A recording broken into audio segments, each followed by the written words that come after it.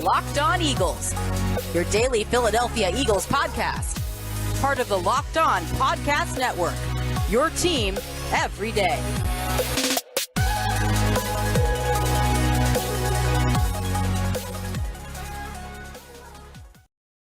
Let's go, everybody. Welcome in to the NFL Draft 2023. This is the Locked On Eagles podcast, our live watch party for the first round, day one, kicking off in just 15 minutes. I'm Louis DiBiase, one half of tonight's broadcast right here on the Locked On Podcast Network, your team every day. Of course, my co-host Gino Camilleri, he will be with us in 15 minutes. He's getting back from coaching a lacrosse game because the grind never stops for Gino. Gino will be back at 8 o'clock. We're with you up until the end of the first round. Right now, the Philadelphia Eagles have the 10th overall selection and the 30th overall pick. If I had to predict something tonight, it would be that the Eagles do not pick at 10 and 30. What happens outside of that?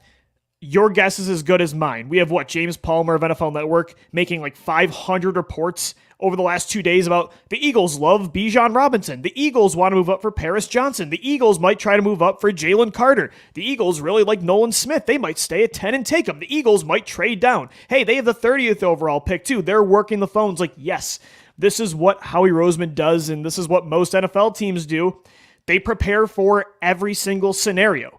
So I think my main prediction heading into the night would be that they do not pick at 10 and 30. Since Howie Roseman returned as general manager in 2016, he has only stayed put at a first-round pick where he was slated to make that selection because of the regular season standings, like the pick the Eagles were actually supposed to be at one time, and it was in 2020.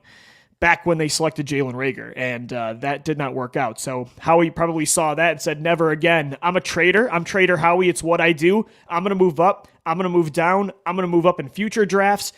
Everything's on the table today. He could trade up from 10. Look, if Jalen Carter falls past, let's say, Seattle at 5, there was a report I just saw on ESPN that Seattle informed Geno Smith they could take a quarterback, that they also do like Jalen Carter. However, though, maybe if they took like an Anthony Richardson, that Detroit spot at 6 is where I'm looking at Jalen Carter and saying, okay, if he gets past the Lions, then suddenly you might have something.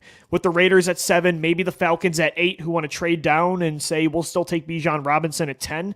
Jalen Carter is the big trade up that you could see tonight from Philadelphia. The report was that they liked their meeting with Carter and feel comfortable selecting him if he falls in a spot that they can move up.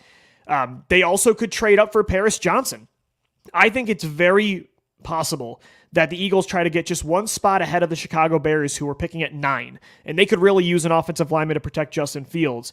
I could see them again. The Atlanta Falcons is the team I'm watching too, and saying maybe that's your trade partner for Philadelphia to move up and take Paris Johnson, who can be your immediate starting right guard, and then he can be your right tackle of the future once Lane Johnson inevitably does hang him up and retire. So those are the two trade-up candidates to me. It's Jalen Carter.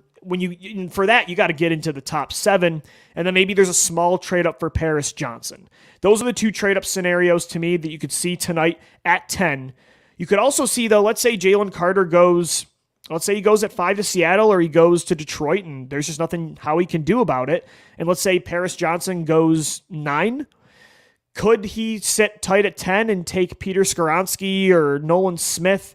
Sure, I could totally see it. But again, Howie probably says, there's 4 or 5 prospects I like here at 10 that I can get a good chance to have at least a couple of them still on the board if I move down a few spots, maybe collect an extra second or third round pick and get back into those rounds on day 3, 4 through 6. Right now, the Eagles do not have a pick in any of those 3 rounds. They have the 10th overall selection. They've got 30. They've got 62 in the second round, 94 in the third, and then 2 7th rounders. And I'm apologizing if I'm ranting right now and just going over every scenario. I'm very juiced up. I am very ready for this draft. This is one of my favorite days of the year. And then the Eagles pick at 30.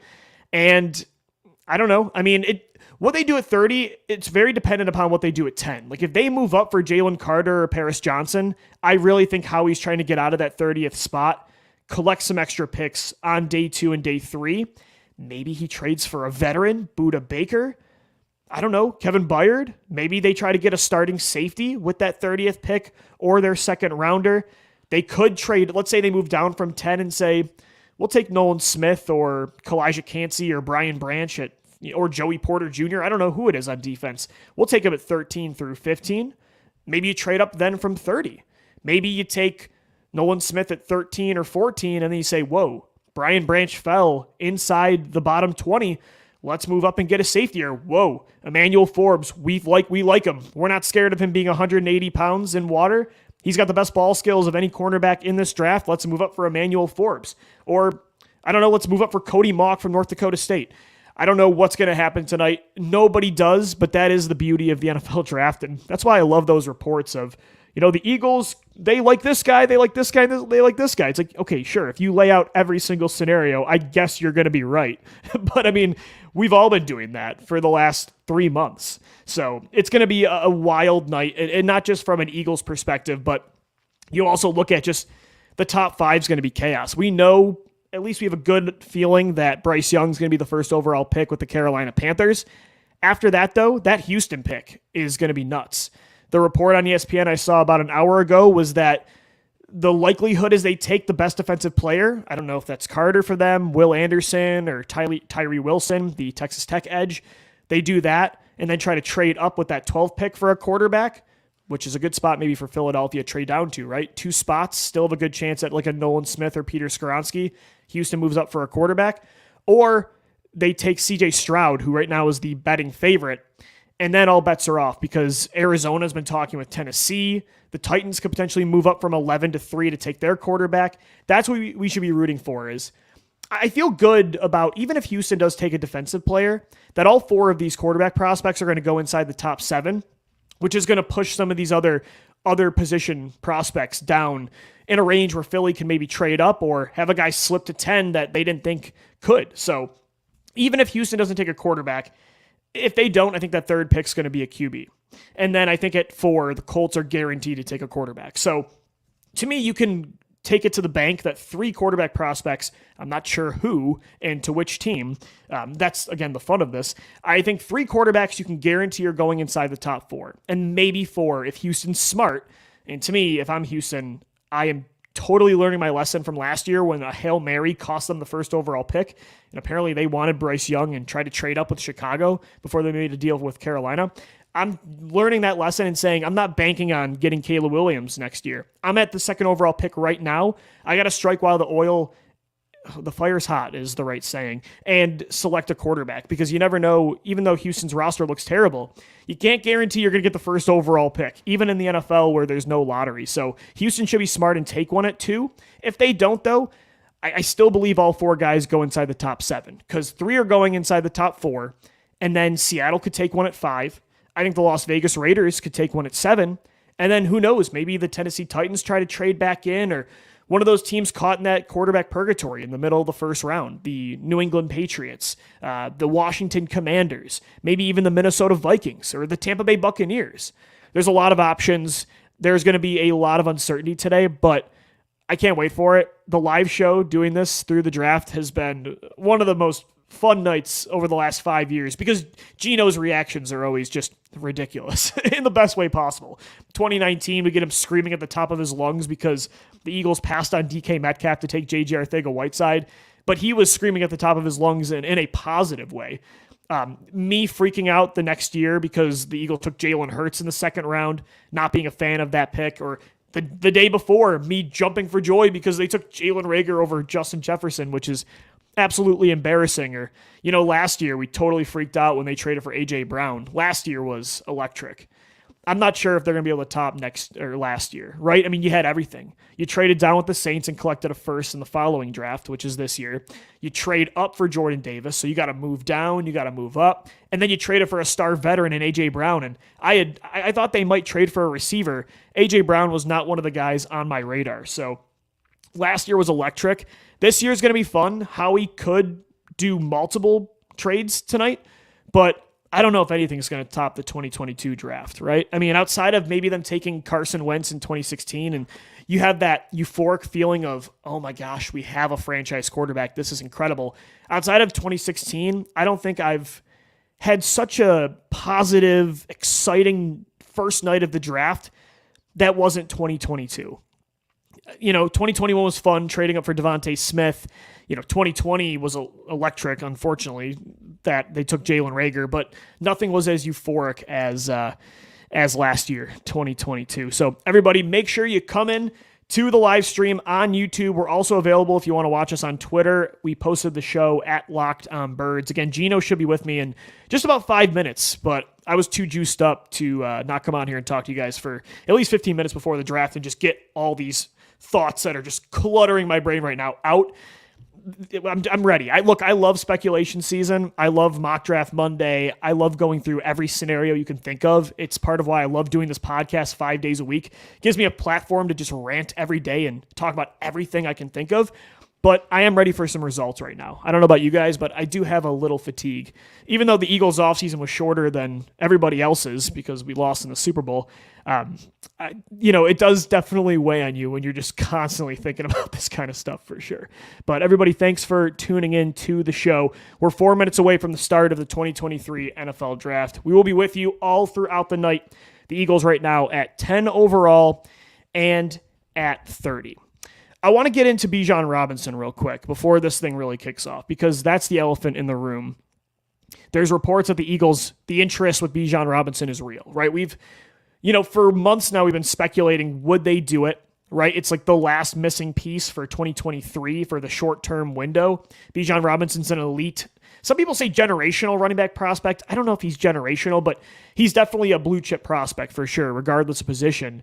And so some Eagles fans, and I get the excitement of the short term, how electric this offense would be. He'd be, to me, even better than Miles Sanders last year. And I thought last year was the most complete Eagles offense I've ever seen. I get the excitement. Now we have Bijan saying that the Eagles are one of the two teams he met with and that Howie Roseman was really impressed with his interview. James Palmer from NFL Network said the Eagles' interest in Robinson's real. We had that article from Albert Breer last week that said in 2017, if Christian McCaffrey fell to that 14th overall pick, the Eagles would have took C-Mac over Derek Barnett, almost as if to say, like, hey, even though the Eagles haven't taken a running back in the first round since the 80s, or the early 90s, I believe it was, with Byers, they could still do it. They've been willing to in the past. So you're getting a lot of that. And I'm conflicted because, again, the content creator in me wants that just to see Gino freak out. The fan in me thinks this would be electric, right? I mean, you couldn't help but get excited watching the highlights of Bijan, imagining him behind this Eagles offensive line with Jalen Hurts, with A.J. Brown, Devontae Smith, Dallas Goedert. I mean, just would be... NFL, you saw the report last week that NFL GMs do not want Bijan going to Philadelphia for 2023. He would be the most impactful player for the 2023 run. Like, if you're talking about how can we add a player tonight that makes the biggest impact on our Super Bowl run next year, it's Bijan Robinson with like 18 to 20 touches up for grabs now that Sanders is in Carolina. So I get all of that. You also have a bunch of draft picks next year. You have another first and a second and a third this year to address other more important positions and needs, short-term and long-term. So you could afford to take Robinson in that way. He is an elite prospect regardless of position in a class that some see as weaker. So there is some logic to taking Bijan, and he's a running back that can do it all. Like, he is, to me, an incredible pass catcher. He's not C-Mac where you could almost use him as a slot receiver, but this isn't a guy he's going to be way more involved in the passing game than Miles Sanders. Like 2019 Miles, that can be Bijan. So I get all of it. I get the temptation. You have 5 years of cost-controlled money, right, up until he's 27 years old, and you think he's a slam dunk to be great for those 5 years. That's the case for Bijan. But to me, I saw what they did with Miles Sanders. And is Miles Sanders Bijan Robinson? Maybe not. I think Bijan's going to be way better than Miles. Again, some people think he's a generational running back prospect. But I saw Miles Sanders have a career year last year. I saw him finally stay healthy. I saw him for 4 years, even though people, I think, were a little too harsh on Miles. Miles for 4 years was pretty damn good. He was pretty consistent, averaged over 4.5 yards per carry every single year. And they just let him walk for nothing. So to me, that tells me, unless this guy is like, again, Derrick Henry, and even maybe not then, they're not going to give a running back a second contract.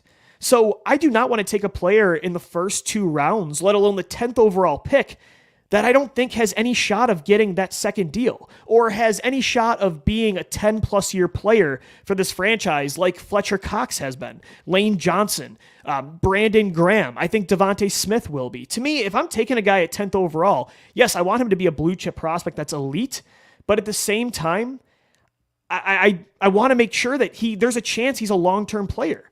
And running backs age too much. Philly is way too disciplined with that position. Outside of linebacker, I think they prioritize the least when it comes to the assets and resources they invest in it. And so for that reason, it's tough for me to take Bijan. And I think there's enough prospects at 10 at more premier positions that have a chance to be great. Like, is Bijan a better prospect regardless of position compared to Miles Murphy? Yeah, for sure. Nolan Smith, Peter Skoronski, Devin Witherspoon, Kalijah Cansey, Brian Branch. Yeah, 100%. He's a better prospect overall than those guys. But I'd rather take, Nolan Smith, who might be 2 or 3 spots lower than Robinson on my overall board, at a premier position like an explosive edge rusher who again could play for 10 plus years versus taking Bijan. I don't know. That's my thing. And again, running back is just too replaceable by a certain percentage. Like, Bijan's, I think, going to be elite, like a lot of these first round running backs. And would Rashad Penny and Kenneth Gainwell be Bijan Robinson in this offense? No. But could they match his production by 70 to 80% while saving a 10th overall pick? Probably. Just look at the Super Bowl. Look what you got out of Jay Ajayi, LeGarrette Blount, and Corey Clement. And look in 2018, you didn't even have a running back. You had Josh Adams and Wendell Smallwood, and you were still a few plays away from making the NFC Championship. So I'm very torn. The heart and fan in me would be excited about the pick, and I'd be lying if I said I wouldn't be. But the analyst, the potential, like, trying to think through the eyes of a general manager, the football guy in me says, don't do it. Maybe at 30 we're talking Jahmyr Gibbs, or if Bijan found a way to fall that deep down. But I don't know. I don't think they're going to do it. I think it's going to be a lineman or a defensive back. And I don't think they're going to do it, and I don't want them to do it. Let's see some comments. What do we got going on right now? Tony from Scotland checking in. It's 1 a.m. on Friday. Going strong. Go Birds. Tony, my man, cheers. Thanks for tuning in. We've got a lot of people from overseas watching this late at night. Those are the real diehards, or the fans that are not in the United States that are just like pulling an all-nighter for this. Let's see. Amon says, I feel like Nolan Smith could drop into the Eagles' lap at 30. I don't think so. I think Nolan's going to be a top 15 pick. Yeah. And I'm all in on just continuing to build this 2021 Georgia defense back up in Philadelphia. You took Jordan Davis and Kobe Dean last year. Take Nolan Smith or Jalen Carter. To me, even in the second or third round, Cameron Smith, their safety, or Kelly Ringo, I'm in on that. Darnell Washington at tight end. There's another luxury pick we're not thinking of. Maybe at 30, they go with a tight end. Maybe they go Darnell Washington or Sam Laporta if Michael Mayer were to fall. I don't think he will, though. I think Mayer and Dalton Kincaid are going to go in the top 15. I think one of them is definitely going to the Packers for sure. Let's see. President Mike, I'm not drafting a running back at 10. That's only going to get 15 to 18 carries per game. Yeah, I'm with you on that too. I'm with you on that until they draft Bijan, though, and then I'm like low-key watching the YouTube highlights, getting excited over here while I'm trying to be like analytical and disciplined for you guys. So let's see. Would love to take, Jonathan writes in, would love to take an offensive lineman and an edge first 2 picks. Love me some Will McDonald. The Iowa State edge rusher, extremely explosive. Yeah, I like Will McDonald at 32. There's a lot of good edge rushers in that tier 2 that you can get at 30 or 62 that I like. At a Tamiwa Adebawor, going to get that name right. You got him, Felix Anudike-Uzoma, maybe Lucas Van Ness if he were to fall at the bottom of the first round. He's the guy I do not want at 10 for sure. He's the guy that I wouldn't be happy. Pretty much anybody else, even Bijan, I'd be like, okay, I get it. Lucas Van Ness, not a fan of that at 10. But if he fell down closer to 30, I'm in on that. BJ Ojolari from LSU. He's another guy that I think could be an option. Isaiah Foskey from Notre Dame. There's some options with pass rushers on day 1 and day 2 at the end of the first round and the second round too. Here's my so let's do, because the draft's about to start and Gino should be on any minute here. Let me do my predictions and my wish list, which we did on the show yesterday. But if you didn't hear it, so my final prediction is this. I think the Philadelphia Eagles trade up from the 10th overall pick to the 8th overall selection. And then I think they draft Ohio State tackle/guard Paris Johnson. He checks a lot of boxes. He plays at a premier position that the Eagles prioritize. They want offensive line depth. In case Lane Johnson gets hurt, they want to be not only top heavy with star power in the trenches, but they want to be deep as well. So he checks that box of being a top tier depth piece. He could potentially be your starting right guard right away if you don't want Cam Jurgens. If you want Jurgens to focus on being the center behind Jason Kelce, but it could be Paris Johnson, right guard, and then potentially he's your right tackle of the future. So he checks all those boxes. He's athletic. Get Jeff Stoutland's hands on him. I think they trade up from 10 to 8 to take Paris Johnson. Then I think they move down from 30 and then collect maybe another second round pick or a third, and then maybe another pick in rounds 4 through 6 where they don't have a selection. So those are my final predictions. What do I want from these 3 picks? 2 in the first round, 1 in the second. Give me a defensive back. I want to finally get in a top tier prospect at safety or corner. Give me a pass rusher. And then to me, give me an offensive lineman. So I want the meat and potatoes for two-thirds of those picks. And then to me, get a defensive back in here. All right, let's do it. Introducing, guys, my co-host, Mr. Gino Camilleri. Gino, baby, let's go. You made it just in time. Dude, we just beat our rivals in overtime. It's like let's beating go. the Cowboys, Congrats. so things are feeling good. I got here right at the buzzer, and we're about to roll, man. The next, 3-4 hours or so, we're going to be instrumental. We're going to be here. Changing what's going on. We're going to be out here all night. Yeah. Gino, I'm just getting some more comments in from the guys. Khaled, hot take, Nolan Smith goes top 10. Yeah, I could see it. Yeah, I have a nice little FanDuel Sportsbook predictive top 3 at plus 2,700. Yeah. We go Bryce Young, Will Levis, CJ Stroud, 1, 2, 3. So we're hoping. Wow. We're hoping. Will Levis was our predictive mock pick for the Texans at 2. Gino, that pick's going to be nuts. That's when it really gets crazy because I think we know Bryce is going 1. Houston, no idea what they're going to do. I think they're nuts though if they don't take a quarterback. Yeah, I mean, I said it on yesterday's show. Like, how do you sell the franchise around Davis Mills? Like how are you going to do that? How does that make any sense if you're in Houston, right? And I think you have to go with it because you never know. And Daniel Jeremiah said this on a podcast the other day. Like, the plan of waiting for next year when there's a bunch of really good quarterbacks, like that's not a plan. Like anybody could get hurt at any given time, right? You have no idea what's going to happen. Yeah. So, hey, go and do it. Like help us by helping yourself. Right. Yeah. KGB Lou, I'm praying your last draft take doesn't come true. I'd cry if I stayed up until 4:30 a.m. and we traded back into tomorrow. Yeah, Gino, we have a lot of guys from overseas watching. We've got Tony from Scotland. So a lot of these people are pulling all-nighters for this. And yeah, I predicted they'll trade down from that 30th pick if they move up from 10.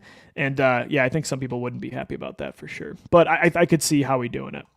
Yeah, I mean, it makes a bunch of sense. We'll see what happens in the top 10. I think you really have to focus on Jalen Carter and potentially Tyree Wilson. There was a report that Tyree Wilson's medicals aren't really great, apparently. It's the leg. People are. I heard that it was a short-term injury, but I mean, each medical department's different, right? Yeah, so. Yeah, 100%. And we know the Eagles with what they did last year, right? They ended up taking the guy, Nakobe Dean. So why would you not? Why would you shy away from those medicals once again? And looks like I made it on time. Like they're still doing this opening presentation nonsense in Carolina. Whoa, did you hear about this tampering thing with Jonathan Gannon? Yeah, that just came out. Yeah, from Adam Schefter, Eagles and Cardinals settled a tampering investigation today involving the hiring of former Eagles defensive coordinator Jonathan Gannon. Eagles traded pick number 94 in this draft and a 2024 fifth-round pick to the Cardinals for pick number 66 in this draft.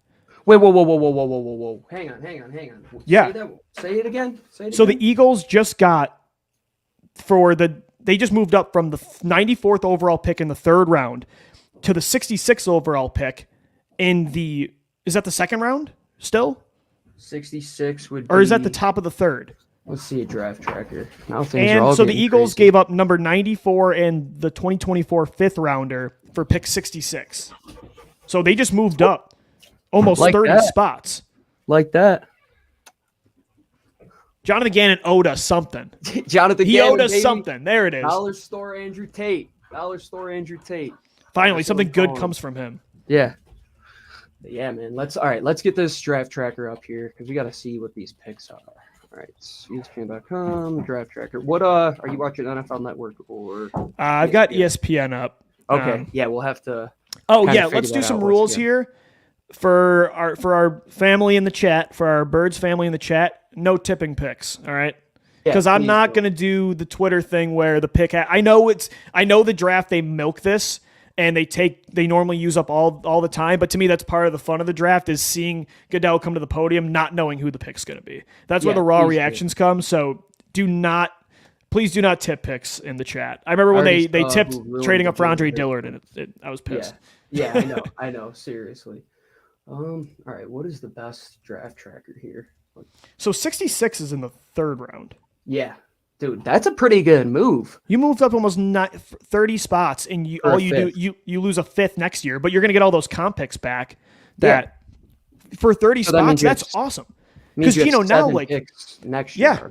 year. because you already have pick 62. Now you have Mhm. 66, so you have 2 picks in the 60s now. That's huge. I mean, that could and be they're right next to each that could be other. an edge rusher and a safety, or like that's almost a second round selection. Or 66 is the ammo that you need to move up, and you're still going to be able to pick at 64, right? I would have given them a them third the- to take. Yeah, no, I feel you on that one, man. I'm right there with you. Like, get that guy out of there. I'm glad he's gone. And Sean Desai, Jonathan Gannon made me appreciate Jim Schwartz a little bit more. I don't know. he made me appreciate Billy Davis. What are you talking about? No, take that back, dude. No, I kidding. thought you were going to say Juan Castillo. Yeah, no, Juan Castillo. I feel you. 4 picks in the top 70 now, Khaled writes in. Yep. Dude, that's big. Tomorrow's going to be a very big day for this team. All right, I finally got a draft tracker up here. So, yeah, it looks like, Yeah, just confirm that 66th pick. yes, I believe that it is in the third round. If things would load here, of course, everybody's on it. Yeah, so 66 will be the third pick of the third round. Okay, that's pretty good, too, because you So have you have a Chicago, top pick. Houston, and then one of those teams could potentially, if they want to get that guy that Houston and Chicago pass up on, you could trade down again, especially because you're picking with that 62nd pick? Yeah. So you're Yeah. picking 4 picks before that: Kansas City, Chicago, Houston, then you again. That's very reminiscent to when they did the Miles Sanders, JJ Arcega-Whiteside move, if I'm not mistaken, where there was like Yes. within 1 pick of each other. And yeah, I think that's a very good thing that Jonathan Gannon owed us the 66th pick. Yeah. Well, he must have took a call after the NFC title game. I think that's what was happening. Yeah, he was more focused on getting out of Philadelphia. Which than is he funny was because he was on the coaching in the Super field Bowl. after they made it to the Super Bowl and said that he's not going anywhere. Yeah, But Dollar he's store a Andrew he's Tate. a rat. So, dollar store Andrew Tate, man. That's what he looks like. dude, You've never he's seen those two in the same room together. I bet you that. literally cost you a championship. Gino, does the Super Bowl loss affect your emotions at all tonight or no? No. Do you think tonight heals that, or I mean, I don't think so. But I was does it really like looking does it forward to ruin that. your excitement at all for this? Why? You can't dwell on the past, man. Like, am I don't still know. upset about 2003 or 2002 and 2001? Like, how? Well, that wasn't 2 months ago. Yeah, no, I know. I mean, what you as an Eagles fan, like, you lived through that. You lived through the ups and downs. But this is the time that your general manager is the guy that gets you in that position, right? And you have to believe that he had the plan in place that when all of these guys were leaving Philadelphia, that this draft would be a big one. And you acquire another pick, so you're going to have 7 picks in this draft, and you have ammo to move up. So you can't really get too Yeah, mad you when got a you're the better top 10 pick now, right? selection. I mean, you go from 94 to 66. Mhm. This could also help you justify even more. Like, we'll be okay trading down from 30 because we got 62 and 66. Or I think, again, this just allows Howie to have optionality and say, I can be aggressive if I want. I can move down. He's just so good at pretty much allowing himself to do anything, right? I mean, he's like, I can trade up and I can trade down. I can collect picks for the future and I can get aggressive. I mean, who knows now? You're armored with the 62nd pick and 66. You could trade for a veteran tonight, man. Everything's on the table. I'm just so pumped to get this going. And the Carolina Panthers are on the clock. 6:30 to go here. They'll probably milk it. This one definitely, though, is going to be Bryce Young for sure. Yeah, I would believe. All NFL Network clock is a little different, but yeah, Bryce Young, we kind of know this was coming, and things will start to get hectic at that second pick. We truly have no idea Time to get past the Super Bowl loss. Yeah, I mean, if you're not over it at this point, I think Matt was the guy that I'll never be tipped over it. the Jalen Hurts pick for us too. So please don't do that again, Matt. I will never forget that. My whole phone blew up, which tipped the pick. But yeah, that was quite a moment. Gino, I know Bryce Young's gonna be the pick. Who would you take though here? Like if you were the Panthers, who's your Bryce guy? Young. Is Bryce Young? Don't overthink it. Yeah, I mean, don't overthink it. I'm taking I Richardson, man. Do you think His ceiling goes is top 5? He should. I don't. If he doesn't go, to me, I almost want to say no. If he doesn't go to Seattle, I'll say no. I think the Colts love Will Levis. Mm-hmm. And if the Titans trade up, I don't think it's for Richardson. I think it would be for if Stroud fell past 2. I think Seattle could take him. There was the report that Pete Carroll told Geno Smith they could take a quarterback tonight. There's also the fact that the 7th pick is Vegas. They could take Richardson. I think he goes inside the top 7. I don't think Richardson gets past the Raiders.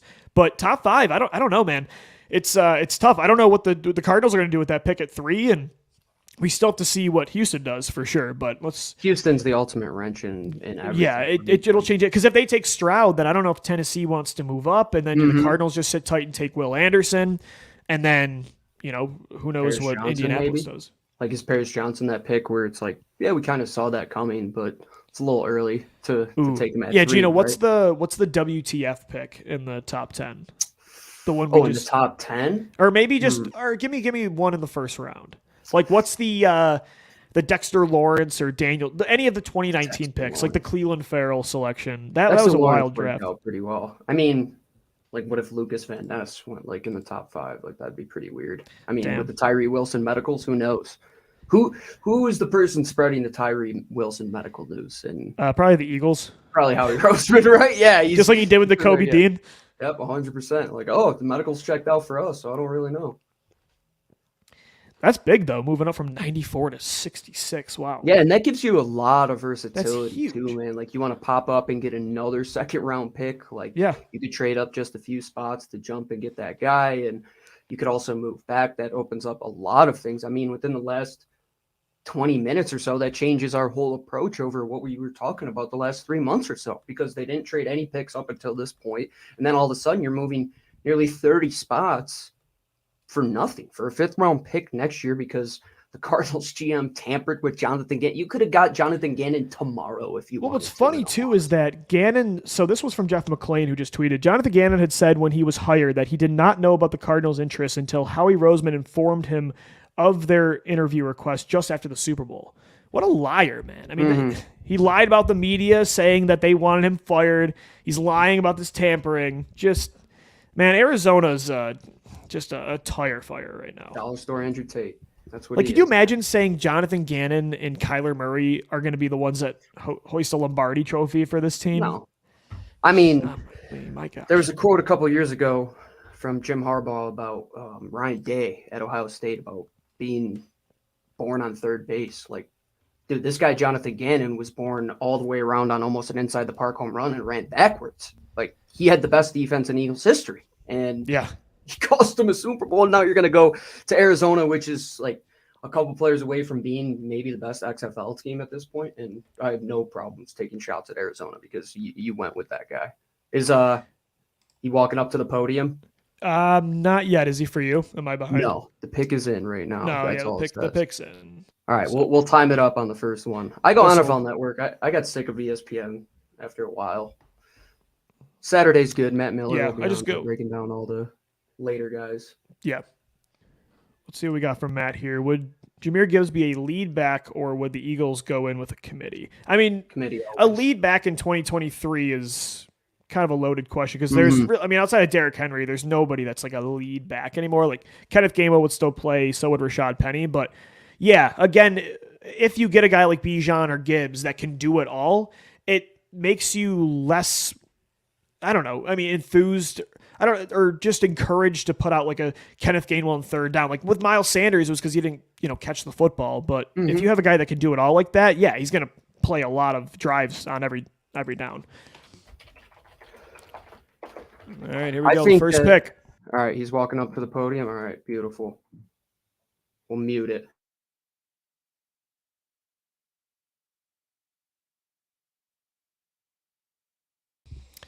All right. I want to see how far behind or how far behind are you? Do you 5 have to seconds pick? or so. 5 seconds. all right. That's all I need. Yep. Bryce Young makes a lot of sense. All right, Bryce Young to Carolina. Now The first we quarterback get goes. crazy. Now Now this here is we go. what we all do it for. I watched Draft Day today, my annual viewing of it. Tradition like no other. A tradition like no other. And man, you trade away 3 first-round picks and then trade them back, and we'll see what Houston does right now. This could really flip everything on its head. Do you go quarterback? Do you push defensive players down the board? I think they're nuts if they don't go quarterback. I said it earlier. Like, just look what happened in your final game. You, on a Hail Mary, beat the Colts, and it cost you Bryce Young. Yes. Like, yeah, literally. You think, like, obviously, Caleb Williams next year is one of the best prospects we've seen in a long time, like, for sure. People are saying he's the closest thing to Mahomes. He's legit, but even in a non-lottery league like the NFL, to assume you're going to get that top pick or the second overall, even with Houston's roster, is, to me, I don't know. I like this class. If they don't, I get it. You don't want to force a selection here at quarterback, but these other 3 guys I think are totally, I think it's justifiable to go with the second pick. And I don't know. I think you just got to strike when the fire's hot. And I like Carter, Anderson, and Wilson, but to me, I think you're nuts if you don't go quarterback. Imagine if we were covering that team and we talk about the idea of being in quarterback purgatory. I mean, that's where they are, Lou. Like, you're going to go into that season with that room that you have? No way. Yeah, Will Anderson is great, and you do have that pick at 12, but you have no idea what's going to happen in the next couple picks. The sure thing is what you have up next. You have this opportunity. You blew your opportunity to get Bryce Young, right? Like, that's on you. You have to pull old Doug Peterson, get your boys out of the game. Like, you gotta know situationally what to do. And hey, Carolina, hats off to them. I think your affliction with them it's warranted. Like, that's a big time move. I'm back on the Panthers brand. I'm back. You move up and go get Bryce Young, man. Like, I don't care what his size is. I really don't. He played at Alabama in the SEC. He got hit time and time and time again, and he's going to get back up, right? I might make a FanDuel bet to have them win the South. They have a top 10 defense. And their offense now, you've got Miles Sanders with Bryce Young in the backfield. Mm-hmm. Frank Reich, I think, is going to be great for Young. I think he's the perfect guy to make sure Young has the right system around him in Carolina. You signed Adam Thielen. You've got DJ Chark. That's not a great receiving core because you lost DJ Moore, but, I mean, you for got some guy, pieces. You got some pillars at the tackles. Yeah, you got some pillars at the tackle spots. I don't know. I mean, I might pick them to win the South. I know the Saints might be the favorite right now with Derek Carr, but I think it might be Carolina. With Derek Carr. You're never the favorite with Derek Carr. I mean, just to yourself. Comparatively speaking, because it's either him, Baker Mayfield, Desmond Ritter, or now Bryce Young. I think Bryce Young's the best quarterback in that division already. Yeah. I don't think that's crazy to say. Poor Matt Corral, man. Poor Matt Corral. That's all I got to say. These talk about a guy hyped quarterbacks, Lou. If Tennessee pops up and Malik Willis has another guy in front of him, they might as well trade him at this point. Like, what are you going to do? Just sit with this rookie or sit with the second-year player behind a rookie? You know who should go for Malik Willis if he's available is San Francisco. Like, let's see. If I'm Kyle Shanahan, say, or the Rams maybe, right, with Stafford, his future up in the air. Costs you a lot less than Trey Lance. Yeah, and like the traits are there. I still am bullish on Malik. I know everybody likes to tag me on Twitter. You should have seen like the day that Hurts signed the extension, the amount of Malik Willis tweets I got tagged in.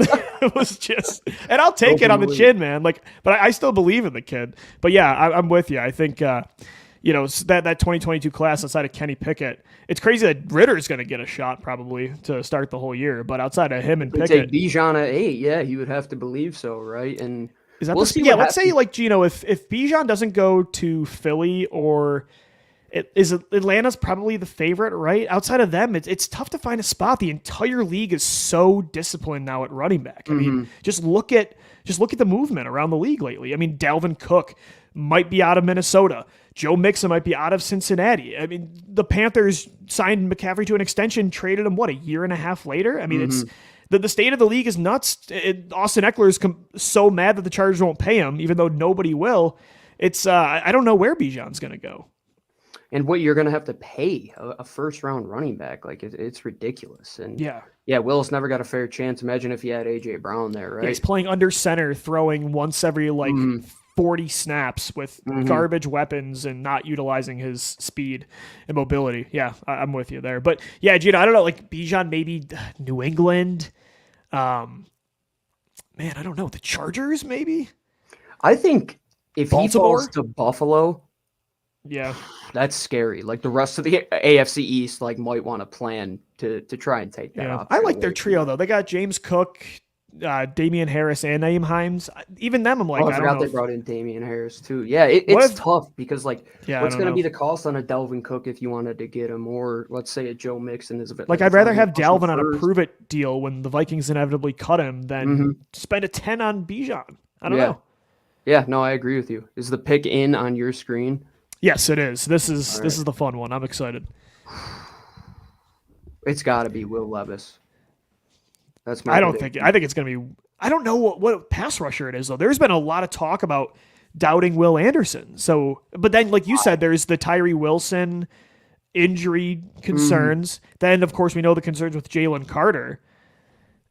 I don't know who this. It should be a quarterback. It should be Stroud. Here we go. Goodell's at the podium. I'm gonna right. mute my mic. Yeah.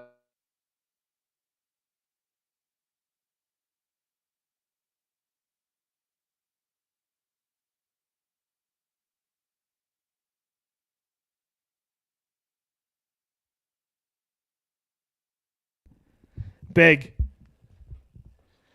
Big Gino. Big. CJ Stroud goes second overall. Wow. You're on mute. You're on mute. Common sense prevails. Common sense prevails. All right, now do teams start to panic for quarterbacks, Lou? Do they start to panic for quarterbacks? This is good for us. This is good. I'm not going to win my wager, of course, but hey, that's all Yeah, I don't know right. if that helps Arizona move out because I think Tennessee I think Stroud was their guy. But there's other teams I think that like Richardson and Levis a lot. That's good for the Eagles, man. Get all four of these quarterbacks in as quick as possible. That's what we were hoping for, right? And yeah, I saw you fist pumping. I didn't know if it was Will Anderson or what was going on, but yeah, I think CJ Stroud, heads off to Houston. You made the right selection, right? It's easy to get hyped up when you don't really have anybody there. And I think Justin Fields kind of put to bed that narrative of Ohio State quarterbacks. Like, man, you watch that Georgia tape with Stroud. The What do position we at a miss? school thing, I'm over that. Even like, Don't for scout years, everybody helmets. said Alabama doesn't produce quarterbacks, which was true for a while, but then they churned out, none of them outside of Jalen Hurts are stars, but they churned out Jalen Hurts, Tua, Mac Jones, Bryce Young. I mean, now it's like an every year thing. So I never bought that. And I'll tell you what, though, I wasn't a Stroud guy for a while because I didn't see the mobility. I loved his mechanics, his accuracy. He's got good arm strength. But I'm like, what can he do outside of structure, right? When he doesn't have 4 legitimate receiver prospects. But then and I know it's one game, but that Georgia game, when he had to carry them with his legs and he was making plays outside the pocket with his arm, scrambling, that made me buy in. He wasn't my QB1 in this class, but I think Houston made the right call. I know you're going to be bad next year, and you maybe would have had a chance at Caleb Williams or Drake May, but I think Stroud is totally worth that second pick. Yeah, you can only deal in hope for so long, especially when you're at the bottom. Like that Hail Mary, you talked about it just like 15 minutes ago. Like things in the NFL are that minute to change the entire outlook of your team, right? And you could have had Bryce Young, but you end up with CJ Stroud. I really believe that was the right pick. And the idea of scouting helmets, like put it to bed at this point. I think that Georgia tape, Lou, like that's the first game any scout is going to turn on. How does a Big Ten team compete against an SEC opponent? Like that's Right. exactly what you look for. Good. I mean, they made the right decision. Now Arizona is the ultimate cog in this thing, right? And who's going to take Will Levis? Is Indianapolis going to be that team? They're really going to take the second coming think of so. Carson Wentz? Like Yeah. you're going to do that after you just saw that guy? I get the gamble. I do. Again, I know the Levis concerns. I'm never going to fault the team. Even that's why, like, even to this day, the Paxton Lynch picked Zach Wilson 2 years ago. I'm never going to fault the team that says we're going to go for it with the kid that has traits. I'm just, and I know a lot of the times it's a flop, but Gino, to me, if you're going to take one of those traits guys, though, how you can take Levis over Richardson Is insane. is insane to me. He's 20. He's going to be 25 years old. Yeah. That's the thing is age 25. too. I mean, what's Richardson, 22? Look at Jalen Hurts. No, It's he's so gonna be great his 20. age. We've Yeah, had 3 he's years of 21. Jalen Hurts already, and he's only 24 years 24. old. He's already Yeah. had 2 playoff runs. He's raised 2 banners in the stadium. He has a giant 5-year deal now. And in 10 years, Gino, he's going to be only 34. Like, I mean, that's Yeah, nuts. like is Will Guys are Levis playing gonna- into their 40s now. Is he going to come off of his first deal at 30 years old? Like, Yes. that's what's going to happen if you take Will Levis with the first. You just round got to stay pick. healthy, man. Is he going to sit? Is he going to play right away? Like, you're going to throw Will Levis into Indianapolis's offense right away? He would be their best option, right? Shane Steichen, though, I mean, look what he did with trust Hurts last Shane, not year. Jonathan. So, Yeah. and you've got Jonathan Taylor in the backfield. You've got a pretty good offensive line. So I don't think it's not the best place to be for a quarterback, but I don't think it's the worst either. No, not at all. And let's see who Dollar Store Andrew Tate ends up drafting here. Good start for the Birds. Good Yeah, stuff for the I think Birds. so. Yep. More Two QBs, the quarterbacks better. off. Let's get Arizona to move down here. Let Tennessee come up or another team. Maybe it's the Raiders. Take Anthony Richardson. Push these guys down the board. I want to hear what Schefter's saying. All right, well, Lou's talking about that. I think the idea. Wow. What? The Houston Texans just traded back up to the 3rd overall pick. To get Will Anderson? What? No way. Wow. Still says Arizona's on my board right here, but Yeah, for me too. But Schefter I'll let you. Schefter just broke it. They're going to get C.J. Stroud and Will Anderson. What a haul for D'Amico Ryans. Mufasa. Good for that, man. Yeah, okay. I think that's going to be my second team to root for. A team to kind of come back from almost the dead. Like, they didn't really have anybody there. And Houston's a big-time football city, man. They deserve it. They deserve it. You had all those media guys tweeting out pictures of nobody in the media room and nobody in the stands. They needed this. I think D'Amico's easy to buy in. He was that guy for them, right? If you're going to choose a guy from Houston, who is it's either J.J. Watt, Mario Williams, or D'Amico Ryans. Like, those were the three big names for them. And D'Amico, with that San Francisco defense, you get your version of Nick Bosa, and you got your quarterback. Luke, Houston might be a team you might want to buy. This is interesting from Zach. Or do they double down with Ohio State and take Jackson Smith and Jigba? I think it's way too high for JSN, but let's see. I still don't have the compensation. Ian Rappaport just tweeted the trade, but we still have no picks coming in. So I still think this is been behind Philly 2 spots, so obviously they got 12. I'm assuming they're going to get another one next year. And Nick Caserio, well done, Nick Caserio, man. You talk about a guy. Oh, he's going to go back. Pillars on offense and on defense, probably. Good for him. Good for him. This is how you turn it around. You can't play it safe. You can't wait until next year. The only thing that you're going to have in the NFL is the now, and the pick is in. It's got to be Will Anderson. So here's one of the pass rushers that are probably going to go. Yes. I don't know which one. I get the logic for Tyree Wilson ahead of Will Anderson. Like, his traits are legit. I mean, his length and in Texas, his explosiveness. If that happens, Lou, I'm trading up to. I mean, Indy will probably take their quarterback. Seattle would probably take Will Anderson if Tyree Wilson's off the board, right? Like, and then again, that Detroit pick is the tip of the iceberg. Gino. That's the domino right there is Detroit.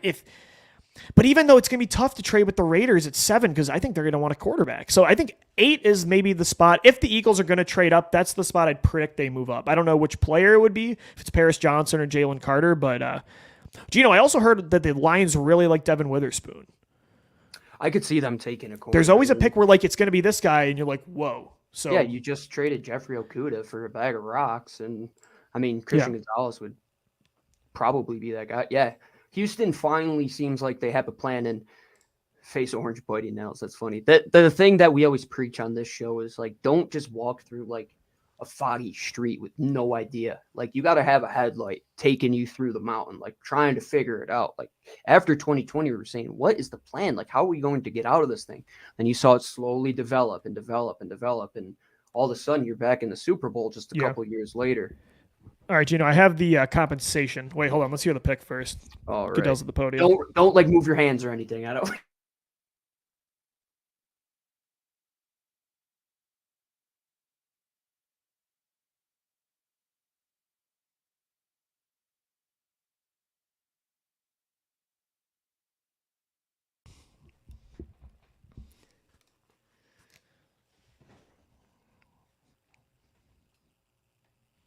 There it is.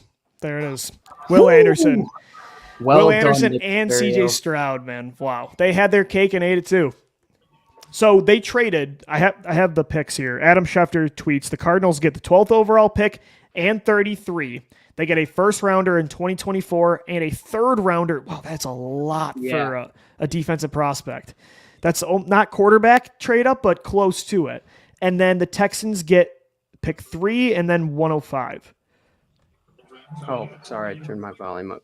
You're good. You're good. It's a haul, but Lou, in this day and age, like, what are the two most impactful positions in the pass rusher and quarterback? Quarterback and the guy that goes after the quarterback.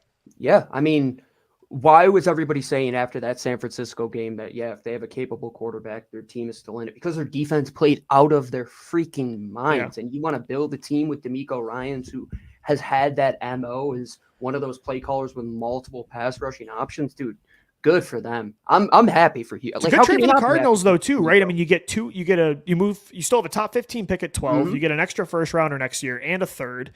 That's pretty big. And Arizona needs a lot of help on that roster, so they needed quantity over quality. Yeah, for sure. In Indianapolis, so this has got to be Will Levis. This is Will Levis, right? Yeah. If it's Anthony Richardson though, Lou, it should be Richardson. I think it will be Levis. Right. If you're sitting in that war room and you're Shane Steichen and you're like, I saw Jalen Hurts last year. I don't see Jalen Hurts and Will Levis.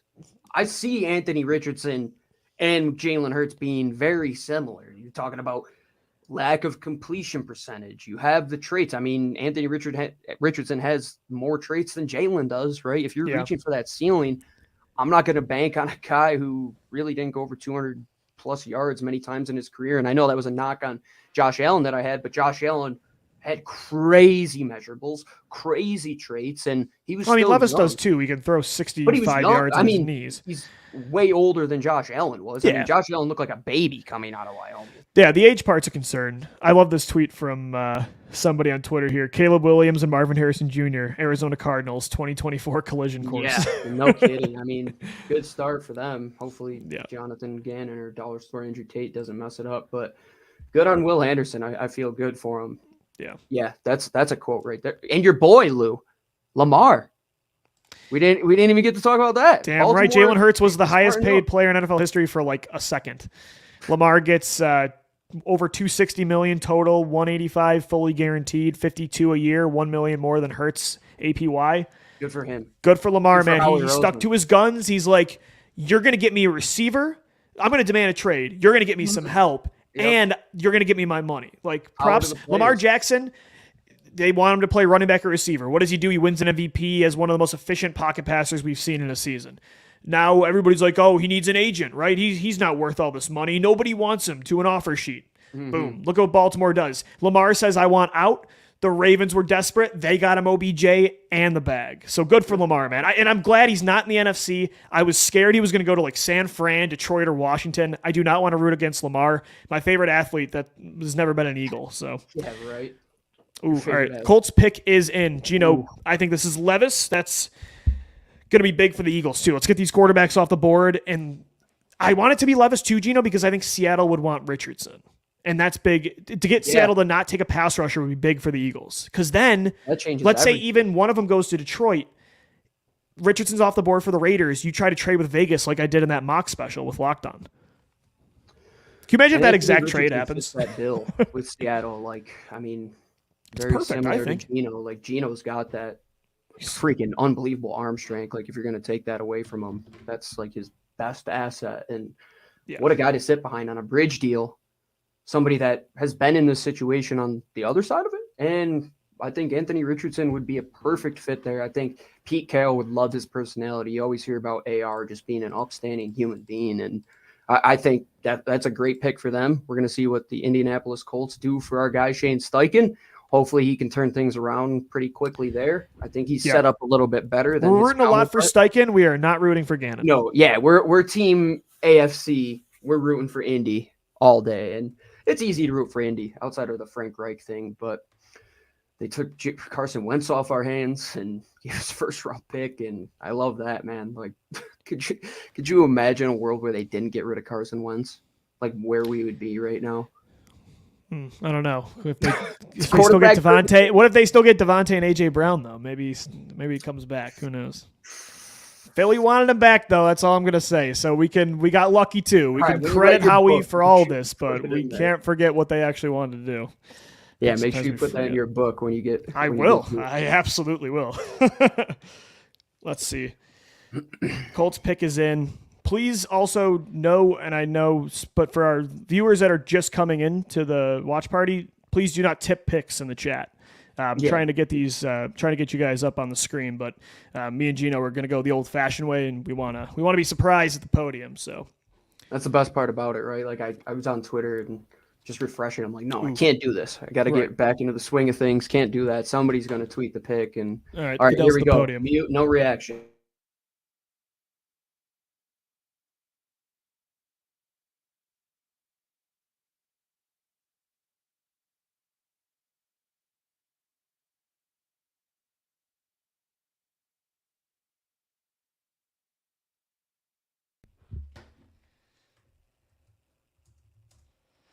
They were smart, man. They did it. Attaboy, Shane. Good for Shane Steichen, man. Good for Shane Steichen. That's the pick. Now, that's a pick that you want to believe in. Somebody with unbelievable traits, unbelievable, upstanding human content to how he carries himself, and very similar to Jalen Hurts, man. It's easy to root for Anthony Richardson. Dude, he's so fun. He's such I'll tell you who's rooting for him right now, Lou. Brian Johnson, his former offensive coordinator down at Florida and now the OC of the Eagles. It's easy to see the similarities between those two. Good for Shane Steichen. Anthony Richardson, the 4th overall pick, 3 quarterbacks off the board. This is big for the Eagles. That Seattle pick now, though, is where I think another one of those defensive linemen go. I think it'll probably be Jalen Carter over Tyree Wilson. But, man, I don't know, Gino. If Carter goes 5, maybe the Lions they took Aiden Hutchinson last year. Maybe they say we want a corner and Devin Witherspoon, and Wilson falls to 7, and then you go up and get Tyree.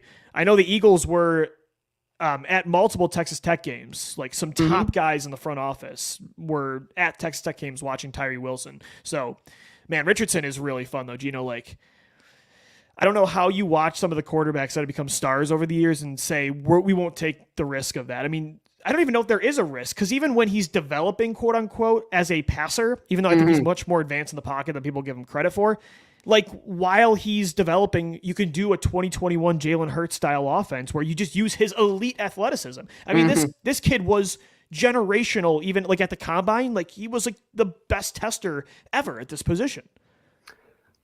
His tape is just very similar to Allen in ways where it's like it was either him or nobody making the plays, man. And yeah, Shane has the blueprint now. You have that big body guy who we were just having the conversation. Do you start Will Levis right away? I'll start Anthony Richardson right away, man. Like, you can use his athleticism, that you can win games because of him as a rookie right away. It's a great pick. You have the offensive line. You have the running back to take that burden away from him. Get him some good pass catchers. I mean, he already has, why can't I think of Michael Pittman there? And man, that's a good guy, a reliable target to have. And hats off to Shane Steichen. I think he'll get Anthony Richardson on the ground running. He saw what it was like before Jalen Hurts. The AFC. Also, ESPN just compared Richardson to Donovan McNabb. Get out of here. Dude, that was their side by side right now, just now. Yeah, that's why I don't do ESPN anymore. But I was saying the AFC, the quarterbacks, in that conference. Now you add, so Bryce Young comes to the NFC. Carolina. You add CJ Stroud and Anthony Richardson in the AFC. Lamar Trevor Lawrence in that division, and we'll see what Tennessee does, right? Yeah, now you got Stroud, Richardson, and Lawrence in that division. That's fun. Yeah, that's going to be awesome the next couple years. And then you've got Rodgers now in the AFC. You've got Mahomes, the big four of Mahomes, Burrow, Lamar, and Allen. You've got Herbert. Oh my gosh, like Tua is like the 12th best, or maybe 10th best quarterback in the conference. Unbelievable. You can make the argument for it, right? And in the NFC, we have the same mindset moving forward, right, Lou? I think right now I'm most concerned about eventually Justin Fields becoming the next Jalen Hurts. Or I think if I had to pick 2 guys I'd be most concerned with, like long-term, to compete with Hurts, or not concerned with, but predict who are the other guys competing with him, I'd say Fields and Young, at least as of right now. Everybody else is like a mid-tier Dak Prescott, Kirk Cousins, Jared Goff type. How exciting does that make you to see these guys in this conference, Lou, and like in future playoff games when a Hurts 28 is the only All-Pro quarterback in this conference. Oh wow! But like, imagine when he's 28 and Bryce Young's a couple years older and Justin Fields is on his second contract, and inevitably they probably are going to play in the playoffs at some point. You talk about the future and the paradigm changers, man, like Bryce Young is one of them. Guys like that don't get drafted if the Drew Breeses of the world don't succeed. If Doug Flutie, who paved the way for those shorter quarterbacks, doesn't succeed. The Russell Wilsons, even a Jalen Hurts, who isn't the biggest guy on planet Earth, right? But you find a way to win with these guys. It's going to be fun to see these dual threat quarterbacks, how the game continues to change. And that's the threat, Lou, right? Those young guys that play just like Jalen. I think that's the biggest threat. The whole NFL is becoming that now. Look at Young comes in the league, Stroud, Richardson, the mobility, Levis is going to come in. We got to root for Will Levis with one of these two picks. The Lions and Seahawks could very well draft one of these pass rushers we want the Eagles to trade up for. Also, I think they would just be smart to do it, Gino. Like Detroit and Seattle, playoff contenders next year in the NFC, 100%. I think both actually make it probably. But Jared Goff's not your long-term answer in Detroit, and Geno Smith, even with the new extension, is not your long-term guy in Seattle. I think Will Levis, but you're right, though, with Levis, because of the age, like, is he sitting behind Geno or Goff for a year or two? Exactly. And then he's 26? I don't know. So, but that's what we should root for. His first contract, like Brandon Weeden, dude. Like, that's why I don't get with the Hendon Hooker thing. Like, I get some of the intrigue with Hooker, right? But he's 25, coming off a torn ACL. That just, to me, it's a very Mac Jones, Kenny Pickett-esque first rounder where in a year or two, you're going to be like, we could do better. Let's look for more. Yeah, it's like if Tua was 25 coming out with that injury, you'd probably hesitate and say, yeah, Justin Herbert for sure is that pick right well, there. They should have did that to begin with. Yeah, come on. Of course. Sko Ducks, baby. Sko Ducks. Sko Ducks. The next 5 picks are going to be super interesting because Detroit can go anyway, in my opinion. Like, you can make the opinion that they could take a quarterback, they could add to their defensive line still, they can replace Jeff Okudah, and they have the benefit of having this pick here that wasn't their pick, not as close to being similar to the Eagles, but like you said, Lou, they're a contender. They're one of those up-and-coming teams. The way they played down the stretch, if they go into next season starting out hot in a division where it's Chicago, it's Aaron Rodgers-less Green Bay, and Minnesota, you don't know what they're going to be without Dalvin Cook, maybe without Kirk Cousins. Yeah, that's yours for the taking, Mr. Dan Campbell. I think that's a good team that's going to be coming up next year. Yeah. Will Levis is definitely going to go inside the top 10, though, because then you also have the Raiders that could take a quarterback. Heck, even the Falcons. I mean, Atlanta spent a ton of money on the defensive side of the football this year, right? I think they could. I know they're maybe going to give Desmond Ridder a chance, but I could see them talking themselves into Will Levis and say, hey, we're going to compete for this division next year. We're probably not going to be banking on being inside the top 10. Let's go get the guy now. Kind of like the logic of just strike when you can if you don't have a quarterback and take a chance if there's an upside guy there, because you can't guarantee. I mean, things change so fast in the league, man. If Caleb Williams tears his ACL like a game into the season and you have no idea how he comes back from that. Like, imagine teams in 2011 saying, we're going to wait next year for Barkley. And then then he becomes a 4th-round pick for the Philadelphia. Yeah, and then they're like, if he would have went in his junior year, he would have been he would have at least been the Dolphins pick over Tannehill, right? He's probably a top 10 pick. What about Hackenberg? Christian Hackenberg, if he came out as a freshman or sophomore, if he was allowed to, top pick, because Allen Robinson made him a ton of money. Yeah, like what if Sam Darnold goes back to USC and then you figure out who he really is? And like, what if he goes into the draft, or like, what if he goes into the draft after that Rose Bowl against Penn State? Yeah, he's the number 1 overall pick. He's the number 1 pick. Not that he wasn't already a top pick, but... Yeah, exactly. And quarterback is super interesting, man, because that 2018 class, like everybody thought it was going to be everything. I loved Josh Rosen, and now one of those guys is a starter, right? Josh Allen is the only one from that class, if I'm not mistaken. Darnold's gone. Mayfield's gone. Well, Mayfield might start in Tampa. Oh, yeah, Lamar, of course. But Rosen's gone. He was picked way later than he should have been by the team that should have been the Saints, in all honesty. Like, we should thank our lucky stars every day that Marcus Davenport was, I don't know, intriguing as he was for them to go and trade up, because... All right, Goodell's on the podium. Yeah, here we go.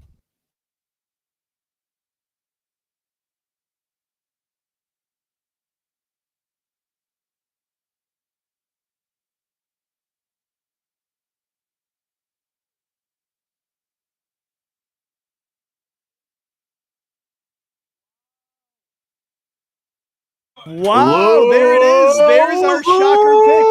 Devin Witherspoon, the fifth overall pick. Things just got fun. Things just got interesting, man. Jalen Carter and Tyree Wilson are both still on the board here at 6 overall. What is going on, brother? Gino, Howie should be calling Detroit, Vegas, and Atlanta right now. Go up and get one of these defensive linemen. Wow. I thought Witherspoon had a good chance of going 6 to Detroit. He goes at 5. I love it for Seattle. I mean, pairing him up with Tariq Woolen is incredible. Yeah. But that's huge for the Eagles, man. Yes, Lou. Detroit is the ultimate, like, what are they going to do? What is Detroit going to do? Because if they skip on one of the pass rushers, Lou, this would be huge if it's Levis, man. You it would might be not massive. even have to trade up if you. I mean, realistically, let's say they take Levis, right? You have 3 picks after that. Do you think Tyree Wilson, Jalen Carter, Christian Gonzalez, Paris Johnson, one of those 4, like you're going to land one of those 4? Oh, in my opinion. Yeah. Even without trading up. But Detroit, that's where everything gets intriguing, right? Because all 4 of those guys could go right now. Will Levis in one of these next couple picks really is. We need Levis to get off the board here. Yeah. Yep. Dude, Devon Witherspoon is going to fit into that room. Yeah, like I would have took a lineman there. I don't think Witherspoon is worth that pick over Tyree Wilson or Jalen Carter. But when you just look at it in a vacuum of Devin Witherspoon in that secondary with Tariq Woolen and Kobe Bryant and Quandre Diggs, I mean, Seattle's defense is, I think, extremely underrated right now. And it's one of the best young units in the league. Yeah, they were really good last year. I mean, they were in the playoffs. Yeah. Right? They lost to San Fran in the first round. They had a 17-14 lead at halftime. Yeah, because of their defense, dude. Like, Seattle changed after that Legion of Boom, and they did it in the right way where they're not really hanging on to those guys. Like, it was a quick turnaround for a lot of them, right? And I think they're doing it in the right way. Just continue to draft ball hawks, athleticism on the outside, and guys that can run and love to tackle. You have him and Tariq Woolen, Lou. How are you going to get space on the outside? Like, where are you going to pass the ball and hope that you get yards after the carry? Good pick. I really like that for Seattle. Like, yeah, they need a pass rusher for sure. That would have been one of those things, but does Seattle make the best first round pick that we've seen them make in quite some time? Like, actually, it's always Seattle, Gino. They always do something that people do not I told predict. you they were going to do something, Lou. I told you they were going to do something. And sometimes it works and sometimes it doesn't, but you always are like, wow, that's different. Didn't see that coming. That's the Seattle Seahawks. Gotta love them, brother. Gotta love them. And I like this from Pat Gavigan. Best pass rush is a good secondary, because with the Eagles, it's always been the opposite. Like, obviously a pass rush can help a secondary, but Gino, we even saw last year, being deep with the Eagles up front allowed you to be one of the best teams when it comes to sacks of all time. But having maybe the best cornerback trio in the league and a Pro Bowl safety totally helped you hit home, almost to the point where you broke the 85 Bears record.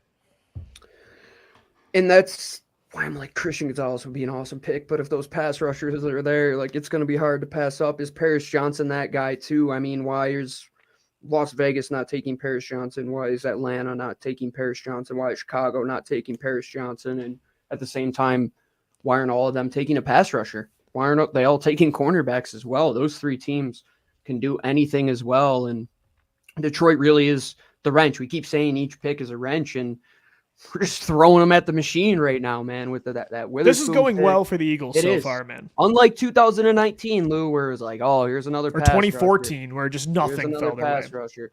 And the Arizona Cardinals are back on the board. They traded up. The Lions. Damn it. Wow. All right. That's a lineman right there. You would have to believe. Unless it's Paris Johnson. Kyler Murray's been begging for an offensive lineman in the first round for years now. For Detroit, they're picking. Oh, wow. They're going to have a couple selections within each other. They got 12, 14, 17, 12 and 17 now. Arizona, I'm assuming they probably moved one of those thirds, maybe a second, probably for offensive line, right? Like, Kyler Murray needs to be protected. So Albert Breer just tweeted they've had their eyes on Paris Johnson over the last few weeks, Arizona. Okay. That makes sense. Which the Eagles really like him. Mm-hmm. I would like Paris Johnson, but that helps the Eagles. Because again, right now I'm focused on Wilson or Carter, man. Like, find a way to pull this off. Yeah, at this point, Lou, right? So, I'll sacrifice Paris Johnson's availability to have a chance at Wilson and Carter right now. Because the talk about Johnson was that they would move up to probably 8 with Atlanta if they were going to try and get him. And if they take him now, that takes it off your board. Am I crazy to think Bijan to Atlanta? If that happens, yes, I mean, whew, I'll blow up. I don't know. I'll explode at that. Is there a guy we're not thinking of that? What if Philly just sits tight and takes Peter Skoronsky or Lucas Van Ness? That's gonna be so. Dude, why did you say that? I was not gonna speak it into the universe. All right, now I have to say the Eagles are gonna take Lucas Van Ness. I'm gonna try and jinx it. Hopefully. Yeah, the Geno jinx. We need it in that way. We gotta have it, man. But Geno, I need another reaction. I'm not trying to force the moment, but man, we need one. And that'll just be like us saying, "Yep, nope, that's good. Yep, makes sense." But Philadelphia Eagles take Christian Gonzalez would be great for you. Yeah, that would be awesome. But then they trade Bijan would be hilarious. I said at the start of the show that the content creator in me almost wants that, just for your reaction. You're a sick son of a gun. I am, man. I'm a sick. But hey, after that, let's say within 15 minutes, Philadelphia Eagles trade the 30th overall pick for Budda Baker. How would you feel about that? I would love it. Yeah, if they're not going to trade up for Carter or Wilson, I would love to use that 30th pick or one of those pick in the 60s to get Baker. Geno, again, just give me a defensive back with one of these top picks. What's the cost on Jeremy Chin? I'll throw one at Carolina right now. I don't think they're trading him. He's too good. I know. And he's young. You should have. Well, I was almost going to say you should have took him when you had him, but you took Hurts. So. Yes, dude, that was the pick. Oh my! He was on the board. Me and you. I just watched the video the other day. You're like, Jeremy Chin was on the board, and I'm like, so is Christian Fulton. Oh yeah, Fulton. It was. I loved Fulton. Yeah, so the Lions get the 12th overall pick and the second rounder at 34 overall from Arizona for 6. That's a great trade for Detroit. You only move down 6 spots and you get pick 34 right at the top of the second round. That's beautiful. You've never seen Jonathan Gannon and Andrew Tate in the same room. Like, there's no way. They're the same. They're the same person, and you're not going to tell me otherwise. All right, here we go.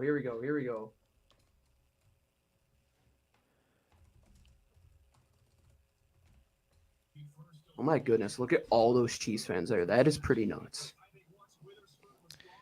It's nothing compared to the Philly atmosphere, man. Nothing will... Oh, podium time. All right, here we go.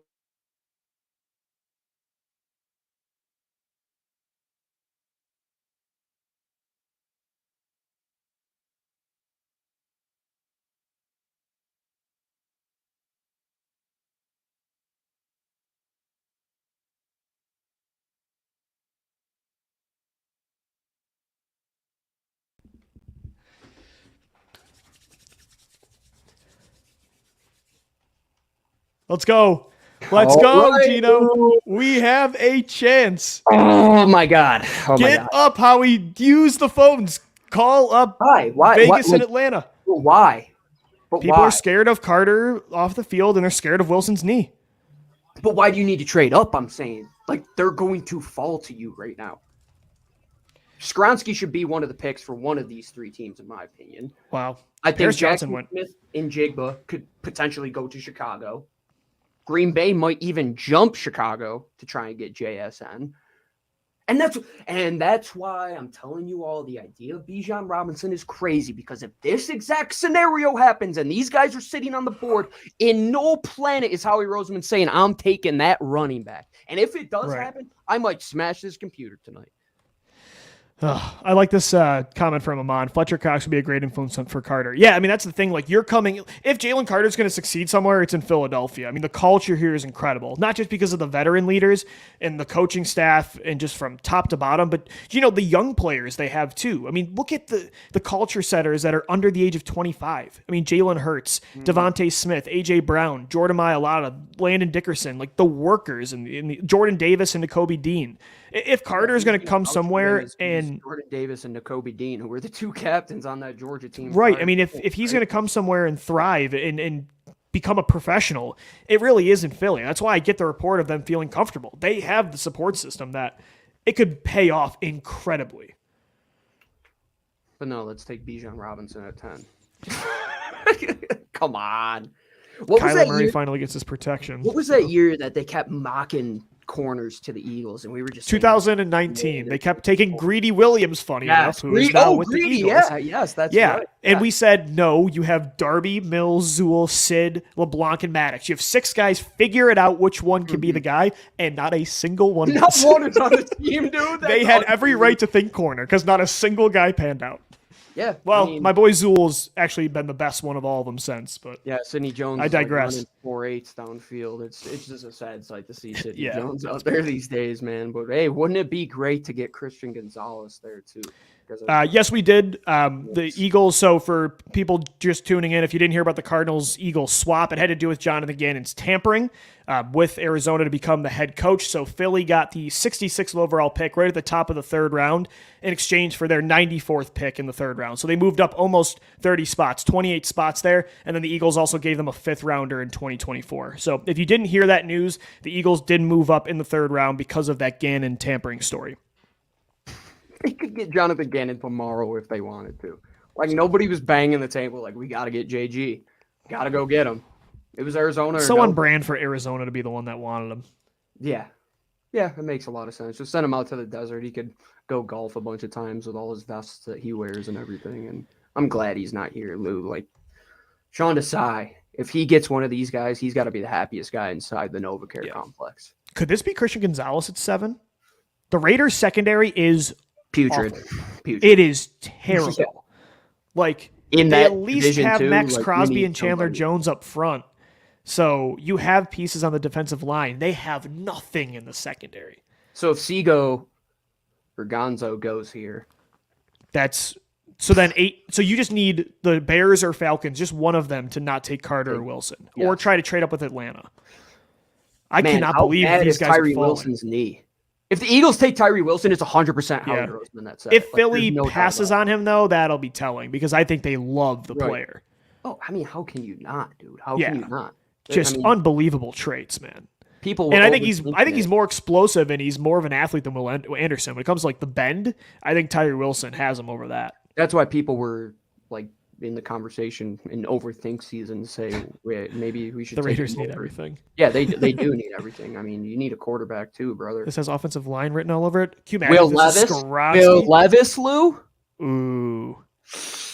Now that even helps us even more because then you have your pick. Levis at one of these picks would be massive. Massive. I mean, but the teams behind that, like, is Detroit going to take, or is Tennessee going to take Will Levis? You have Ryan Tannehill. Do you really want that same guy? You took Malik Willis. Oh, I think he could be better than Tannehill. Green Bay. But I would just definitely I would just bank on Willis, but they're not going to do no. it. So What if New England takes Will Levis? that they should. Washington. One of those teams could potentially trade up. Maybe Minnesota trades up. So that's 2 trades in the top 10. Technically, one team traded back into the top 10. So yeah, Arizona Houston was moved already in down, the top 10. or Houston, excuse me, moved up from 12 to 3 with Arizona. Mhm. Arizona moves up from 12 to, what pick was that? 6 Yep. with Detroit. So now Detroit's, so the 12th overall pick has now been exchanged twice. So 3 different teams have had that pick in less than an hour.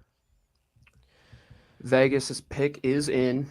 Will Levis is still in. I'm feeling good about this. I feel like the Raiders they kind of do things different too. They took Henry Ruggs, the first receiver off the board. Yeah, they took Cleveland Farrell. They took Henry Ruggs. Damon Arnett. There were so many times I'm like, what? Who was the tackle they took a few years ago that I'm like, did not expect that? Colton Miller? Leatherwood. Oh, And Leatherwood. Colton Miller too. Yeah, Both of them. Both way too. So the high. Raiders are kind of the Seahawks of the AFC, where their drafts are always different. That's a great way to put it. They're the Seattle of the AFC. Oh man, getting texts already. Carter to the Eagles if he falls from friends. I think they'll take Bijan. Get out of here. They're not taking Bijan. Friends have no idea. I want your reaction if they take Bijan over Tyree Wilson. I'm walking out of here. Locked On Podcast Network will get 0 reactions from me. Damn, Get I'll have to no find a new Locked On co-host. now. He's gonna quit. I'm gone. Who said it? Howard Eskin? Yeah. Said he would retire if they took Yeah, Bijan Howard out. Eskin at WIP said he's out if What they would be take the worst thing in the Bijan. world? Yeah, let's get rid of Howard. No. What would be the worst thing in the world if they take Bijan? Oh, this pick is going to get booed mercifully by these Chiefs fans, man. There is a ton of these people. Holy cow. Ugh. Going good so far. So far. Las Vegas. If Levis goes somewhere here and we have one of Wilson, Gonzalez, and Carter, it would be incredible. I don't think they're going corner. As much as I would love a corner, I would love Gonzalez. Those two are on the board. I don't. They're not taking Gonzalez. I don't think they're taking Gonzalez even over like Skoronski or maybe even Nolan Smith. I want a corner. I don't know. I don't think they're going to do it. Get an Oregon Duck. I had Ugo Amadi for like 4.5. Oh, I got Marcus Mariota. I got my boy. Yeah, Marcus. you got the Heisman winner. Yeah, finally. You got your last Heisman winner. Yeah, what did that get us? Ezekiel Elliott running all over us in a national championship game, and Marcus Mariota. See, that's the game where you turn it on and you're like, maybe Marcus isn't the guy that can stay in these games with the top of the top right now. Like, when he had to throw, he couldn't do anything, and he clearly couldn't now. And why is he here in Philadelphia? Because of his athleticism. All right.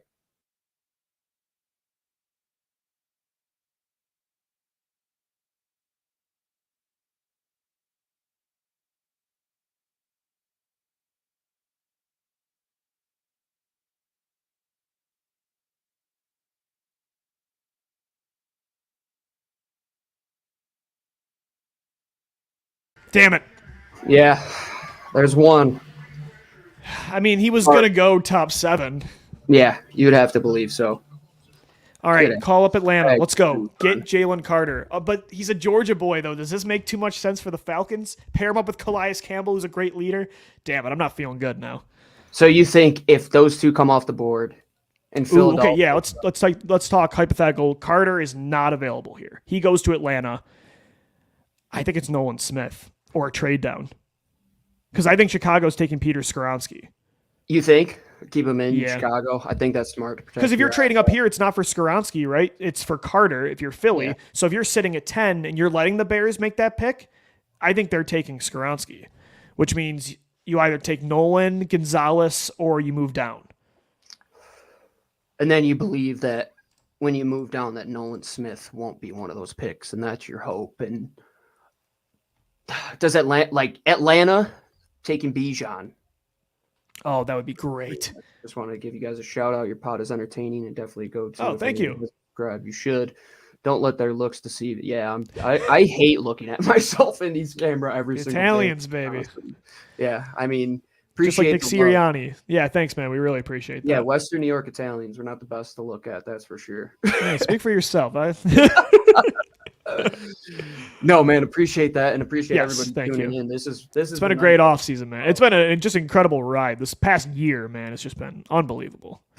Yeah. Or even just like, Gene, I was watching back our 2019 live show. I'm like, man, it's come a long way. It's come a long way. Oh, yeah, from just speaking into a microphone and doing. You were wearing a North Dakota State Carson Wentz jersey during that live show. Was I? Yes, you were. Oh, I still have that thing sitting in my closet. I mean, your dog's named after Carson. You could pretend like you weren't a Wentz guy, but you were a Wentz guy. I was, man. I was big time. You're the guy that when he gets broken up, he's like, he's like, this girl was always the worst. I've had the same girl for 10 years. Like, why do you think, Lou? I would have body bagged him if so. Like, you're 100% right. You're off the team. You're gone. Like once. Like that kid from Colorado was mad that couldn't get his which practice. I feel you for, man. But once you quit the team, what do you want? That's a true Italian way too. Like once you're not one of us, you're gone. You're dead. You turn your back. Exactly. Yeah. You turn your back on the family, you're out. Yeah, Jonathan Gannon. Like as soon as he was out the door, brother. Like, see ya. I want nothing to do with you. Is Nolan Smith a poor man's Micah Parsons? I mean, he's definitely not the prospect, but he has the explosiveness and the athletic. Like, dude, he looks it. He can drop back. Yes, he's. If you're going to compare him to two, like his ultimate ceiling, what you want him to be, it's Micah Parsons or Hassan Reddick, right? By the way, Hassan Reddick was better than Parsons in 2022. So, if Atlanta takes Bijan Robinson right now, what a favor that would be. I could see Gonzalez here too. What a favor that would be, man. What a favor. And Chicago takes Skoronski, and you could take Jalen Carter without even having to trade up for him. Yeah. But then if you take Lucas Van Ness over Jalen Carter, there's some serious problems there. Do they have commercials on ESPN? Because they're showing some Bud Light commercial right now over here. They need to get the Formula One type of model where there's no commercials. I want these analysts talking the whole time I don't need to be seeing these commercials right now. Like, we've waited so long. We've paid so many bills through mock draft simulators. Like, why do these guys need to keep doing this? I'm over Gino, I have a nightmare scenario that just popped in my head. Bijan goes to the Falcons here. Bijan goes to the Falcons here. Chicago takes Carter right in our mouth, and we have to settle for Peter Skoronski. Yeah, I mean, that would happen. That could happen. But Bijan, why? So you believe that much in Desmond Ridder if that's the pick? That's all for Atlanta, man. Oh. Please be Bijan. Please be Bijan. Oh, man. And then we just don't have to worry about it. Again, the Robinson thing would be fun in a vacuum for 2023, but it's just not the pick this team should be making. I don't even want it to be an option. I don't want to give Howie the temptation. Well, now you have that additional pick at the beginning of the third round. That's prime Tajay Spears type of territory. You talk about that second tier of running back, Lou. I mean, you could make the Jahmyr Gibbs pick and then feel good about having the ability to draft potentially one of those offensive linemen if they fall. Like, let's say Bergeron falls a little bit more than you think, and you could take him in the second round, or you could either take one of those one of the cornerbacks that are in that second tier. And that's what that pick that Jonathan Gannon lucked us into all of a sudden opens up all of this territory. And Lou, if you don't have to move any picks and you still get your guy here at 10, what can we complain about? Like, what is there to complain about? Please do not tip picks again. There has not been a pick tipped in the chat, but just don't do it because we're getting close to Philly and oh yeah, trying to get some raw reactions here. Oh man, this has got to be. Come on, Bijan, take Bijan Robinson. You don't have a running back. Do it. He's a blue chip generational guy. Gino, by the way, with that, I've heard that tossed around a lot with Robinson. He's an elite prospect. I don't know if he's generational. No, I don't think any running back. Who's Saquon maybe was. But if the ceiling what that's gotten you, one playoff win. Look, if the ceiling of a generational running back, Ezekiel Elliott, the Saquon Barkley, is to get a first-round exit in the playoffs, count me out. And by the way, that generational player you picked second overall, you don't even want to pay him another contract. That's what. If you're not going to pay Saquon Barkley, what's Bijan's future here? It's one contract. No way. Or Atlanta could take him and do us all a favor. Yeah.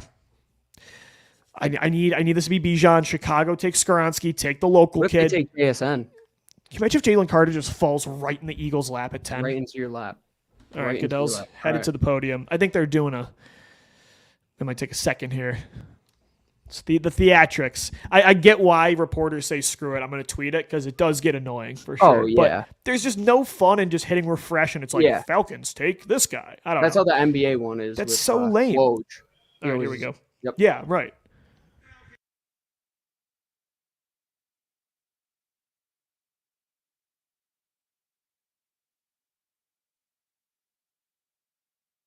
Oh, the Eagles traded up to 9, Lou. The Eagles traded up to 9. The Eagles traded up to 9. The Eagles traded up to 9? The Eagles traded up to 9. The Eagles traded up to 9. Let's go. The Eagles are about to be on the clock. Oh. Is this Jalen Carter? Hold on. We got to see this Atlanta pick.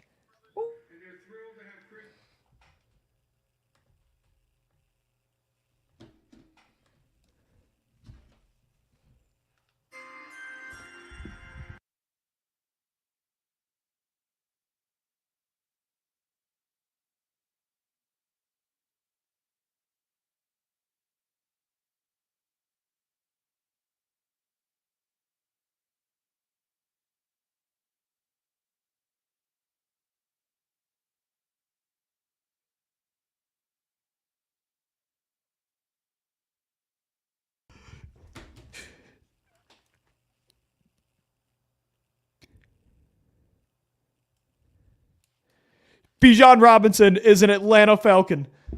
Bijan Robinson and the Eagles are on the clock. This is about to be Jalen Carter. I missed it. My fiance airplayed something to the TV. Bijan, it's all right. It's all right. The Eagles they're about to be on the clock. Bijan Robinson was the pick. Philadelphia is, he's about to be an Eagle, Jalen Carter. I'd have to believe so, Lou. Let's see what the compensation is. All right, let's see if I can. Okay. I just got to confirm that this trade is. Yep. They have If you get traded the up to the 9th competition- overall selection. So the Bears said, we'll move back. Gino, this has got to be Jalen Carter. Oh my gosh. I can't believe it's actually going to happen. Skoronsky punched me in the face. No way. No way. It's Peter Skoronsky. All right, it's my TV's loading. I told you Bijan Robinson wasn't going to be a Philadelphia Atlanta Eagle. You Falcons clowns! You're a actually bunch of took him. clowns! You're a bunch of clowns mocking that pick. Are you out of your mind? Pay attention to Philadelphia one time. Tell me I'm wrong once again. You're all trolling me. Locked on NFL scouting. Come on, Yeah. Bijan Robinson to the Eagles. Get out of here. Running back my butt. Let's Get go. out of here with freaking The Eagles are Bijan about to Robinson. land, to me, Gino, maybe the most talented player in this draft, removing position. They are about to add Jalen Carter to Jordan Davis, Fletcher Cox, Milton Williams, It better be, Hassan Lou. Reddick, It better be. It Josh better Sweat. be. It's going to be. It makes too much sense. There's no way you trade up one spot for Peter Skoronsky. I refuse to believe it. Yeah, you have to believe so. You have to believe so. Okay, right? let's see what did he give up? I don't want to refresh Twitter and accidentally spoil anything. A 4th round pick in 2024. So they've already given Okay. up a 4th and a 5th next year, but again, they're expecting to get multiple 3s and 4s Multiple. back with compensatory picks. Dude, to get your guy. Wow. Hopefully to get your guy. What the best case scenario actually But played the out Eagles again. at 9, after coming off of a Super Bowl loss, get the best player The best, in the draft. an elite pass rushing interior, an elite interior pass rusher Better hope so. to Lou. replace We better Javon hope- Hargrave. We better hope so at this point, my friend. Oh my gosh. The Georgia defense is being rebuilt in Philadelphia. The 2021 Georgia defense. The pick is in. Howie Roseman looks ecstatic. There's no way this is for Peter Skoronsky. I'm literally going to put my hand over you as soon as Yeah, do it because comes I'm up going to to the react. podium. I'm going to react. Sure. Don't tip picks, please. This is, hey, in these next couple minutes, this is what we've all been preparing for, all the situation scenarios that we have gone through, all of the time and effort to figure out what the Philadelphia Eagles do. It isn't just these last couple months. This is a 10-year project here with Howie Roseman. And the reason I said Bijan wasn't going to be the pick is because this potential scenario was going to play out where you could possibly luck into one of the best pass rushers in the draft. You don't take a running back in the first round. We'll see, Lou. Either him or Christian Gonzalez, I'll be happy. But it's got to be Jalen Carter at this point. Just like an embarrassment of riches up front again. If you replace Javon Hargrave, Oh, you're like, God. yep, we're just going to replace you with a younger you, Jalen Carter. Yeah, good way to put it, Lou. Good way to put it. Comes from that odd front type of Georgia defense where it's like those guys are versatile, can line up all over, up and down, and Jordan Davis could just stick in his natural position. And who's going to be next to him? Oh, the guy that was winning the national championship with him. Yeah, get Just- off the stage, Bijan. It's time for the real team to pick. It's time for the Philadelphia Eagles. Howie Roseman with a master class. Who had that on the draft bingo card? Bijan Robinson going ahead of Jalen Carter. Like Philly could get Jalen Carter because Bijan went first.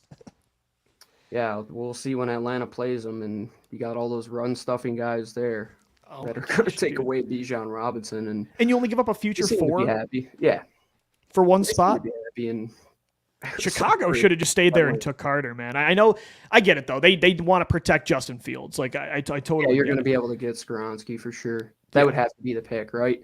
They go Skoronsky. Philadelphia goes Jalen Carter. Whoo, Lou, we could luck into potentially giving up a bag of bones to get maybe the best defensive player in the class. Oh yeah, I don't care about the Bijan. Bijan's Robinson on stage, so we're still waiting. Lost the Chiefs in Super Bowl 50. Yep. So we have to throw that up on screen. confirm here: the Eagles get the 9th overall pick. Chicago gets 10 and a 2024 4th rounder. Cool. Good in my book. That's the equivalent of this year's 5th. And you give up a Yeah. 5th next year too to move up 30 spots. Well done, Howie Roseman. Well done. I mean, multiple picks in the top 100, multiple picks in the top 30, multiple picks in the top 75. I mean, you're going to be making what? Because they go here 30, 62, 65. Yeah. Right? Man, it looks beautiful lit up with all that green. Yes, it does. Protection. Walk to the podium. I cannot, man. The draft is just podium. so awesome. I love the NFL draft. There's literally nothing better than this. Like, especially with this team. Like, here we go. All right, cover up my face, Gino, because I'm.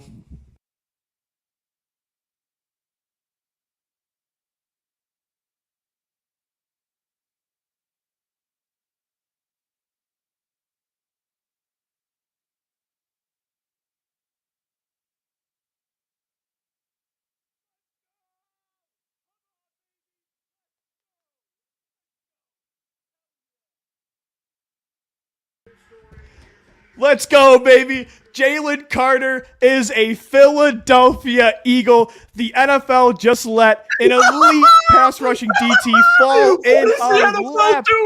What are you doing? The rest of the GMs of this league are a bunch of clowns right now. Let's go. This exact scenario happened. Oh, my goodness. The heavens have opened. Jalen Carter alongside Jordan Davis. Oh, baby. Your defensive line now has. Come on, Lou. Gino, last year you almost set the record for most sacks in NFL history. You lose Javon Hargrave. What do?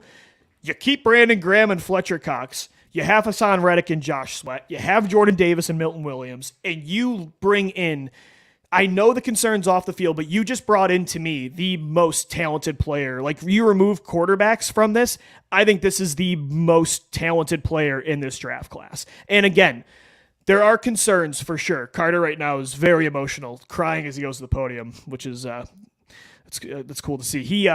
He's coming into it just a perfect support system. As I mentioned, Gino, like, you've got Fletcher Cox now. I mean, who's better to learn from at the defensive tackle position than Fletcher Cox, right? You've got your former captains at Georgia with you, Jordan Davis and Nakobe Dean. You've got culture setters with Jalen Hurts, Devontae Smith, A.J. Brown, Mailata, and Dickerson. Just a great coaching staff. I mean, like, if he's going to have a shot, this is going to be boom or bust to me. There's no in between. But if he's going to have a shot to boom, it is in Philadelphia. This always made the most sense. The NFL knew it, and they still let it happen. They still let it happen. I feel like an evil villain at the end of the movie or something right now. Like, how did they let them get a unicorn and Jordan Davis last year, and then they follow it up with A.J. Brown, and in less than a calendar year, they get Jalen Carter? What is the rest of the NFL doing? They're playing checkers. Howie Roseman is playing six-dimensional chess with the rest of them. I would want no other person to be my general manager than Howie Roseman. It's time. I got to build a bronze statue for this guy in my room. I have to. At this point, Lou, he owns all of our hearts. All of the NFL. How they let that happen, and Bijan Robinson, went before It's him. 2:30 a.m. here in the UK. Jonathan, thanks for tuning in, man. Jalen Carter is a Philadelphia Eagle. Robbery. Lou, do you Absolute want me robbery. to do the clipping station, or do you want to do the clipping station? If you want to do that, I'll do the now. You guys get to see behind baseball, little production right here. Yeah, a little talking baseball for the Yes, folks. sir. Do they need you right now, Gino, or? I don't know, but Howie Roseman, Yep. I love you. I love that man more than anything. What entertainment can be provided in any reality television better than the National Football League? There is absolutely nothing. Whew, man, I couldn't be happier, Lou. And The fact that he fell all the way to 9. A 4th round pick in 2024. You didn't give up a 3rd. You didn't give up a 4th this year. You didn't give up a 2nd. You gave up a bag of bones. I'm looking at all the guys that I know in the Ryan Myers. You got Lee DiValerio. You got Rod Streeter back there.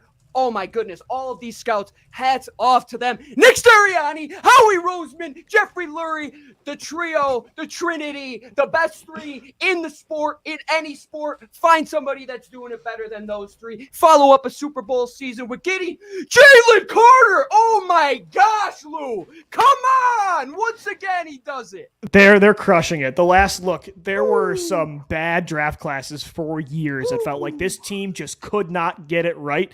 But ever since 2021, after that 4-win season, man, Howie has been, and again, we'll see what happens with this, obviously. There's risk to it, for sure. But Howie Roseman has been in his bag for 3 years now. And, this, again, is totally worth the risk. Like, you hear us talking all the time about taking the risk on players that have traits at the quarterback position, right? Go big or go home. I like that philosophy in football in general. Like, yes, Carter might be out of the league in a year or two, but he also might be the next best interior pass rusher. Right. Oh my goodness. I mean, just like watching, like they're showing highlights right now on ESPN. His get off, the length and power, the speed, the combination of everything. Like if you're building a defensive tackle in a lab to go get the quarterback, it is Jalen Carter. Who has number 88 in Philly? Can a defensive lineman wear 88? I would love if he wore that like he did at Georgia. Jalen Carter ruined my Oregon Ducks season the very first week so that he could land in the hands of my Philadelphia Eagles. Lou, like a newborn baby, I'm going to sleep as peacefully as ever tonight. And the thing is, they still have to pick at 30 and 62 and 60. Lou, what? How does this guy get away with this? This is like somebody assaulting a police officer in broad daylight. I'm so stupid. Dallas Goedert's number 88. Oh, Dallas I'm Goedert so hyped up on the Carter pick. Forgot who's number 88. Gino, okay, Jalen Carter's a Philadelphia Eagle. They got their pass rushing. They got their pass rusher. That's what we wanted. We wanted it preferably at defensive tackle because this is the thing is like Fletcher Cox, you have Milton Williams and Jordan Davis, but Jordan Davis, a player we still don't know if he can play every down as a pass rusher. We don't know what steps he's going to take. We still don't know Milton Williams' long-term future. And you look at Fletcher Cox, he's got probably another year, and then that's it. This was the position on defense where there's an immediate big role. Whereas at the edge, I would have loved Nolan Smith, but you have Josh Sweat, you have Hassan Reddick and Brandon Graham. It's more of a rotational role even for the future. Oh, wow, the Bears just took Darnell Wright. Dude, what? They just took him over Skoronski. Darnell Wright from Tennessee just went off the board. Oh, no, Chicago. Oh, no. Oh, Chicago. You could have took Jalen Carter and you went with the fourth best tackle in the class. Gino, the Eagles pick at 30 now. What do we want to do? I don't care, Lou. Give me Jahmyr Gibbs. That's when you know you're at the one. You're a 1%er now. We'll cap it all off. No Bijan, Jalen Carter. Come on. You thought Bijan Robinson was going to be the pick to the Philadelphia Eagle. All that time you guys wasted doing mock drafts, mocking him to 10. Oh, all the big names, the Dane Bruglers, the Daniel Jeremiahs. Come on. Follow the breadcrumbs. This guy will not take a running back when a premier pass rusher is on the board and you had to give up. That's when you know you're a 1%er. It's like in the NFL is, what do you want to do with this other first round pick? And you're like, I don't even care because they got Jalen Carter. We're that good. We're that set up where it doesn't even matter. Oh, man, I feel good. I feel very good. Yeah, if they're going to sit there at 30, I would like an offensive lineman or a defensive back, but I could totally see Howie now saying, I gave up a 4 and a 5 today. Let me move down maybe and collect some future picks, so some more picks on day 2 and day 3, maybe even of this year. But this was the big shoe to drop. And the fact that they got one of the blue chip prospects in this class when a lot of people said there weren't many of them is huge. At this position, in this situation, at the school he went to, it is such, to me, a perfect move. And you didn't, like, I'll reiterate it. The NFL didn't force the Eagles' hands to have to go and trade up. You had to give up a 4. I thought maybe they're going to move all the way up to 6. Like that would you saw other teams giving up second round picks and thirds to move up, and all you do is get a future 4th out of the way to get Carter. Yeah, Lou, we talked about on yesterday's show like our wish list, not being afraid to move future picks, but not mortgaging the future. I mean, this is a deal that you made for some things that you probably would have had in a yard sale, right? Like a 4th and 5th round pick next year, and you move up from that 94th as well with Arizona. And I just feel really good about the state of this organization and coming back after something that some teams don't ever come back from, like losing in the Super Bowl. Look at the Rams, man. Like, look at the Rams. The Eagles could be the Rams in a couple of years, but when you have the foundational pieces and you don't mortgage the future and don't make those Jalen Ramsey trades and don't make those 3 first-round picks potentially, but you're giving up marginal assets to get game-changing players. Yeah, we got to thank New Orleans. Mickey for Loomis. wanting Chris Olave. Mickey Loomis, I love you. I love Thank you Mickey so Loomis. much, New Orleans. Thank you, New Orleans. And thank you to Jameis Winston. And thank you to all the guys that played quarterback there, because the Philadelphia Eagles, who just almost set the sack record, lost Javon Hargrave for a cost of $21 million. They're more than likely going to get a 3rd-round compensatory pick. And you just got the same. I'm not going to say he's going to be Javon Hargrave, but you just got the same type of potential for a lot less and a lot younger. Mm-hmm. I mean, this is an incredible scenario that played out. Gino, I'm going to do the lockdown now real quick. Be back in a couple minutes. Then we'll switch. All right. Sounds good. I'll take the folks through these next couple minutes here. Yeah, so. Will Levis maybe to the Titans here. Who knows? They're on the clock, but I'll be back. Yeah, we're in a commercial. As soon as Lou comes back, I will probably dip out of here as well. But, folks, this is what it really is all about. I mean, how many times have we waited for this? And Marcus Smith, type of drafts like that, Jalen Reagor, even Nelson Aguilar. You're saying, are these guys foundational players? Guys that are going to turn the tide of your franchise. Guys that could be perennial All-Pros. Maybe a future Hall of Famer. What the Eagles have done since that Jalen Reagor draft, and with that pick, passing up on Justin Jefferson, they've not only changed the way they've gone about this, changed their paradigm when it comes to the draft process. They just continue to find a way to add not just blue chip prospects, but guys that are going to be the foundational identity of this team moving forward. Out goes Javon Hargrave. Fletcher Cox won't be an Eagle for much longer. Well, you know what? Jordan Davis, Jalen Carter, those are your next 2 up. Hassan Reddick's still young. Josh Sweat is still young. You talked about wanting to stick to your identity. This is your identity. This was the Eagles team I grew up on. This was the Eagles team that people before me grew up on. The Reggie White days. Then you go to the Eagles of the early 2000s. You look at all those pass rushers that they had. You bring in Javon Curse, and it's like an embarrassment of riches at that time, right? And things didn't always work out when you make those big moves. It might not be a surefire selection, but man, to take that type of pick when nobody else is willing to risk it, and a team is willing to take Bijan Robinson before that. 1, it should make you feel good about the direction of this organization, and 2, the culture. They believe, regardless of the outside noise, regardless of what people have to say about Jalen Carter, regardless of what people thought at Georgia, they believe they have the guys in the building to make it work. And if Howie Roseman made the selection, you got to imagine every stone was overturned. They looked behind every crevice, every which way to make sure that this was going to be the right pick. And there was talk about them trading up to maybe the top 5. But Jalen Carter said it. He stopped taking visits after Philadelphia. The agent said, yeah, we don't believe he's going to get past the Eagles. And man, was he right. And rightfully so. Christian Gonzalez is still on the board. Peter Skoronski is still on the board. Guys that were also heavy favorites for the Eagles to take. But they went with the guy that can truly change the outlook of a franchise. Who besides Jalen Carter could you see that is really that guy? Yeah, you could have traded up to Will Anderson, moved a whole bunch of assets, and Tyree Wilson, and you could have made the argument for Bijan if you want that offensive selection. But you have Jalen Carter, a national championship winning type of player, multiple national championships, out of the SEC.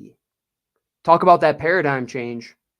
You went from drafting Big 12 receivers to drafting guys that are SEC linemen. Does that feel good? Peter Skoronski, the last pick here for the Tennessee Titans. Shocked that Darnell Wright went before him at Chicago, but Chicago must have felt comfortable moving back and knowing that Philadelphia was going to take Jalen Carter, that they weren't going to take that lineman, that they would end up with Peter Skoronski. We'll see what the plan is for them at quarterback. Is it still Malik Willis? Well, should feel pretty good about his protection now. They lose Taylor Lewan. In comes Peter Skoronski. Darnell Wright, the same thing, is going to do that for Justin Fields. Could have been nice to solidify that guard spot. I would say so, but you still have Cam Jurgens. We know he's a true center, but he could absolutely be that guy for you. You could also take Osiris Torrance there in that 30th pick. I was obviously joking when I said I don't care about that selection, but now it's like it's the embarrassment of riches at this point, right? Like, this is what we want. We wanted to be in this position where you're saying after that first pick, things are looking good. And it wasn't Lucas Van Ness. It wasn't Bijan Robinson. It wasn't my Duck and Christian Gonzalez. It was another Georgia Bulldog. Another one. Another Georgia Bulldog to add to Nakobe Dean and Jordan Davis. Howie Roseman, how does he get away with this stuff? How does he continue to get away with these things? The NFL knew that this was the worst kept secret, that the Eagles wanted to make this pick. And nobody forced their hand to go up and get him. They moved one selection for a 4th round pick in 2024. A draft which they already had 8 picks. After today, they're currently sitting at 6, but you're more than likely going to get 4 comp picks back. So after this class, you're going to have 10 picks in 2024 to add to Jalen Carter and the 30th pick and the 62nd and the 65th pick.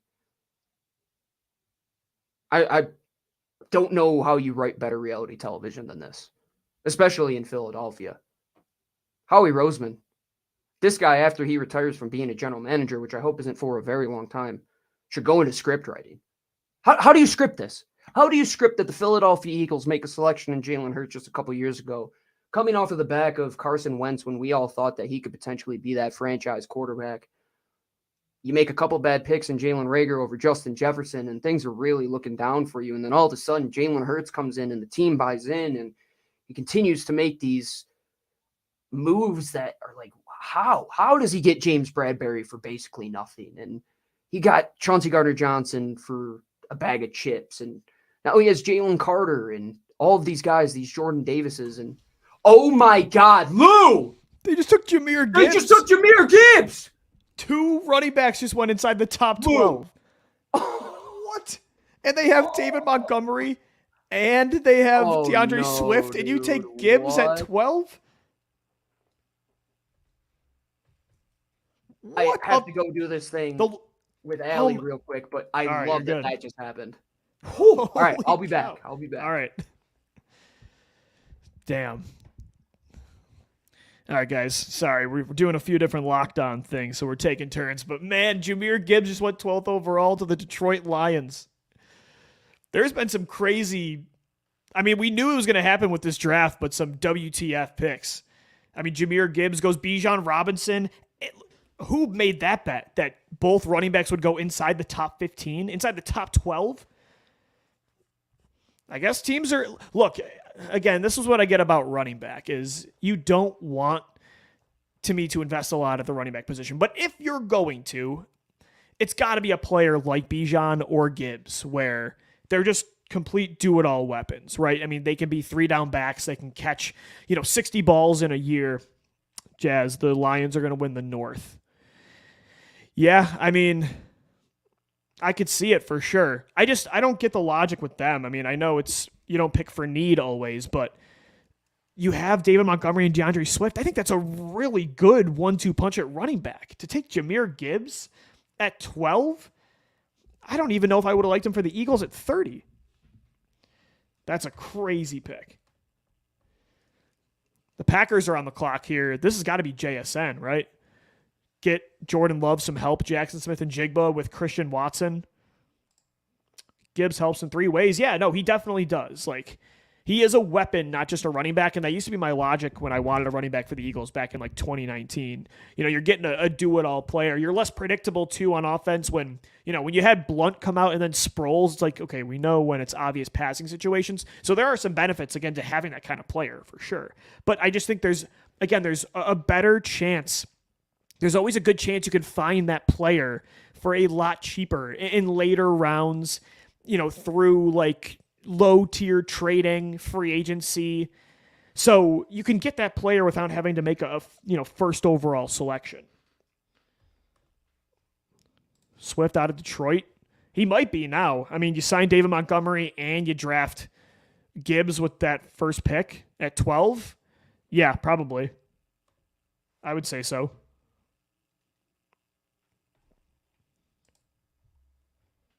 And here I thought Detroit was going to win the draft. And again, those running backs are always normally good, right? I mean, you have, like, even look at Christian McCaffrey's really good, right? You look at, in the first round, Saquon Barkley was really good. But again, how many playoff wins does Saquon account for?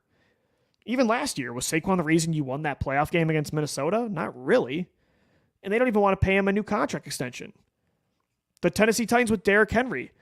Why did they make the conference championship in 2019? Well, Henry had a lot to do with it, but Ryan Tannehill was really good that year. And then when he wasn't again, guess what? They didn't get back to the conference championship. Yeah, well, good for 3 to 4 years if they don't get injured for half the year. Right, exactly.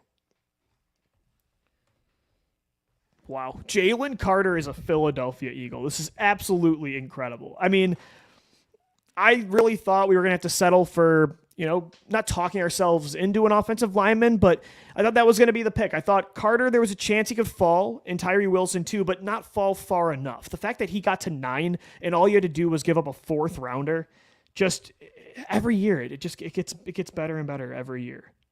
Just absolutely incredible. I mean, I didn't think you could do better than last year's defensive line, but this year's team almost has a higher ceiling. Because what if Jordan Davis takes that step and Milton Williams does and Jalen Carter? That's 3 young premier defensive linemen. And you still have Fletcher Cox and Brandon Graham. You have, to me, maybe the best edge rushing duo in the league. If not, you have a top tier one in Josh Sweat and Hassan Riddick. I mean, just an incredible abundance of riches, right? It makes so much sense. It's risky, though. I don't want to say, I know Gino and I were over the moon with that pick because, again, we understand the reward with it. But there definitely does bring along the Carter pick a risk factor for sure. You got to make sure this kid's committed to football. His pro day was not good. There are some questions about his work ethic. We know about the car accident. We know about that incident. I'm always torn, and I don't love to give my 2 cents about those situations when you just really don't have all the information and you're not involved. But of course, it's alarming. And again, that's why Carter fell. There were other teams that were, just letting a talent like that fall, regardless of what the team is. There's some teams you just don't respect their process. But when many teams pass on a talent like that, of course, there's a red flag. But I also trust this organization to know better or not to trade up for a player like that, especially a team like Philly right now that to me has one of, if not the best cultures in the NFL. If they're comfortable trading up for him, then I trust them. Again, that doesn't mean it doesn't come with any risks, but I like swinging for the fences. That's my motto in the NFL is I know there's a place for going safe and making sure you get enough solid players, but I like stars. That's what I want in this league. I want to take the risk. I'd rather have a guy play his way out of the league and, but potentially, if not do that, be elite, then, I don't know, just get an average player. Ooh, let's see what the Packers pick is here.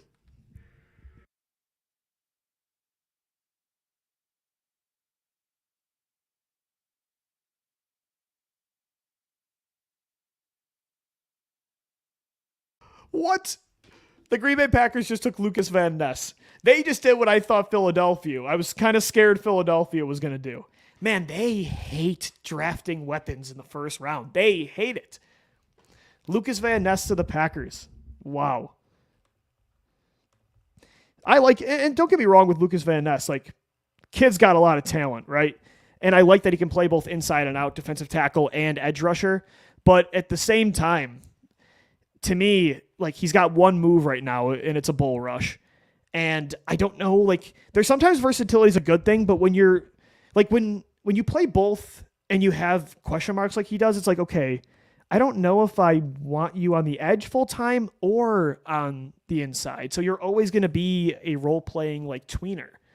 And I know he's got the potential, like he's got the physical abilities to be more, but I don't know, man, because like he's not a full-time starter at defensive tackle, like in obvious run situations. And I don't know if he's an every down edge rusher either.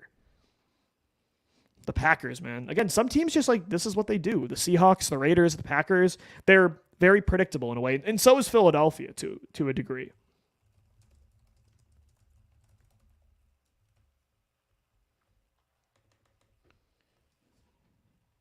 Jets will take JSN. I don't know. Will the Patriots do that here? Oh, the Patriots could take Will Levis. Yeah, I also thought Kincaid was a lock for Green Bay. 100%. I like this. Yeah, every pick comes with risks. You could take the best character and get an absolute dud player. Yeah, for sure. For sure. Wow. Could the Patriots move off Mac Jones here and take Will Levis? They should have took Mac Jones to begin with. But the Steelers just traded up. Who would this be for? Skoronski's off the board. He went to Tennessee. Maybe they like Broderick Jones, the Georgia tackle. What else could they do? Corner. Maybe this is Christian Gonzalez finally. Let's hear what Adam Schefter says.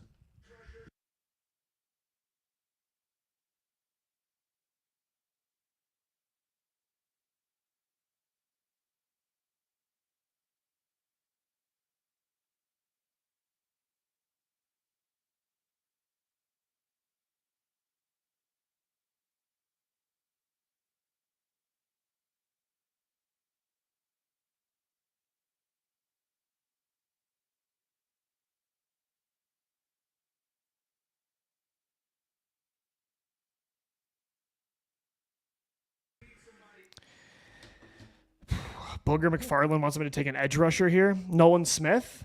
This could be Nolan Smith's spot. Christian Gonzalez should have been the pick for Detroit. Yeah, I'm surprised Gonzalez has fallen all the way to 14. I thought he was a lock to be a top 10 pick for a while. I think a surprise that you're going to see at corner, by the way, Emmanuel Forbes is going to go ahead of Joey Porter Jr. That's one of my predictions. I think they really like Forbes. The league, I think they're going to take the risk on his weight because, man, the way he can shadow a team or a team's best receiver, the way he can click and close and flip his hips, get upfield, I mean, just the body control, the ball skills. I wish Forbes could be available at 30, but I don't think he's going to be. Gonzalez should go here, right? Yeah, Pittsburgh needs corner help.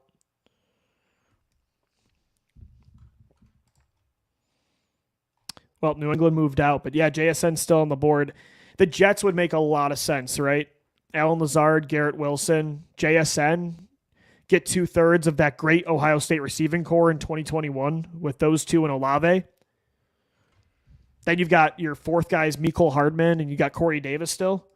The Patriots got pick 17 and then a fourth in 20. So they made like the same trade as the Eagles did. And the Eagles moved up in the top 10 to get Jalen Carter. It's so funny, though. My brother just texted me, like, the Lions. Like, just when you think they're figuring stuff out, they pull that off, which is so true. I mean, I still think Detroit's going to be really good this year. But, yeah, like, Detroit finally, they're the joke of the league they have 2 playoff wins since, like, my grandpa was a teenager, right?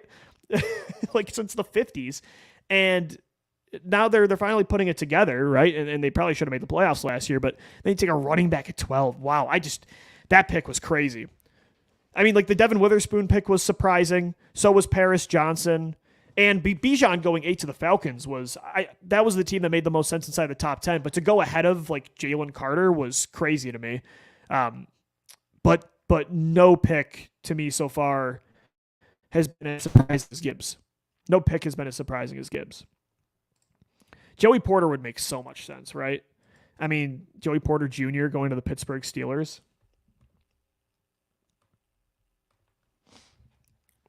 All right, let's hear the pick.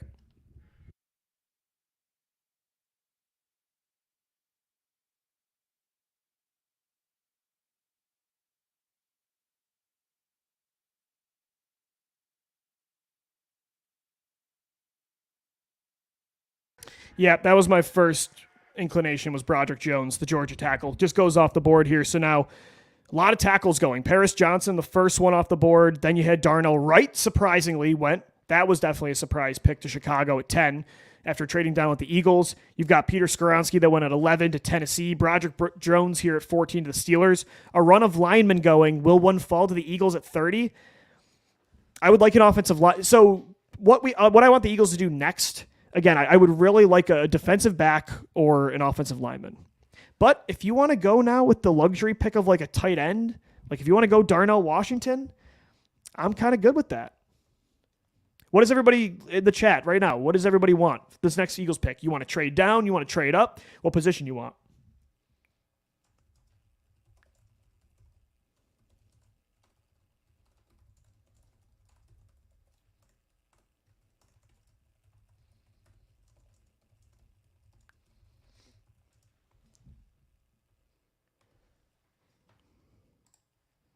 If Joey Porter fell. Yeah, this is the good thing. All these offensive linemen going. Christian Gonzalez is still on the board. So is Joey Porter Jr. So is Emmanuel Forbes and Deonte Banks. There are 4 good cornerback prospects I still like here. And we're already halfway through the first round. JSN's going to the 20s. I don't know. I think he's going to the Jets right here at 15. The 6th lineman. Yeah. The extra pick we got right before the draft makes trading down not as important. That's true, because now you have 2 picks in the 60s and pick 30. Yeah, maybe you can get a little aggressive and move up. I love Emmanuel Forbes. Yeah, me too. I love Forbes. He's the Devontae Smith of the cornerbacks. Like, he's the Slim Reaper of corners. It worked the first time, and I know corner's tougher because you gotta run fit on the edge and you got to tackle, but he's aggressive. So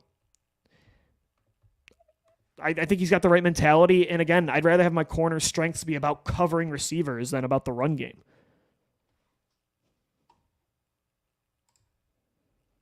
Oh, Brian Branch too. That'd be ideal. That's the spot now that I think there's the biggest role to be had for an immediate starter with Philly next year is safety. Right? Because you have Terrell Edmonds and you have Reed Blankenship. And I like Blankenship. I like the steps he took last year. And Edmonds is good. He's not great at safety, but he's a solid starter. But do they want Reed Blankenship to be a full-time starter? Do they want to, there's no really, the Eagles don't use a box safety and a free safety anymore. They play sides more now than like that kind of style. But they do have 2 players at safety that are more box-style safety. So I would like to get an athlete. And you can get a Brian Branch that would be great. Deonte Banks is good. Yeah, I want a DB. Even if it's not with this next pick at 30, 62 or 66, give me a DB. I really want to finally invest a top pick there. You haven't since 2017, 2nd and 3rd round, Sidney Jones and Rasul Douglas.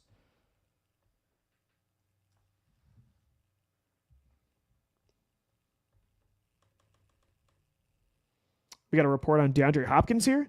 I don't foresee that happening. Cardinals GM Monty Ossenfort on Arizona trading Hopkins. Maybe they'll just cut him out, right? Offensive line or JSN. Look, A.J. Brown, Devontae Smith, and JSN together would be electric. With Dallas Goedert, too, I mean, good luck trying to cover them. But I don't know. It's kind of like the running back thing is you're going to pay Devontae Smith. I guess you would have 5 years of JSN. And I'd rather go with a luxury pick in the passing game than the run game. But is it worth the first rounder when you're not going to pay him probably a second deal? Maybe you will. I don't know. Over A.J. Brown? I don't think so. A.J. Brown's only 25. And how many receptions is he going to get with the big 3 target monsters in front of him? I'm not sure. Jazz. It's a very deep cornerback class. There's a lot of options. Even in the second, day 2, a Garrett Williams from Syracuse could be available. Kelly Ringo from Georgia. I like Caillou Blue Kelly from Stanford. There's definitely some good options. Corner this year is very deep, but I want to get one. I want to get one of those guys. It's like 2019. It was a deep pass rushing class, and you didn't get anybody. You took Sharif Miller in round 5. That was a disaster. Yeah, who's going to get Will Levis? Walter just wrote in on YouTube. Tampa Bay may end up with Will Levis. I'm surprised. Vegas, what a bunch of liars. Vegas had Will Levis' stock skyrocketing up the board. They thought he was going to be the favorite to be the second overall pick, and he was the quarterback that fell. The fact that, by the way, all 4 quarterbacks didn't go inside the top 10 and the Eagles still got Jalen Carter is incredible. But yeah, Levis fell. I'm surprised that he got outside the top 15. Maybe New England's still on the board at 17. To me, though, like if you want a franchise quarterback, if you recognize a guy is the guy, you don't trade down. So I don't even think he goes to New England.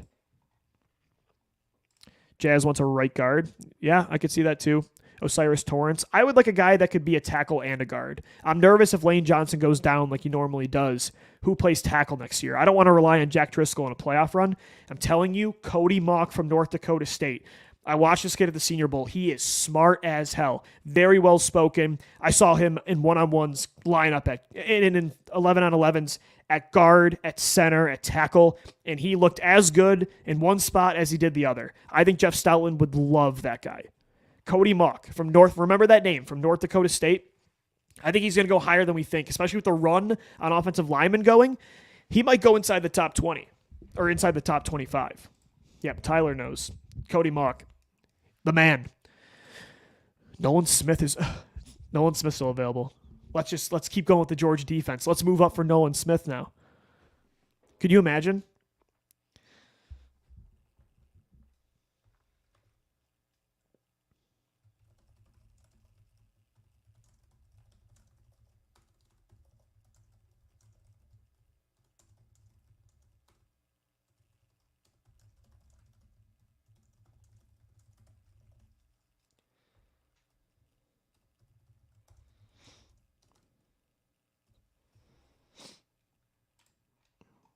Thanks, Walter. Appreciate it, man. Thanks so much. Every day, even after the draft, I know things slow down, but we're still going Monday through Friday. Got a lot of draft content after this, talking Jalen Carter, his fit with the defense, the risk versus the reward, what history says about these kind of picks. We're going to get into all the other selections, depth chart projections. It slows down for sure, but, we don't slow down in Locked On Eagles, I'll tell you that. Because if I wasn't talking Eagles on here, I would just be annoying my friends. Or I would just be spamming Twitter, which I do even after the show. But I appreciate you hanging out. Everybody, thanks so much for hanging out. That was a lot of fun. I mean, these draft shows continue to be memorable because the Eagles keep doing fun things. I mean, trading up. Even in 2020 when I hated the Hurts pick, it was a fun time. And taking Rager over Jefferson was a surprise. Moving up for Dillard the year before on our first live show, trading up for Smith last year, all the moves Howie made, and now this year trading up for Carter.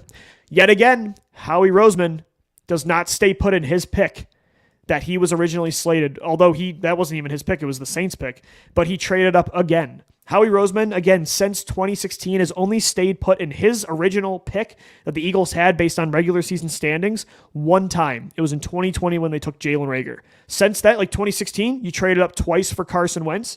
2017, you traded back with Baltimore. You took Dallas Goedert in the second round. 2019, you trade up with Dillard for Dillard. 2020, you stayed put. 2021, you trade up. 2022, you trade up. 2023, they trade up. Howie's aggressive. He likes to move up. And I think he'll end up moving down, too. I don't even know if he'll make that pick at 30. Although I like the prospects that are falling right now. I think it's making sense for the Eagles.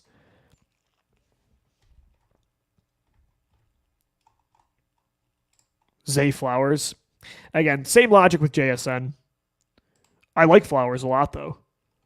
I hope the Giants don't get one of those receivers. This year's receiver group, though, not great. From top to bottom, compared to the past, we've been spoiled the last few years with how good these receivers are coming in. Remember when receivers took a while to transition to the league? Not anymore. These past few years, you're getting guys in every round just dominating. But this year it'll probably still be the case. A few of these guys will be dogs, but I don't know, JSN's your number one guy, and then after that, I like Addison and Flowers, but that's a drop-off compared to, 2 years ago, you got Waddle and Smith. The year before, you got Higgins and Ayuk and Jefferson. All right, let's see this. The Jets pick.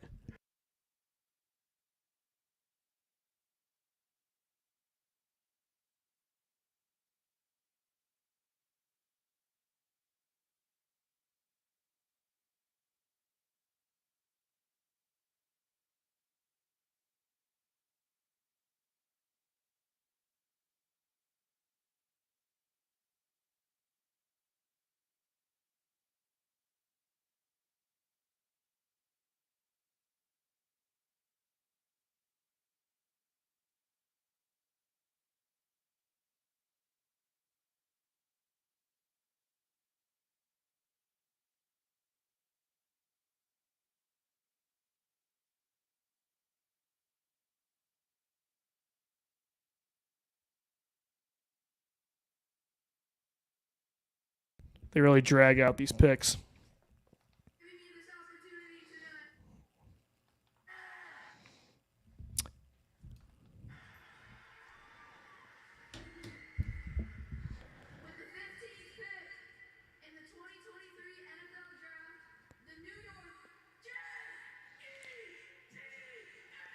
I don't know if you guys can hear my TV, but they're doing the...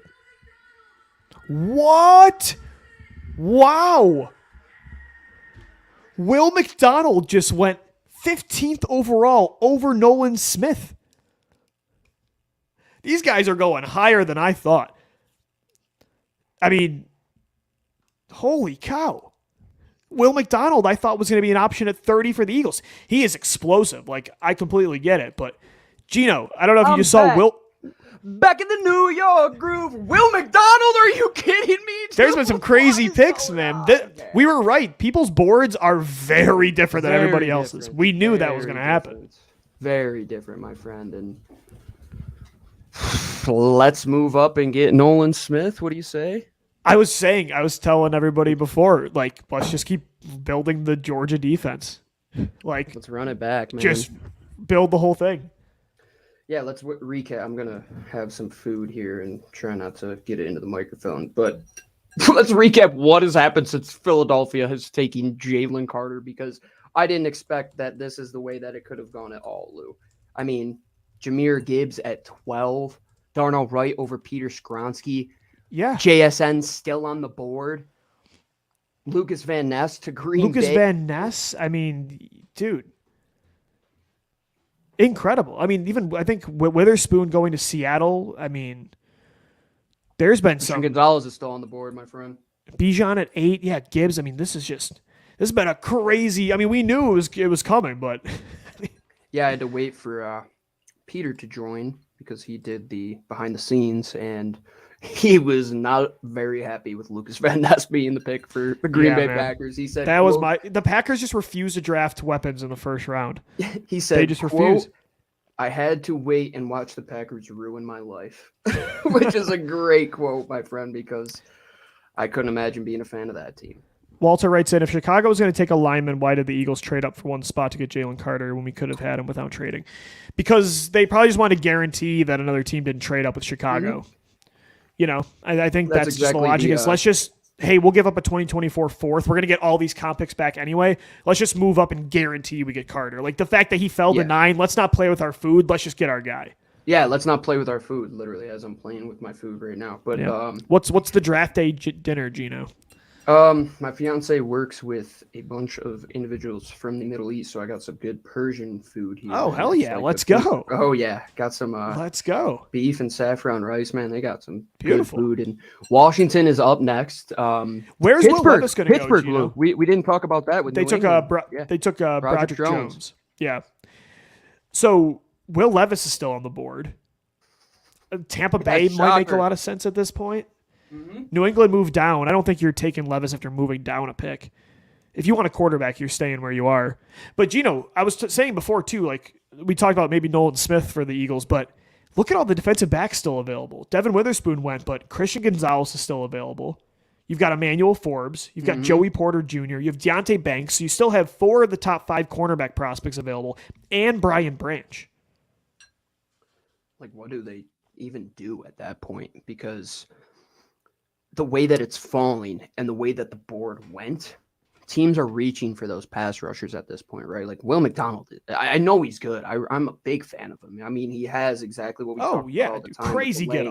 Crazy get off. I mean, somebody that you look at Hassan Riddick and you're saying, oh, I can see that type of player. And Nolan Smith doesn't go. Like, what's going on with that? What's going on? Christian Gonzalez, a long, rangy corner. After guys like Derek Stingley and Sauce Gardner went so high last year. I mean, I'm not saying that they're the player of Derek Stingley or he was ever the recruit, but man, like teams need that type of guy, and we're reaching for Darnell Wright. Like, come on. Like, what are we doing here, guys? There's been a lot of surprise picks so far, and I did not expect 2 running backs to go inside the top 12. I mean, Peter Schrager was on the money. He knew that 2 running backs were going to go, but I didn't expect it to be that high, Lou. And I mean, Why? Like, they hate DeAndre Swift that much? They just add Devin Singletary? Like, what? Or David Montgomery they added. Yeah. 6 half a dozen. Tyler says Same guy. Minnesota gets Levis. I could see the Vikings, yeah. The If they take Seahawks have another Hendon Hooker first-round pick, over. remember, too. So Yeah. Maybe those teams were waiting. Maybe they knew that board Yeah, was going to kind of fall Detroit apart. also has a pick, too. Also, The Gino. dogs are scratching at the door. Give me 1 second. Yeah, you're good. I was going to say, too, tight end. These dogs want in on the action. What were You're you gonna good, you're say? good. Tight end right now, none of them have gone. Ooh, Darnell Washington. Yeah, Dalton Darnell Kincaid. Washington, Dalton Kincaid, Michael Mayer, all on the board still. That could also be good because if there's a run on those guys, like around the Can mid you imagine 20s. this? How we drafted Levis at 30. You're a sick son of a gun. I would have learned my Fans are lesson. some I won't great question it this time. I'll just put on my QB Factory shirt. The gang wins a championship. How are they going to do that again? That's great. Drafting Jalen Carter, brother. Wow. Best case scenario happened tonight so far, right? I mean, getting Carter and only having to move up one spot, giving up a fourth. It's got to be best case. We always talk about, and how we were talking about with Houston, right? Like, you don't know what next year's going to bring. And I would have been okay, like, giving up a third next year if you were going to go and move up, like, 10 spots or, let's say, 6, 7 spots, because you know you have those impending comp picks. But, dude, you give up a fourth, which is really the value of a current fifth. Wow. Yeah.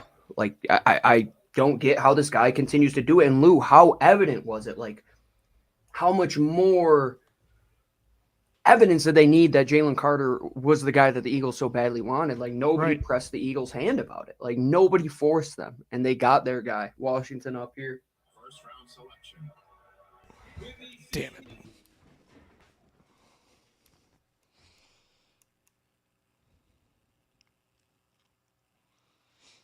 I like Forbes a lot. I did not think he was going to Wow. be the second corner off the board, though. Hey, what did we say? How were those corners going to go? How were the Yeah. corners going to – dude, go up and get I didn't think he Christian was- Gonzalez. Yeah, I didn't think he was going to go ahead of Gonzalez. Wow. I mean, the Forbes, I'll tell you, like, again, the frame is tough, Gino, but he is sticky. I mean, dude, he had so many pick sixes. Like, it was ridiculous. Yeah, dude, He was ungodly good at that. And I mean, his length, like, he's Devontae. If Devontae Smith was a corner, it's Emmanuel Forbes. yeah, like take his body, his frame, his profile, his ability to run, his ability to track the ball, his body control on the sidelines. Like, yeah, you're 100% right. But why? Why is Christian Gonzalez still on the board? Like, I'm getting mad. Why are these guys I think it's doing less it? about Gonzalez and more just like I get why you believe in the upside of Forbes. Like, to me, I get it. I get it more than like Will McDonald going that early over Nolan Smith. McDonald and Smith, though, have similar teams. Like, do you know what we're learning with, like, you see Forbes going early, Will McDonald, Nolan Smith will get picked here eventually. Teams they're banking on athletes, right? They're banking on speed and those kind of traits, even if they don't look like like Hassan Reddick with the Eagles last year. He doesn't look like a traditional edge rusher, but a lot of things can work now in the NFL, and those kind of athletes that can cover space. Look at all the mobile quarterbacks that are in this league now, man. It is 90% of the league. You have to have guys like this. And at corner, you got to have guys like Forbes. Look at all the good receivers in this league. Well, all I'm going to say is, Lou, they plan to line Emmanuel Forbes up at slot receiver, and A.J. Brown is the guy lined up across from him. Boy, that's going to be a battle. That's going to be tough for a guy who isn't very big to go up against a guy who is very big. Well, we have a Chip Patriots Kelly pick Krause. already, too.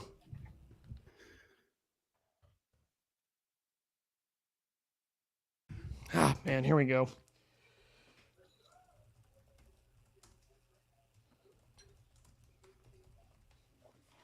About time. Yeah. Damn. You can't jinx it any better. Yeah, I mean, 17. I literally tweeted about it. Like, he falls in Belichick's lap there. Going to be a stud.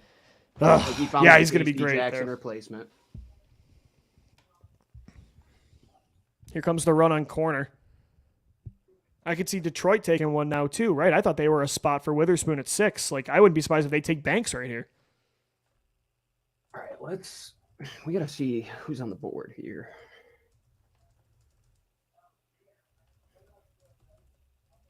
everything's just running so slow. Like people are just jamming up these apps. I always get mad about apps at like big time games, like the CBS app a couple of years ago. We're at the watching old man Super Bowl. Gino rant portion of the show, Yeah, ladies and gentlemen. No, it's like, how does CBS not have like a perfect app? Like, why am I waiting like 6 minutes into a Super Bowl to have to watch it? Like, should be flawless. One of the biggest services on No, earth. I agree. I'm with you. I'm with you, especially with how everyone's using this model of. I can't viewing load now. anything on NFL Network right now. Right, Like right. nothing's going on. That's why I Yeah. just threw it on. I think I'm watching the College Game Day broadcast of ESPN. I don't even Oh, care. are you? I just need to hear Goodell. After that, we're talking. At this point, I'm just like, okay, here we go. All right. Prospect status undrafted. That's what we need to see. I mean, I'm shocked that not one receiver is gone. Like Lou, hear me out. Hear me out. Hear me out. It's a weak class, though. I was saying it earlier. Hear me out.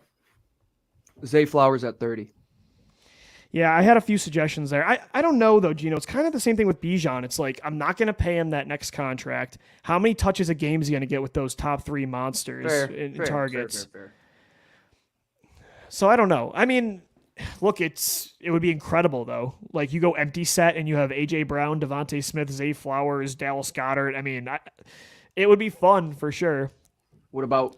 I would almost rather have a second. Like, if I'm going to take a running back, Dalton a third Kincaid. receiver, or a tight end, I think I almost want the tight end for like 12 Yeah. personnel packages. Yeah, like, I mean, Dalton Kincaid is still on the board, and all of these guys are. Michael Mayer. Like, how perfect would Michael Mayer be in Philadelphia? Dude, Like, yeah. he's the blocking guy. He can do everything for you. Oh, and they're showing Christian Gonzalez highlights against Colorado. I was at that game, man. Like, and that just cemented it. The guy was just all over the field. And New England getting a rangy long corner like J.C. Jackson. They just continue to find these guys, man. And that might be the pick, like, of the draft outside of Philadelphia for me so far. Like, a top Which one, 10. Gonzalez? Yeah, a top 10 Yeah. surefire type of guy. Oh, that's a good question. Yeah, what's been the pick of the draft outside of? Because I think it's Carter. Mhm. But if it's not, I mean, Houston doubling up. I think that, like, that's Yeah. tough to beat that, like what they but did. they gave And- up a lot. I don't know if it is though, considering the comp. I don't know if I'd give up that compensation for Will Anderson. Like, you almost traded quarterback value for him. That's the state of the league, though, man. I Yeah, mean, I mean that's true. you Like, have they've to had the have that best guy. haul, like the two prospects you got, Stroud and Anderson, back to back. But I think from a value standpoint, Detroit's dead last. I would say, yeah, probably. I'd probably say or DeAndre Gonzalez. Swift.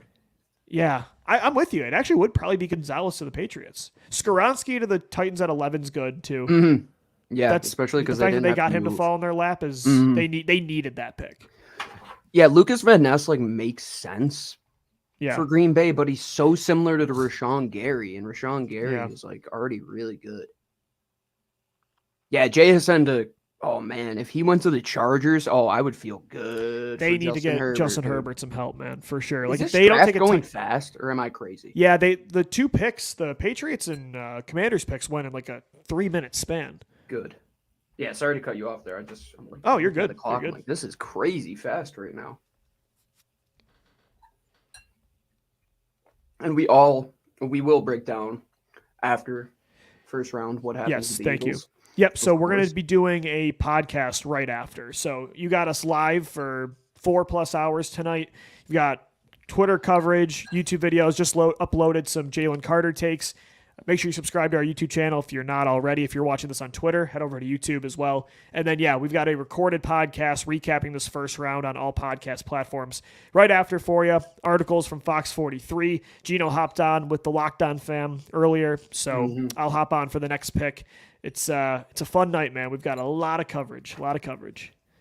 Yeah, tomorrow I have a game right when the second round kicks off, so I will be a little behind the 8 ball, unfortunately. But hey, after today, I'm very happy. Like already, and they just popped on the board down the line here for their 30th pick, and probably within the next hour or so, we'll find out at the rate that this is moving. And Yeah.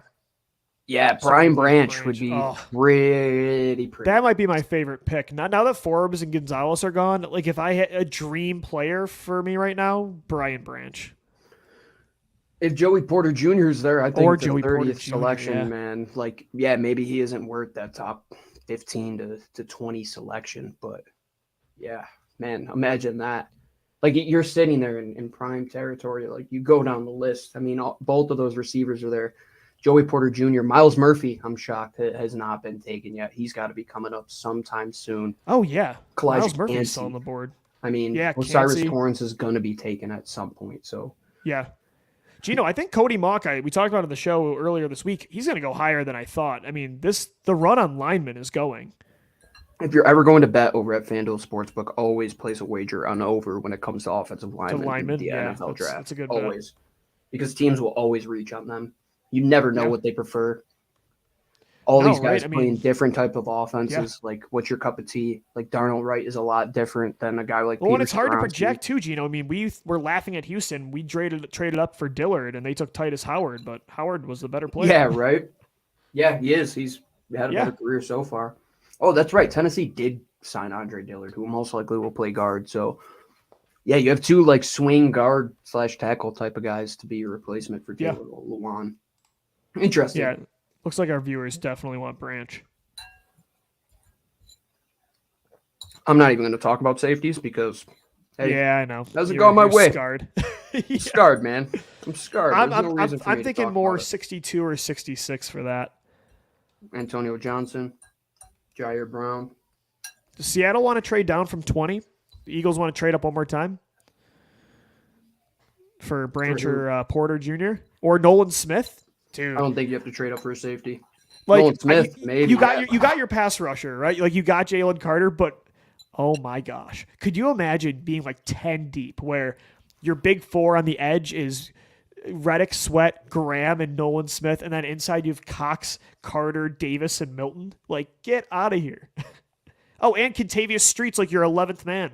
Oh, I forgot they signed Contavious Street. Dude, and too. he had a great year last year for the Saints. I know. I had to write him up for free Yeah. agency profile, and he was awesome, man. Like, he can do a lot of everything for you.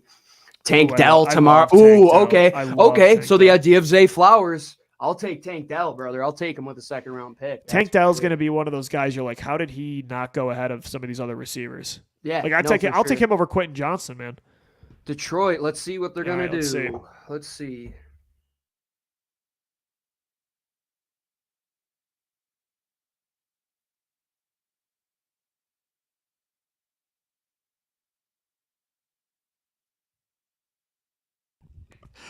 I love the Lions.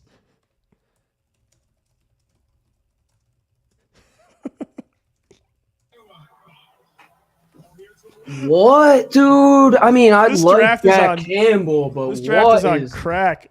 dude, what is Detroit doing? Jack Campbell and Jameer Gibbs. Oh, Just when you thought Lou, the I'm- Lions were going to get it all together, they take a running back and a linebacker. The Bizarro Eagles right there. yes, dude, yes. That was The literally Bizarro Eagles. my Freaky Friday mock drafts where I took everything different. Did I take Jack Campbell? I think I might have taken Jack Campbell with that 30th selection, which Look, he can close half man, the Mike field really Evans, nicely. like, Like, he can what? close like half the field down, but when he's got to go full length, I don't know, man. what are the Lions? Dude, this is panning out so well. So well. I don't want Like- to trade down from 30. I want to sit there and No. take somebody. I mean, at this rate, like what? I mean, how many picks away are we? We got 19, 20, 21, 22. 11. 11. Okay, we're up in 12 picks. Yeah.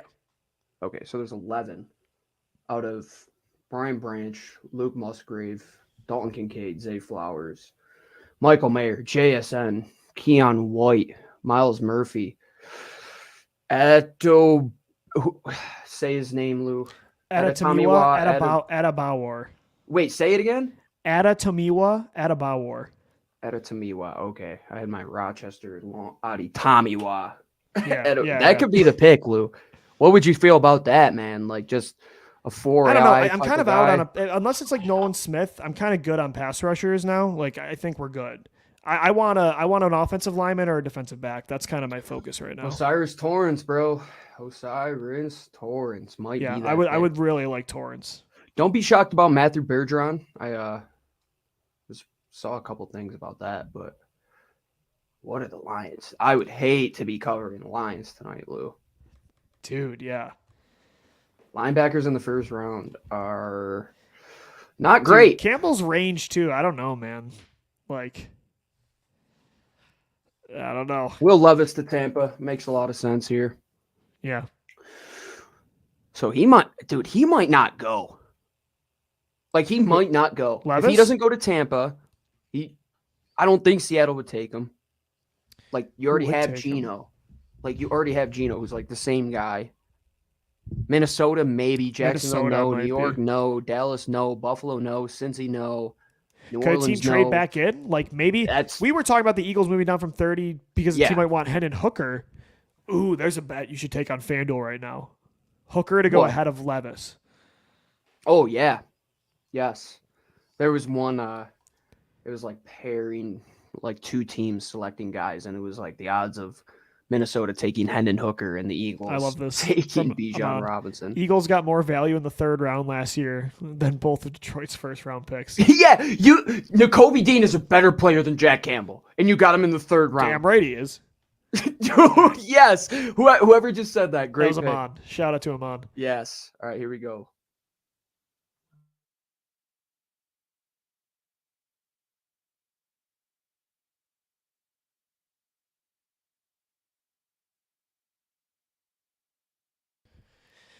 Yep. That was coming eventually. Oh, okay, Tampa. I like with Kansas Vita a lot. Vea. Oh, with Vita Vea on the interior, I don't mind that at all, man. Undersized, but dude, he is just like a shot out of a cannon with the way he gets upfield. Kancey's fun to watch. The thing that really kind of like took me out on the Cansey idea coming to Philadelphia is Jalen Carter is a two-gap player. So is Jordan Davis. Yeah. I mean, he's a one-gap guy, Kalijah. Like, he's not a guy that's going to take up multiple gaps against the run. Like, he's he's more of a Jim Schwartz kind of tackle, I feel yeah, like. yeah, probably. exactly. Like Michael Like Bennett. if this is type, I would 2018, say. then take him, you know? Yeah. Maybe not somebody that you line up on the edge, but I think there are some versatile type of matchups you could get with him on the edge because he is undersized. And folks, I know we are important, but if you want to hear Jalen Carter's press conference, he is speaking right now. So Yes. we will put that out there as well. And we don't take any shame to that if you want to go see Jalen Carter. Because we were bumped by AJ Brown from one network, so might as well be bumped by Jalen Carter from another. So, Lou, don't you just think back to those days watching Spadero, and you're just like, Oh, man, dude. I miss this is those why days, we do man. it. This is why we do it. Yeah, that's the reason I'm doing it. I used to, even like in the summer, they do training camp live for like 6 Mhm. hours, and I'd sit there all day just watching. I know. Now we just like Leonard get Weaver 15-minute talking. clips. Yeah, yep. Dude, name any 100%, man. 2010 Eagle. I ate it up. You know what would honestly who might win this draft without even like really having to do anything? Like if they can get that guy, like what if Buffalo gets JSN? Yeah, they got to be loving life right now because I thought the Bills were going to not sniff any of these receivers. And JSN They will could probably still realistically go. take any of them. Yeah, like the Chargers are still in front of them, Baltimore, New York. I could see a lot of those teams taking receivers, but Flowers, Addison, or JSN are going to fall to them, I think. And I would be running to the podium if I'm Buffalo. They got a chance, man. I mean, Chargers could take a receiver. Baltimore could take a receiver. Minnesota could take a receiver. Jacksonville, probably not. The Giants 100% could take a receiver. Dallas, realistically, probably won't. So, yeah, if Buffalo wants to move up for that guy, I think that would be pretty smart right there. New Orleans sitting ahead of Philadelphia, like, what are they going to do? What if they draft Will Levis to be the Dude. guy to replace Derek Carr, man? The Giants should take him, but, they just paid Daniel Jones. Did you see what Darius Slay had tweeted out about the Jalen No. Carter selection? He What'd he said say? the DL about to go crazy. Y'all know what that means. And he put the eye emojis. And then AJ Brown quote tweeted and said, "You're sitting on every route with the laughing face." And then AJ Brown or Darius Slay. That's good. But I mean, really, Lou, like that benefits everybody. It doesn't just benefit the front. It doesn't just benefit the backers. It doesn't just benefit the safeties. It benefits everybody. Oh, Having dude. that guy, having that front, like how do you like I see why they don't overinvest at linebacker because it's like if you could put Well, when you're these guys sandwiched in into one between an elite position- defensive line and then Yeah. an elite trio of corners, that just makes it so much. It's not the island positions. Daniel Jeremiah said it best, where it's like the positions where you're almost like supported. You almost have like a cushion on both sides, right? Like if you're a guard, you have got the center and the tackle in between you. You're a linebacker, you got your corners behind you. You've got your pass rush in front. Like those positions. They're just in running back too. You're behind that line and with your quarterback. Those aren't the island spots that are more important. So I just think it's I'm with you. easier to mask those spots. right, like That doesn't mean you Kobe want Dean's nothing gotta be there. Like so Nate happy. Geary was terrible. Like you don't want anybody at these positions. You don't want to ignore it. But I get why the Eagles just continue to say this is what we do. It works. We're just going to keep doing it. Well, if you look into Kobe Dean, you basically got a first rounder. Are we trading 30 for Buda Baker? Don't Actually, that I was about to say my preferred prospects are ranked, but Buda Baker might be my favorite. no trade so far for veteran players because at this point, Correct. within a And couple selections, there's no rumors with D Hop right now. I haven't heard anything about No. Hopkins. and in these last couple selections, or rather, yeah, so it would have been like 18 and 19 that Hollywood Brown and AJ Brown were both traded in the last respective draft, and Yeah. nothing has happened yet. I would rank who I want left for the Eagles at the 30th pick. I have my top 5 prospects would be as follows. Number 1, Joey Porter Jr. Number 2, Brian Branch. Number 3, Nolan Smith. Number 4, Deontay Banks. And then number 5, Cody Mock. That would be my order. At least Ooh, of preferences. Deontay Banks, Lou. Banks is still on the board. really like There's the still idea 2 of good corners, Deontay. right? Because you went Yeah. Gonzalez and Forbes, but there's still 2 guys available. And we've got 10 picks here still. 9 until they're on the clock. Baltimore, I think, makes sense taking another corner, but I think you just invested in that quarterback. So What would you do We traded if we traded 30 30 for for Henry? Henry. No, Ugh, no, no, thanks. no, I'm thank good. you. I don't need DeMarco Murray coming out of the shotgun again. I'm good. I don't need to go on another tangent talking about how wrong people were. Look, dude, how many mocks were wasted? How many articles were people paid for? Nobody to knew have where to put Bijan Bijan. Robinson. Like that's the thing is Philly was like the lazy pick. They're like, oh, this is where he'll go. They run the ball a lot. They lost Miles Sanders. If you just do if you take 5 minutes to do some research on the Eagles, you'll know it wasn't going to happen. And the fact, again, do you know that Bijan went in front to help the Eagles get Jalen Carter is just incredible. You couldn't write it any better. You seriously could not have written this any better. And it makes me just appreciate it, man. Like what Detroit is doing and Right. what Atlanta did. Like that. I mean, you guys got holes on that team. Like Bijan, like Well, dude- you add Kyle Pitts, you had London Yeah. last year, and It's funny. I have grew up in a bad Buffalo, offensive line. so I grew up during the Buffalo Bills playoff drought of 17 years. And so I have an appreciation for this too. Every year where we're just so excited and we just get to keep saying this team just gets it, right? I remember watching like my older brother as a kid. I didn't grow up a Bills fan. I was an Eagles fan always, but he was a Bills fan. And they would take like CJ Spiller when they had Fred Jackson and Marshawn Lynch, and he'd be like standing there, be like, they just don't get it. They're Yeah, the they only don't. team that doesn't get it. And I remember like thinking back to that and now like where the Eagles are at. I'm like, man, some teams, like some fans just they're not as lucky. I mean, do you remember the guy who was taken right ahead above Rob Gronkowski for the Bills? Terrell Troop. Yeah. Rel Troop. Yeah. Rob Gronkowski, My brother used to play grew up in PlayStation 3 with Buffalo. him. he grew up 5 houses away from my fiance. And the Yeah. Bills had a chance to get him and bring him home. And instead he goes to their rivals who literally decimated them for years. And that's always fun. Dallas fans. If Jerry Jones drafts Will Levis, I will internally combust. Yes, sir. I would Yes, sir. blow up from the I'm in. inside out simply because you can't make that stuff. But where does he go? Where does Will Levis go? So, yeah, maybe the Seahawks here, but I doubt it. I would say probably Maybe either Kansas City, Minnesota realize or a team trades back in? Yeah, have to believe so. You have to believe teams trade back in, and the Eagles Yeah. are right in that prime territory. And Like Washington? I wouldn't mind, like, yeah. But again, okay, though, let's if do this. you- Let's look at round 2 and see who's sitting Yeah. there for the Eagles. Because I was going to say, things if, have changed. if you're a team, though, that thinks this guy could be our franchise quarterback, you're not trading down. You're not taking a corner over him. Mm-hmm. Like, that logic never makes any sense to me. Like, oh, we'll come around and get the fourth guy. It's like, no. Like, if you recognize a guy as the guy, you don't, like, you do anything to get him. So, with that logic in place, I don't know who's going to The take Rams are sitting there at 36. That would make a lot of The sense. Raiders are at 38.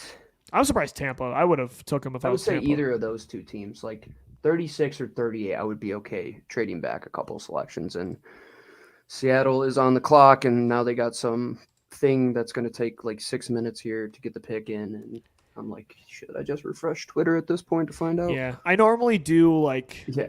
at the end of the second round is when I start to be like, all right, that's. I it. love Like, Saturday. Saturday's is like, great. whew. You're just rolling through.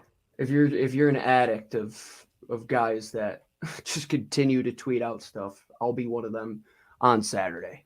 Yeah. This pick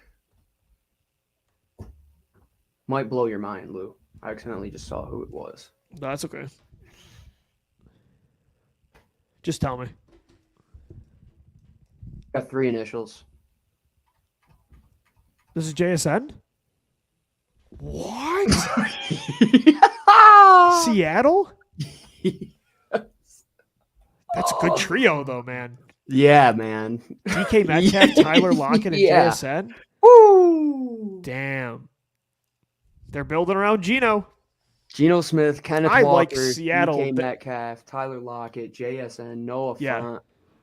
That's a good group, man. Hey, Lou, let's say this. Those teams that are in QB purgatory, you can't Yeah. do what the Giants are doing and leave them out on an island, right? No, I agree. Like, if you're going to commit, you might as well make it the best roster. Like, Yeah, Seattle has a damn good be San roster. Fran. You know what I mean? Yeah. Like, Dude, they have a damn. I mean, now you get Devon Witherspoon, you add JSN. I think Seattle might be that team that we're talking about. Like, hey, this might be a tough out. Like, them and San Fran might be a tough out. yeah. Like, Chicago, one of those teams, I don't know. The South is what it is. You beat your division. Like, who's the tough outs right now? Defending a trio of Lockett, Metcalf, and JSN. Oh, Right. man, that's Who That's plays tough. who plays on the outside though with Lockett and JSN? But you could enter. I mean, Yeah, I Tyler mean, you Lockett could- can move everywhere. Right. Really, You can Like, use he's a reduced matchup splits and nightmare. there's yeah. Gino, do you mind sending me Allie's number? Yes, sir. I can do that. Yeah, you guys get to see the whole beside or behind. That's all right. baseball, Today's a behind hangout. This football. isn't a Yeah, an yeah. official This is show. like I like to think of this as like we're sitting at a bar in Philadelphia Yeah. and we're just chopping it up. Right now. exactly. Especially at Talking this ball. point, just talking ball, baby. But Just talking man, about- I mean, could you make the case that Seattle has the second best group of weapons outside of Philadelphia at the wide receiver position in the NFC. in the NFC? yeah. San I mean, Fran maybe with Debo and Ayuk. Yeah, that's. What? I mean, they're top I don't know, three. man. Nah, Washington. No, I don't know if it's ahead of Seattle though, but that's good. Same McLaurin, ball. yeah. Well, but if we're talking weapons though, if we're talking weapons like Dotson, McLaurin, and Samuel's good, but no, it's not better than Metcalf, Lockett, and JSN. Yeah, you're probably right from like a trio standpoint. I'd rather have Ayuk and Debo combined, but yeah, I mean, Seattle's one of the better teams in the NFC probably right now. It's funny. Yeah, It's like it's Philly and San Fran, and then it's a bunch of just wild cards. Like what are you going to get from Dallas? What are you going to get from Seattle, Chicago, Detroit, Minnesota? I think Dallas like does something stupid. I really have a feeling they do something dumb. Ooh, my friend. Well, they just can't take a texted me running that- back now, so Who would have been the pick if Carter didn't fall? A little reverse Ooh, that's a good hypothetical. question. Skoronski, probably. Yeah, I would say so. It would have been Skoronski. Yeah, you played safe. Maybe Nolan Smith, but I don't know, man. Like Nolan Dude, Nolan Smith's Smith's still on the board. Nolan Smith's still on the board. Damn, could you imagine?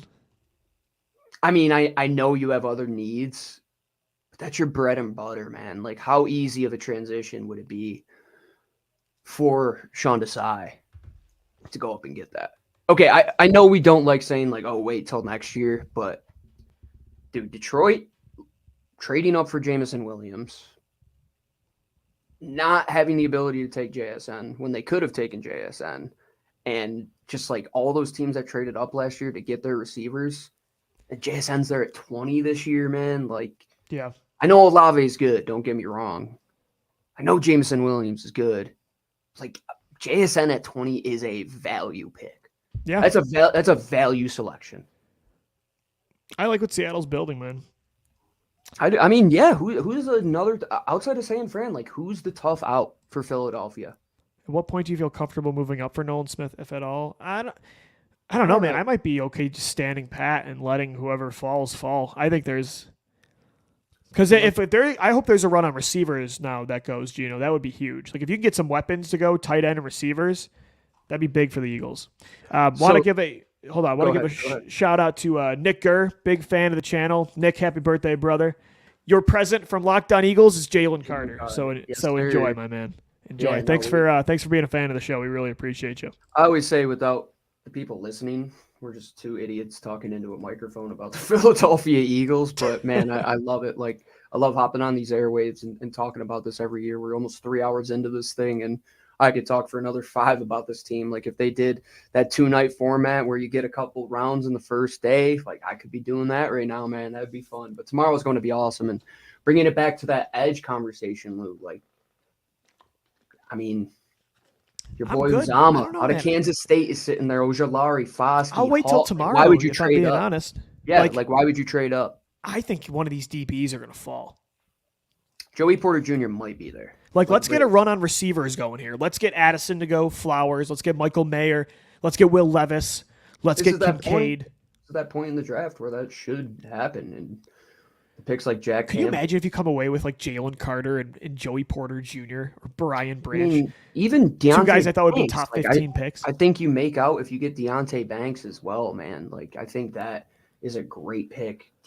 Joey Porter Jr. could be there as well. You can make the conversation that Brian Branch is the best safety in the class and the only one worthy of a first-round selection. And that's all coming back off the back of Jalen Carter being your first-round pick. And I think that the run of receivers is going to start now, Lou, which will be good for the Philadelphia Eagles because if, let's say, Flowers or Quentin Johnson go in the next couple and teams want to trade up, just more positions for the Philadelphia Eagles, man. Like more opportunities for them to get another player that they're going to look into on the offensive line, maybe, or at guard. I mean, like Steve Avila, like Chandler Zavala. Zavala is going to go way higher than people think. Gino, did you see the Chargers pick? I did. Quentin Johnson. Yep. Big. The run on receivers continues. JSN, Quentin Johnson back-to-back. I think Baltimore could take one here. They just signed Lamar to an extension. Let's add another weapon. Maybe I don't know, though. The Ravens he's off the board at 12. I think this is going to be Joey Porter Jr., Gino, which would be hilarious if he goes to Baltimore. But they wanted Darius Slay. They were going to sign him before he changed his mind and the Eagles offered him that deal.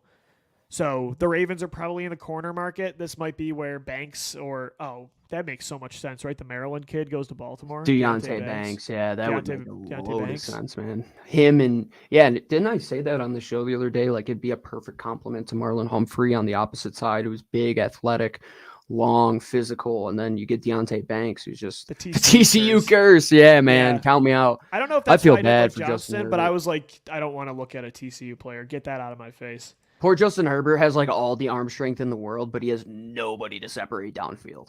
I know. Like he's just throwing jump balls to Mike Williams and Quentin Johnson with no hamstrings. Yeah. Keenan Allen's on half a leg at this point.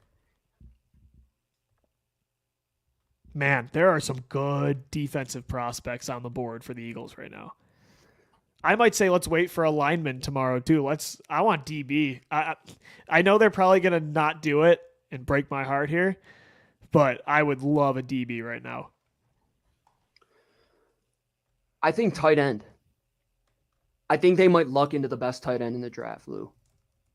Could you imagine if they get like Dalton Kincaid? Yeah, it's like they might luck into Dalton Kincaid as well. Like that would be so great, man. The two guys that watch them take Oregon's like Tippmann season. from Wisconsin, the tackle. I'm trying to jinx it. I jinxed it last time. I said they were gonna take Skoronski as Chicago takes Carter right in their face. So. Josh Talentino, Eagles beat reporter. Eagles visit Seattle Seahawks later this fall. A.J. Brown and Devontae Smith versus Tariq Woolen and Devon Witherspoon and Darius Slane, James Bradbury, and Avonte Maddox against those three. Whew, yeah. We're betting the over that day, Lou. We got it. We got it. Is that in Seattle? I think it is on the West Coast, yeah. Man, when was the last time the Eagles won in Seattle, dude? Been a while. It's been a while. They even beat you in 2017, 2019. That Carson Wentz throw to Nelson Aguilar, which had no business being completed. Oh, my gosh, incredible. 2016, they beat us. 2013? I can't remember the other game. Oh, man. Like, dude, wouldn't it be nice to be our man, your boy Q of Locked On Raiders? He's just out there interviewing Tyree Wilson. Just got his phone up to him, just interviewing him right now. It's beautiful.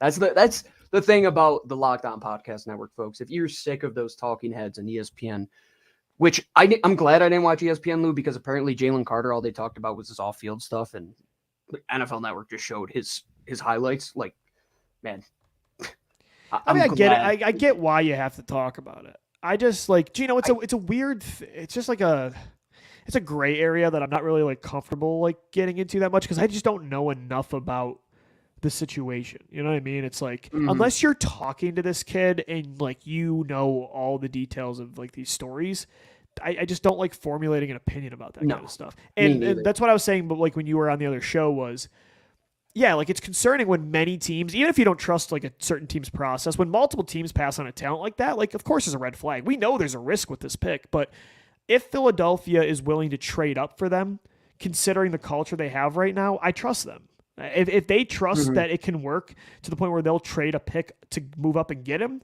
that must mean that they're confident it's going to work out. And we heard the report from James Palmer today that their meeting with Carter went well and they were comfortable, and that was confirmed today with that move up. So it's definitely risky.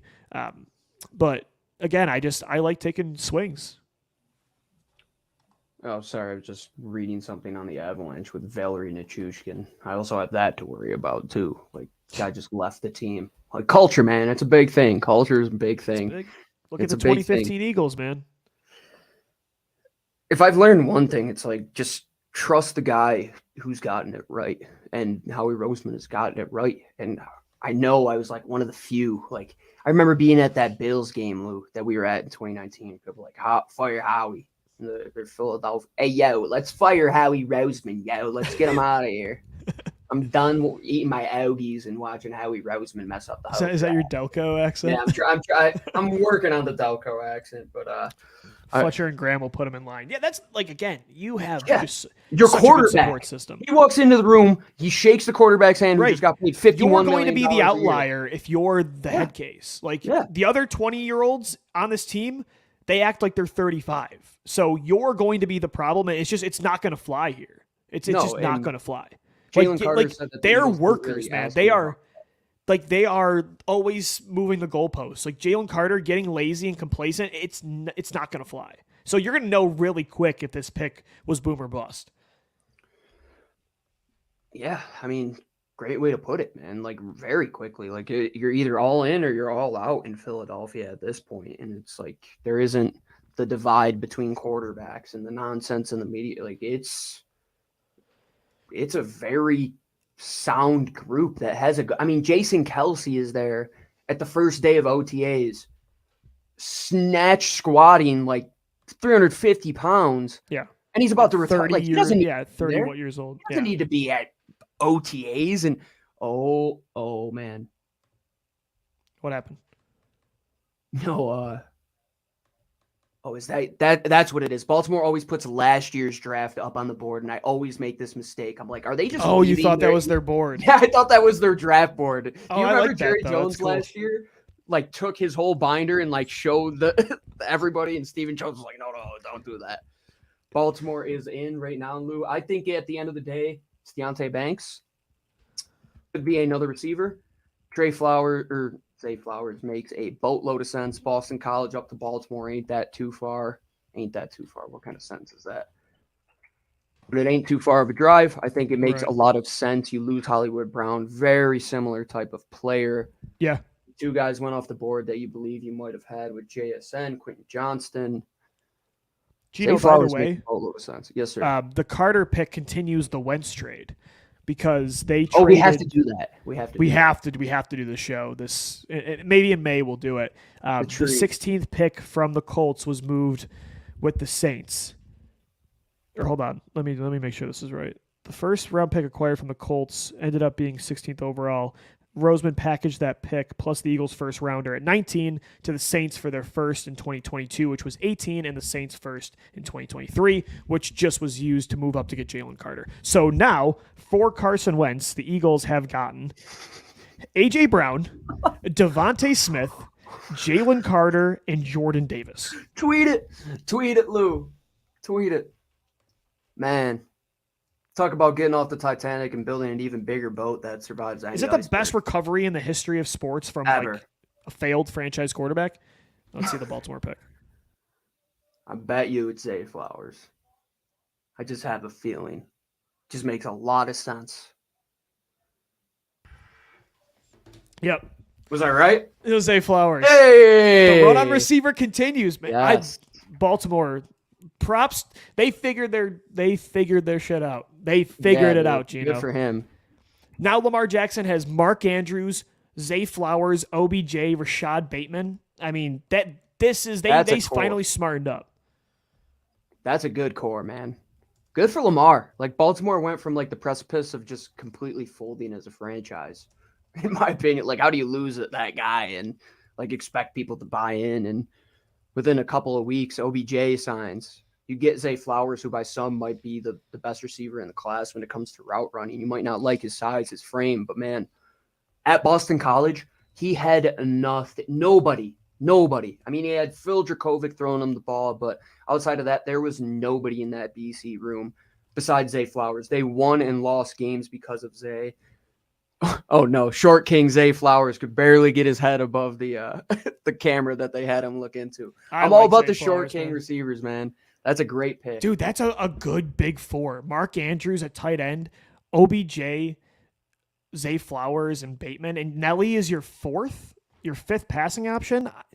Man, that's Nelson Agholor did go there. Yeah, they signed him in free agency, Oh, that's right. So they suddenly went from having nothing around Lamar to building around him. They've now invested a first rounder in OBJ, and they give him his contract.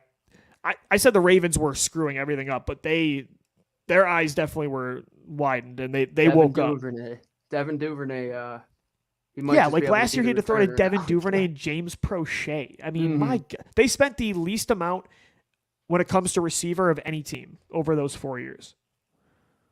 The 2016 Eagles. That's what they were.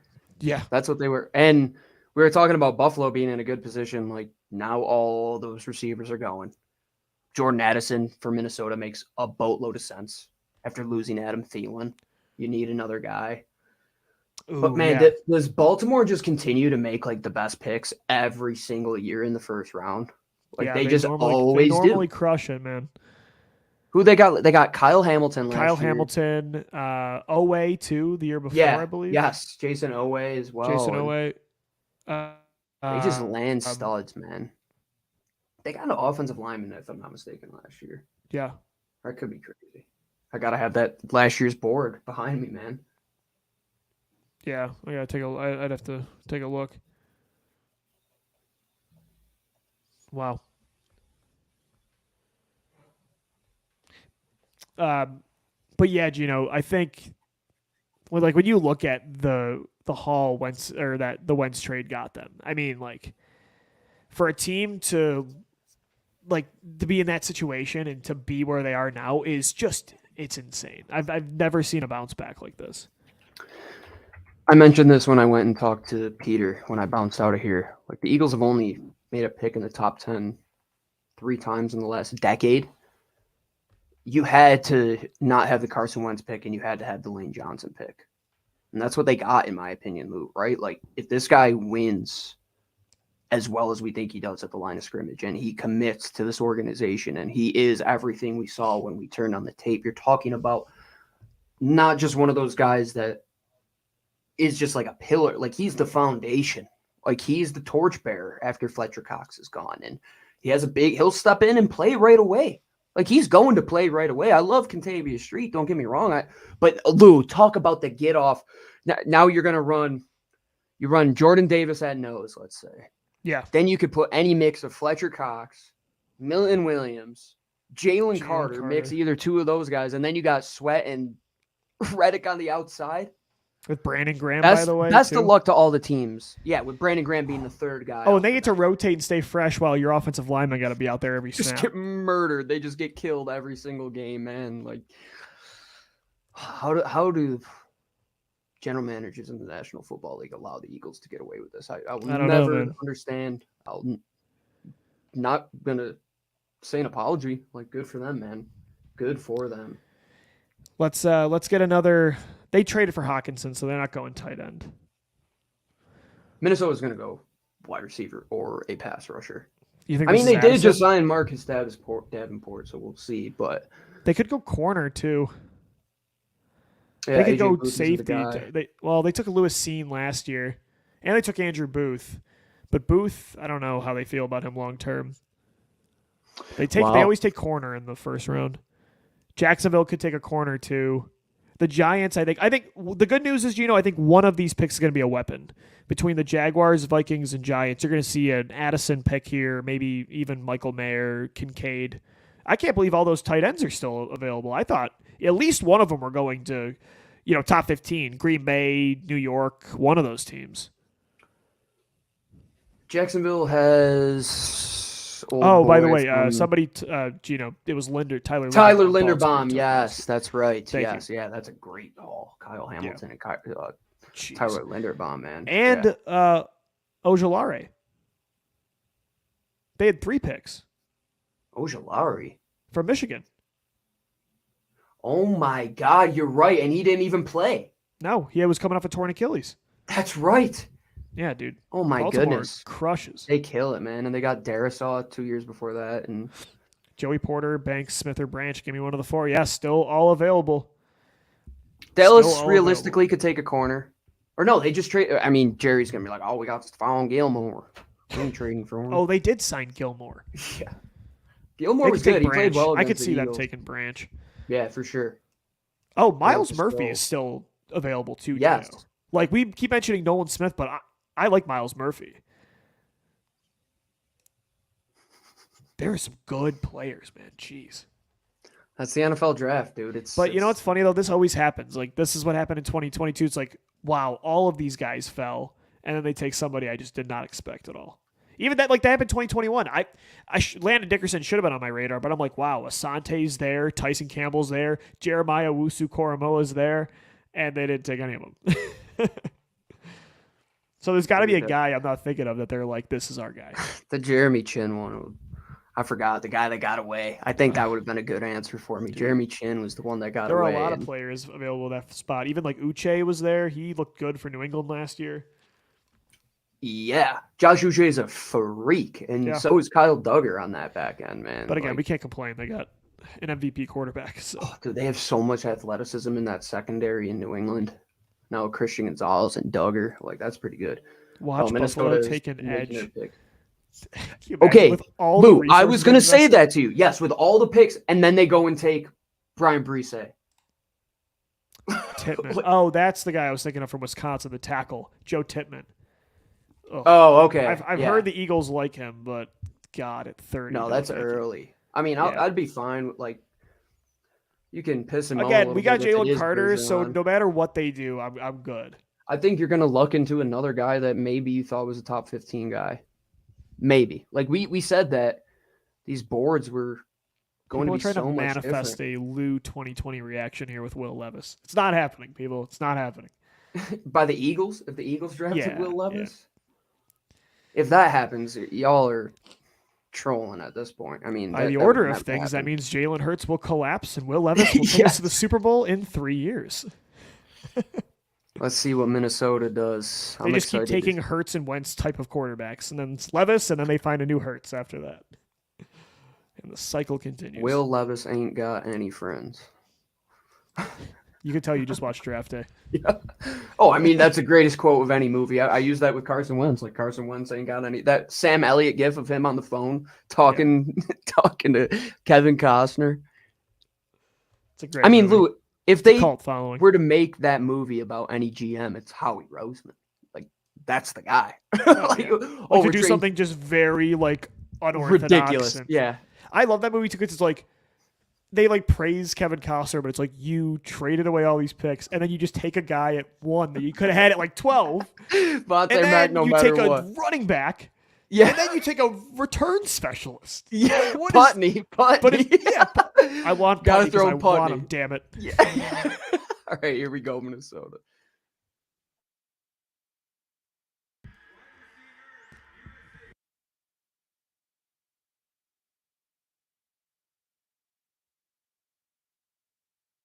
The run continues. See that Gino. from a mile away. The That run makes sense, continues. man. The Eagles are gonna get another freaking unbelievable player here, dude. Like I don't know what to tell you, but they are. So what is that? 3 straight receivers taken in a row. Quentin Johnson to the Chargers, Mhm. Zay Flowers to the Ravens, Jordan Addison to the Vikings. This is huge. And Seattle took JSN. Hang on, I'm just grabbing my Dane Brugler top 100 thing real quick.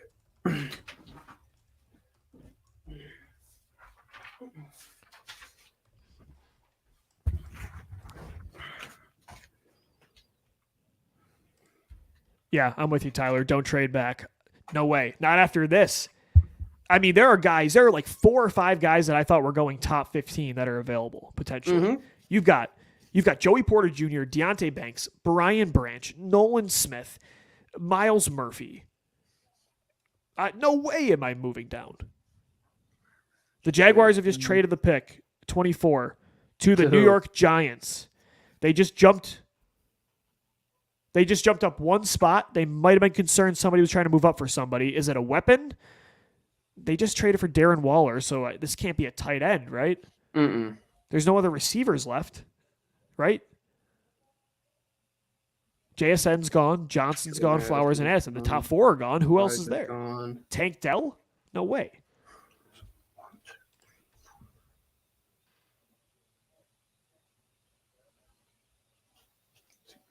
Okay, who else am I missing? Zay Flowers, Quentin Johnson, Emmanuel Forbes. Oh, and then freaking Campbell. This guy's all the way down the I list. can't believe Campbell went. So let me see. 1, 2, 3. Amon says it could be Jalen Hyatt from Tennessee. That's to trade up. It's rich. What else do the Giants need? 2. Okay, and then Jordan Addison just went. Who am I missing on this list? This is for Will Levis, probably. Just kidding. Oh my God, Lou, could you imagine? Oh, Will McDonald went. All right. So, according to Dane Brugler, who has the best draft guide every single year, there are still multiple players in his top 20 available. Yeah. Nolan Smith at 11. Will Levis, we're going to forget about that. Joey Porter at 16. Brian Branch, 17. Michael Mayer, 19. Kincaid, 20. Miles Murphy, 21. Brian Brisset, 23. Deontay Banks, 27. Luke Musgrave, and Darnell Washington. Yep. I think I would be happy with just about any of those guys that I just said. And those are all top 30 players.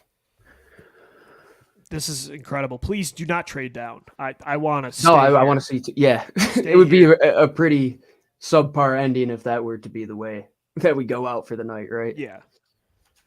All right, Giants. Who's this Let me get for? Trenton Simpson from Clemson? Oh, No I wish. way. Please let it be a linebacker. That the Giants take? The Giants just traded up with the Jaguars. So they just moved up 1 spot. It's not for tight end, right? They just traded for Waller. All the receivers are gone. Somebody suggested And Jalen who would they Hyatt. want? Who would they want that Dallas would want? Corner, Joey Porter Jr. Yeah, safety. Maybe it's Branch. maybe him or Branch. Damn, this doesn't look good. Of course, it's gonna be the NFC East. Cam Miller. Could the draft have fallen any better for the Eagles? No. Is this guy trolling me? Cam Miller? You add an I at the end, it's Camilleri. There's no way, dude. There's no way. No, Cam, this has been a great night so far. John says he'd love Smith just to keep stacking that UGA defense. It would be funny. And then you like take Kelly Ringo in the second round. You just keep building it up. Cam Smith, the safety.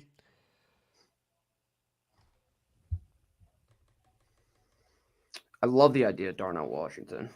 But if like Mayer is there, I'm I don't know, Kincaid or Mayer. Mayer. I'm thinking Kincaid and Mayer now. I didn't think they were going to have a shot at those Yeah, guys. I was talking dude. myself into Washington because I didn't There was think talks that Green Bay was going to take Kincaid at 13. I don't even know if the Eagles would like Washington even ahead of like Laporta.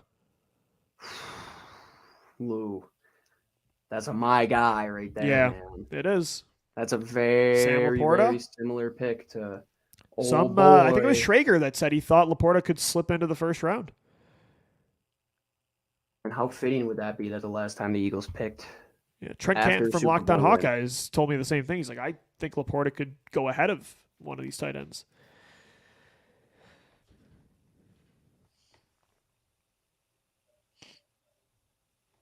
I need like a pick that I'm just not thinking here. Like, give me Tippmann here for the Giants. No, they don't need a tackle now. Although we'll see what happens with Evan Neal. Good Lord.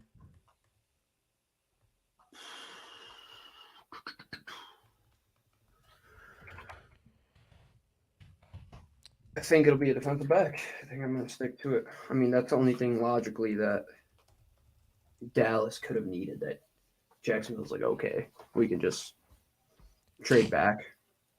Jaguars get a 5th and 7th to go down from 24 to 25. The Jaguars are going defense, right? I mean, they get Calvin Ridley. They need a lot of work on that defense. That'll be where one of those guys go. I could see Miles Murphy. No, they just took Walker last year. That might They be saw secondary. Josh Allen. They need a lot of. Yeah, they have Allen too. That's secondary probably. They got Tyson Campbell, and that is it. Someone just wrote in all caps Cole Strange. Yes, Yeah. we need a Cole Strange pick. I'm with you there. Tip as a center. Oh, interesting. I'll take Let's that see. for the Giants. Joey Porter Jr. and Kelly Green would be really nice. Yes, it would. Don't think his dad would be too thrilled, but No, probably not. yeah, Tippmann's a center. Yeah. I was like, what do you That's why I was confused. I was like, thinking he was a tackle, but no.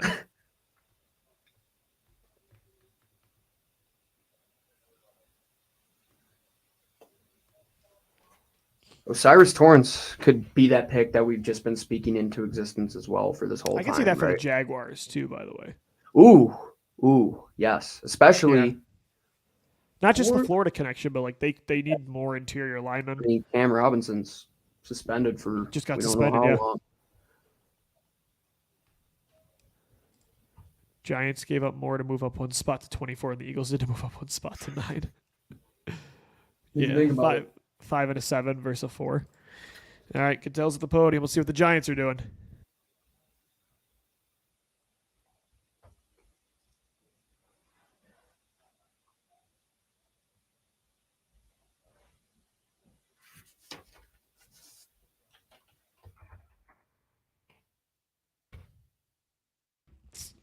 Damn. Deontay Banks. Damn it. I mean, I'm Okay. surprised he was on the board this long, right? It's like You the know who's up Gonzalez right thing. It's now? Like, Buffalo. Yeah, Jack. Oh, Buffalo just traded up? Yep. Come on, Buffalo. Get somebody that Dallas end? wanted. They just took Elam. It won't be a corner. Safety, they're fine. This could be a tight end. This really could be to pair with Dawson Knox. Yeah, trying to get in front of Dallas, who I could have seen totally taking Yeah. Kincaid. Michael Mayer, a future Michael Buffalo Mayer, Bill. Kincaid here, because the Bills want pass. That's the thing is like if you can't get the receivers, get the next best thing, a top pass catcher at another position. They need him. And Knox is just not. Brandon Bean bet on Gabriel Davis and Dawson Knox to be way more than they are. They're good role players, but they're not what Knox is getting paid for. So Jacksonville just traded back twice, so Buffalo on the clock. Jacksonville Good was for down to Jacksonville. 27. Collecting picks. Dougie P. Good for Trent Baalke, man. He Yeah, went from, 'cause like, the the most Bills hated wouldn't guy in take a- Jacksonville to The Bills signed Taylor Rapp. They've got Poyer and Hyde, so they're not taking Branch here. They're set at corner. They took Elam in the first round last year. I think it's got to be Kincaid or Mayer. Oh my gosh, I hope this is Simpson from Clemson, the linebacker. I think it's a little high for Trent. I agree, mean, Jack that's why I Campbell want it, did though. go. Yeah, I was gonna say, man. I mean, Jameer Gibbs went top 12. Are you doubting anything right now? I don't get Detroit. Like, I would hate to be a fan of that team. Darnell Washington, he's a unicorn. He is. Sam Laporta is too, and you might be able to get him for cheaper. I think this is Kincaid or Mayer, though. I think Washington and Laporta are the third and fourth guys off the board at tight end.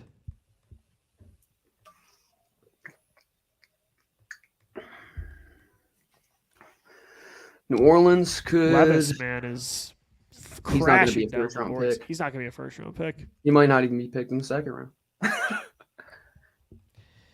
Hendon Hooker above Will Levis. I was going to say, I want to make that Yo, bet. you said that. Yeah, I want to make it.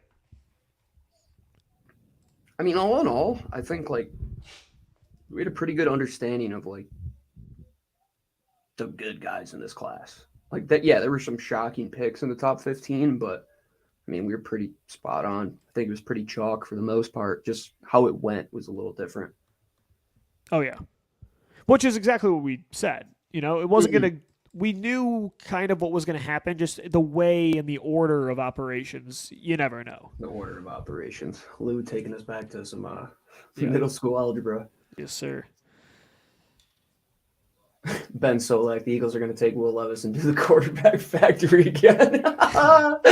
That's funny, man. That's funny. Chris Mortensen, Will Levis' left toe that caused him to miss 2 games last year was problematic for one team and considered him. Why would that be a problem? Like, I don't. Why are we even bringing up big toe injuries in these discussions? What are we talking about? Dude, I love this board right now. Like, Oh, yeah. I mean, how can't you, Lou? How Porter can't you? Jr. and Branch still being available. Oh, my gosh. I'd be a little upset if Dallas took Joey Porter Jr. Yeah, they're probably going to take one. Good replacement to I Stephon don't know, though. Gilmore. They might Since he take could tight take end. him. Dallas, I think, could go tight. Well, it's This going to might be go back to back indicative tight of ends. what. Like, Yeah, if pass Buffalo catchers takes might. a tight end, we know that it's a tight end, right? we might have feasibly 5 straight picks of weapons. Oh, well, Banks just went to the Giants. 5 of 6 picks being weapons, pass catchers.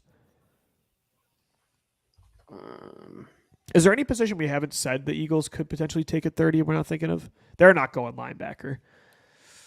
They're not going running back. They're not going receiver now. I guess it would be tight end or defense. What is happening? My computer is bugging. Bubble guppies. Or my TV just turned bubble guppies on. I don't know how, man. My TV's bugging. But no, offensive tackle. I don't think we. Yeah, Or no, offensive Bergeron. lineman. Yeah, Bergeron, I think, would be a pretty solid pick there. He I like was the idea of it reported being that some people think he could be a surprise pick on day one. Mhm. Yeah. But they love his versatility. I mean, how can't you? Punter. Punter. Yeah, Hey, he would. They got a draft Saturday. for us, you know. Yeah. Saturday. Yeah. We're Dude, taking one. Saturday is for you to just rant about special teams all day. Yeah, that's what it is, man. I can't Yeah. wait. I can't wait. No, Saturday's a big day, like personally, seeing these CGS guys go. Yeah, for sure. Big day for all-star games overall. Zay Flowers' highest selection from the Shrine Bowl in the last 20 years. Yeah. In the last 20 years, that's big for all all-star games. For sure.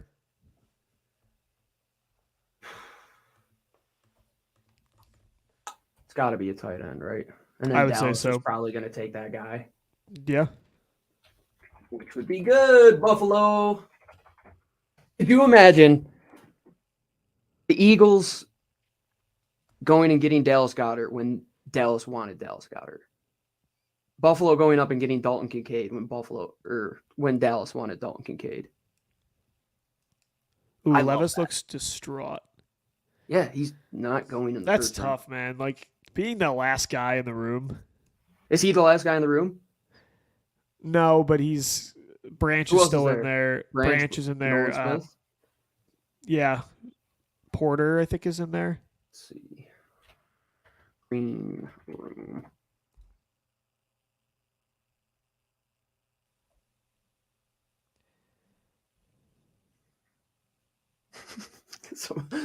I love Twitter, man. This website. Will Levis might be in the green room till Saturday. Yeah. That's a great one, man.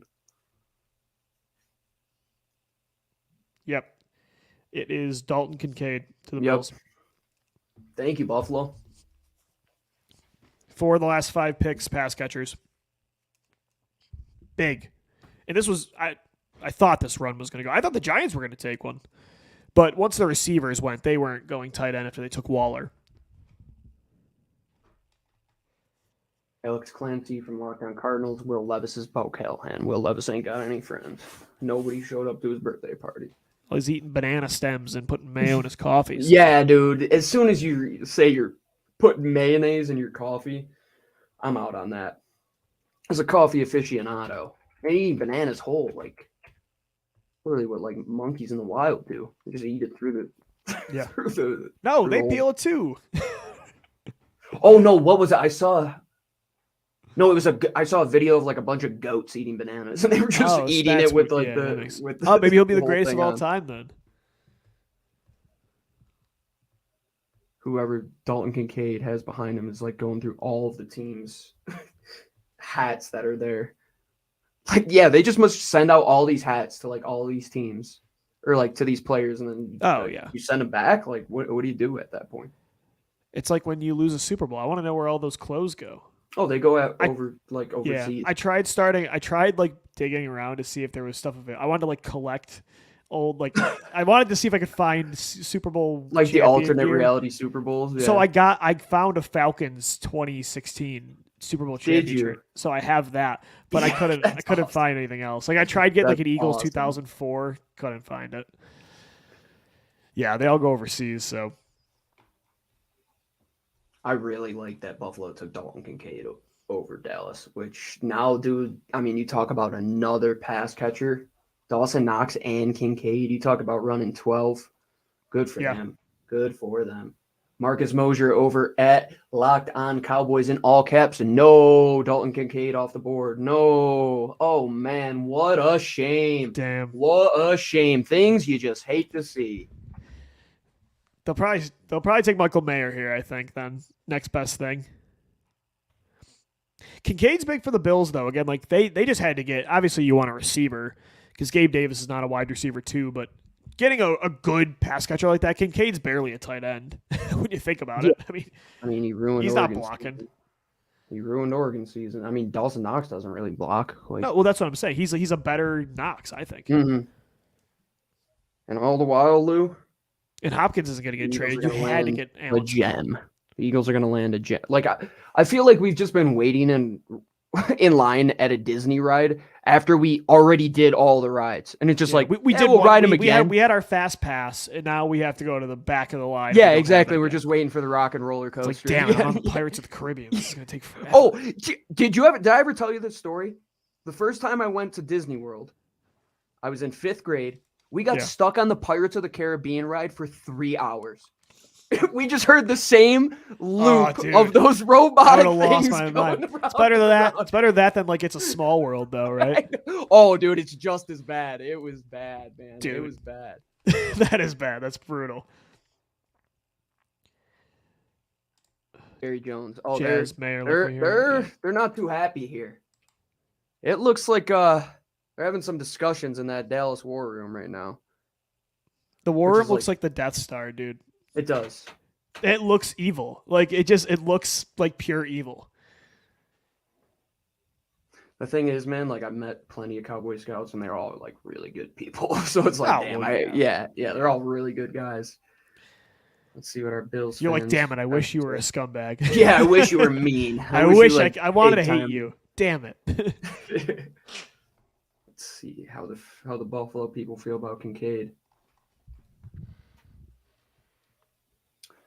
Yeah, you might be going to WGR tomorrow covering that. Yeah. I can't wait to see what Dallas does. And I almost spoiled it by They refreshing keep showing Twitter, Mayer but- on ESPN. I think they're expecting it to be a tight end.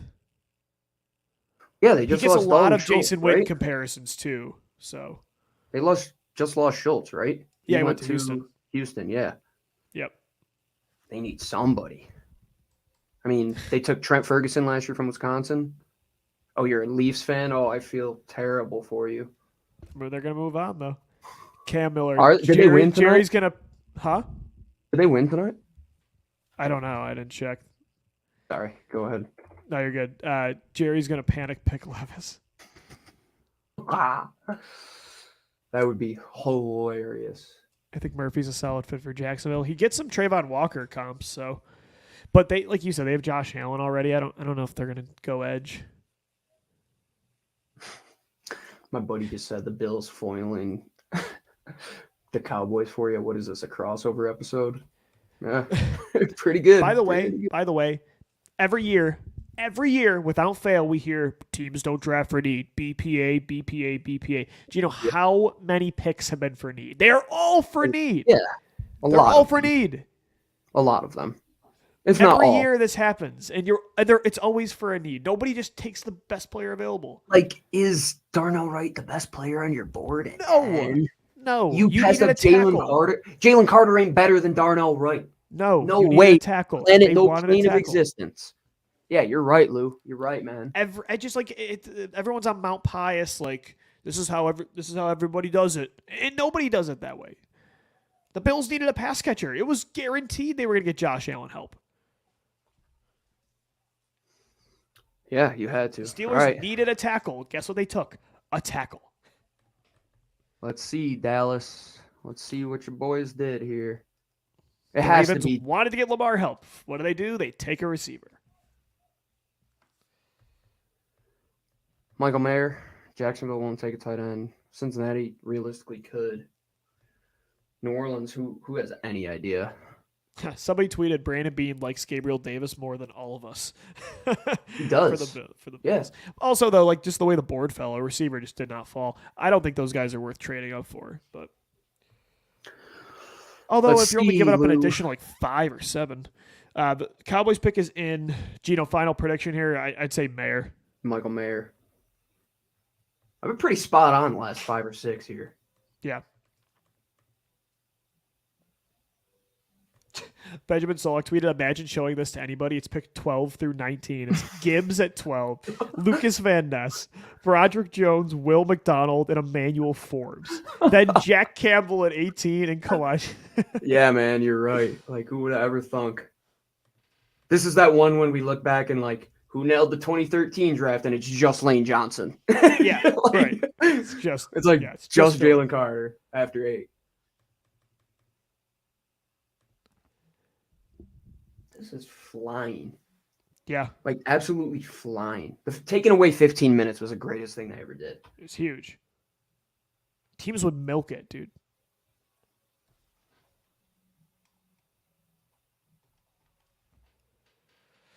All right, let's see what the Cowboys pick is. Oh, Goodell is not going to the podium yet.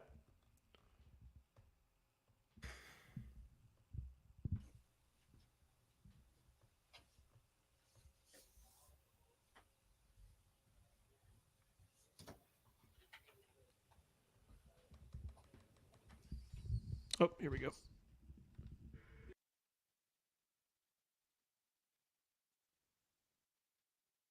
Wow. Just when Dallas thought they were not going to be at Dallas, This Dallas. is coming up birds, man. This is all coming up birds. Mozzie Smith, who was never a fit for the Eagles with Jordan Davis, right? I mean, you're not taking another no. Jalen Carter's light years better than Maisie Smith. Like, if we're just comparing apples to apples. He's more of like a nose traditionally, right? I mean, kind of like, I don't know. Just like his style. He doesn't look like a. I don't know. I'm watching some highlights right now. He isn't like a Jordan Davis, but like, I don't know. He's one of those ones. He's definitely like, smaller, but is he going to play 3 tech? Is he? Well, that's what I'm saying. Is he a 1? 3 tech? I don't think he's a 3.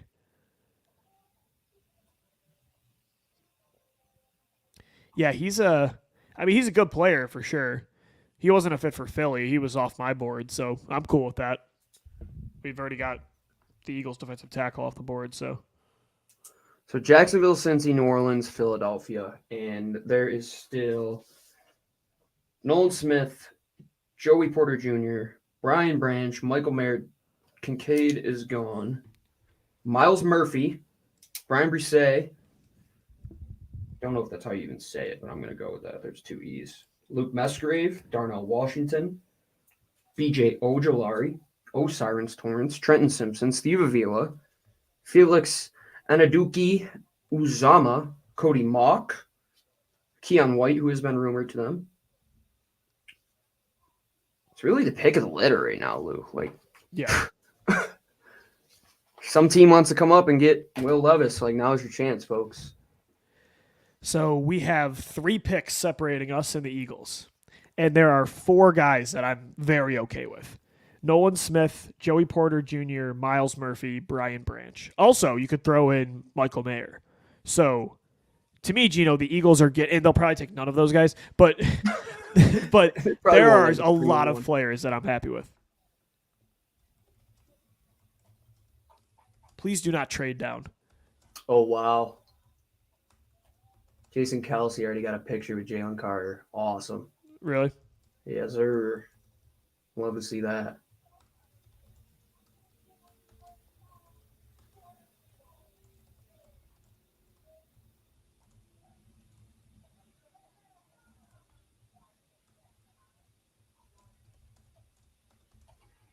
Pick is in for the Jaguars. So within the next The Eagles are 15 minutes, guaranteed, I think, to get a Eagles. really damn good player here.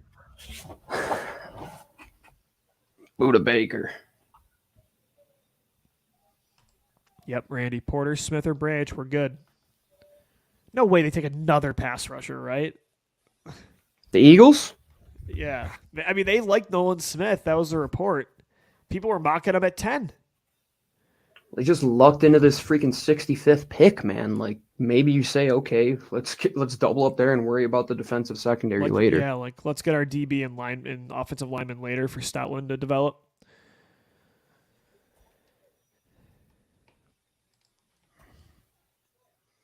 Yeah, that could be what it is, Gino, is let's get our safety or corner in round 2. Let's get our developmental lineman in round 3 for Stout. And let's just load up. Let's get Nolan Smith. Let's get Miles Murphy. Let's just make it impossible to stop us up front. Oh, yeah. Osiris Torrance is still there, too. Yeah. I think that's a very logical pick. Torrance and Mock are 2 guys to not bypass for sure. Yeah, Torrance and Mock. And Azila, right? The TCU kid? Avila. So there's 3. There's Chandler Zavila. Yes. Steve Avila and Chandler Zavila. That's who I was thinking of. So there's 3 good interior linemen available too. I'm feeling good, man. This is going to be, I think, an A+ day from the Birds. They draft Joe Tittman to play center when Kelsey retires. Cam Jurgen moved to right guard. They Landon Dickerson. Times? Yeah, 3 times, 3 years in a row. Jeez. And then Kelsey just plays again the next year. Why were Chiefs fans booing the Eagles pick? I think Chiefs fans are like more upset about that game than we are. Oh, they were booing the Eagles pick? Yeah. Like loudly. Weird.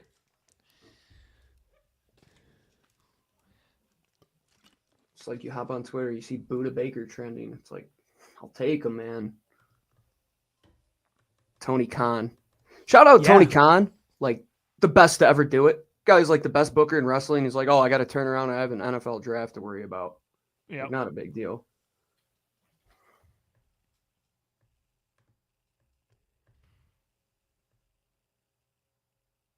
Jimmy Kemsky tweeted, Nolan Smith has to have some unknown injury, or rather the known ones he has are deemed problematic. I don't know, though. This draft is just weird, man. I mean, like, look at the guys that are going. The boards are just not what we thought.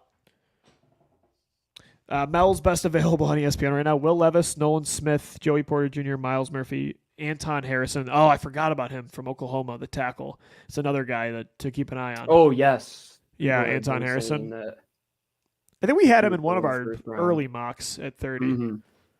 That could be a pick here for Jacksonville with the Cam Robinson news, right? Sure. Like one of those tackles. That makes a boatload of sense. Yeah. And to move down and like you end up getting the guy that you wanted all along, like I think that's awesome. Cam writes in, who do you choose, Branch or Porter Jr.? Ooh, good question. I mean, we're only a couple picks away from that being a realistic option here, Lou. I don't know. Brian Branch.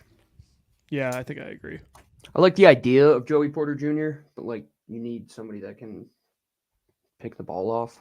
He had 1 interception in his career. Boom, Gino, you nailed it. Anton Harrison of the Jaguars. Yep. Yeah, offensive Big line. for the Eagles again, man. Yeah, as soon as you said Harrison, I'm like, oh, we forgot about that guy. Yeah. Let's go. I think since he goes corner, I think great. they take one of the guys. I think since he goes corner, New Orleans goes pass rusher. Maybe they go pass rusher. Lose Marcus Davenport. Peyton Turner's not working out. Cam is older. Like, I'm crossing my fingers the Eagles don't trade out of this pick. That's a good question, though. Branch or Porter? I want a safety, I think, more than a corner, but I think I like Porter better than Branch. I don't know. That's just me. Anton Harrison. Who was number 50? I want a safety, though, Gino. I don't want Blankenship. I like Blankenship, but I don't think he's a full-time starter this year. Would you rather have Brian Branch? Sorry, there might have been a connection issue. I said I like Porter, I think, better than Branch, but I think I want a safety more than a corner. Like, okay. I don't want Blankenship. I missed who you said at first. No, you're good. Yeah. I don't want Blankenship as the full-time guy. No, absolutely. Would you rather have Branch or trade thin. for Baker? Come on. Yeah, trade for Baker. Give me Buda Baker. Yeah. Give me Buda Baker. Give me the sure thing. I'm shocked there's no player trades today. Like, very shocked. I think teams are they're thinking Hopkins is going to get cut. Same with Dalvin. Let's see what Schefter's saying here.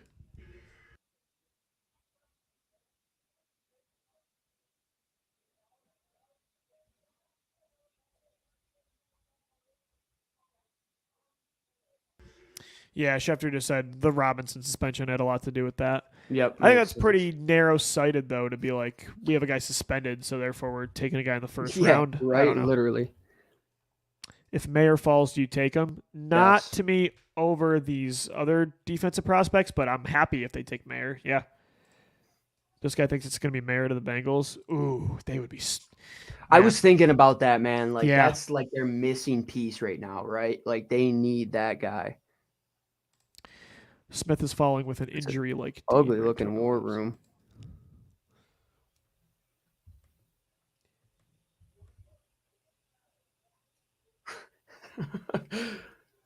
My friend who's a Chiefs fan said, if y'all get Nolan Smith too, I'm deleting you from Snapchat. That makes sense for Kansas City, in all honesty. Like, just beef up the defensive line. So McClain tweeted this out earlier about the Carter trade. Some context. Howie Roseman had an understanding of the trades made at number 3 and 6 before the draft. So he wasn't frantically calling teams to move up for Carter. So basically he knew he was going outside the top 6. That makes sense. More to monitor how the next picks would unfold before he could enact a swap. He had pre-planned with the Bears. So he had it exactly what they did with Dallas. So yeah, he said, I don't know what Vegas and Atlanta are going to do. And we're going to watch that. They take Tyree Wilson and who'd the Bengals take?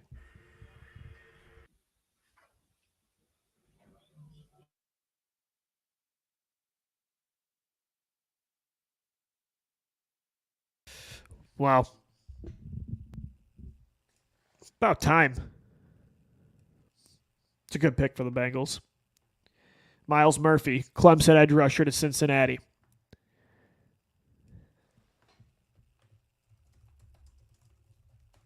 You're on mute. I like Miles Murphy, but it just seems redundant. I mean, Trey Hendrickson. Like, that's the same guy.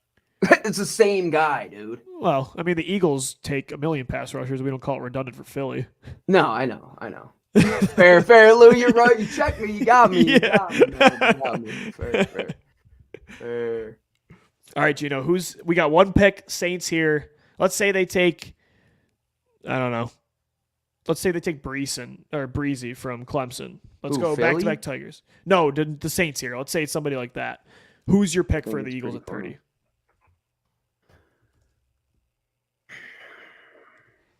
I want Brian Branch. thing, man. Yeah. Let's do it. I know you don't want to say it because I you don't wanna want say to 'cause jinx it. It's not gonna fucking happen. Or, excuse me. It's not gonna happen. No, you're good. You're good. That one slipped. But yeah, it's not gonna happen. But yeah, man, that's the slate of the NFL at this point. Like we're just lucking into more and more guys. Give me Mayer. Give me too. Mayer. Yeah.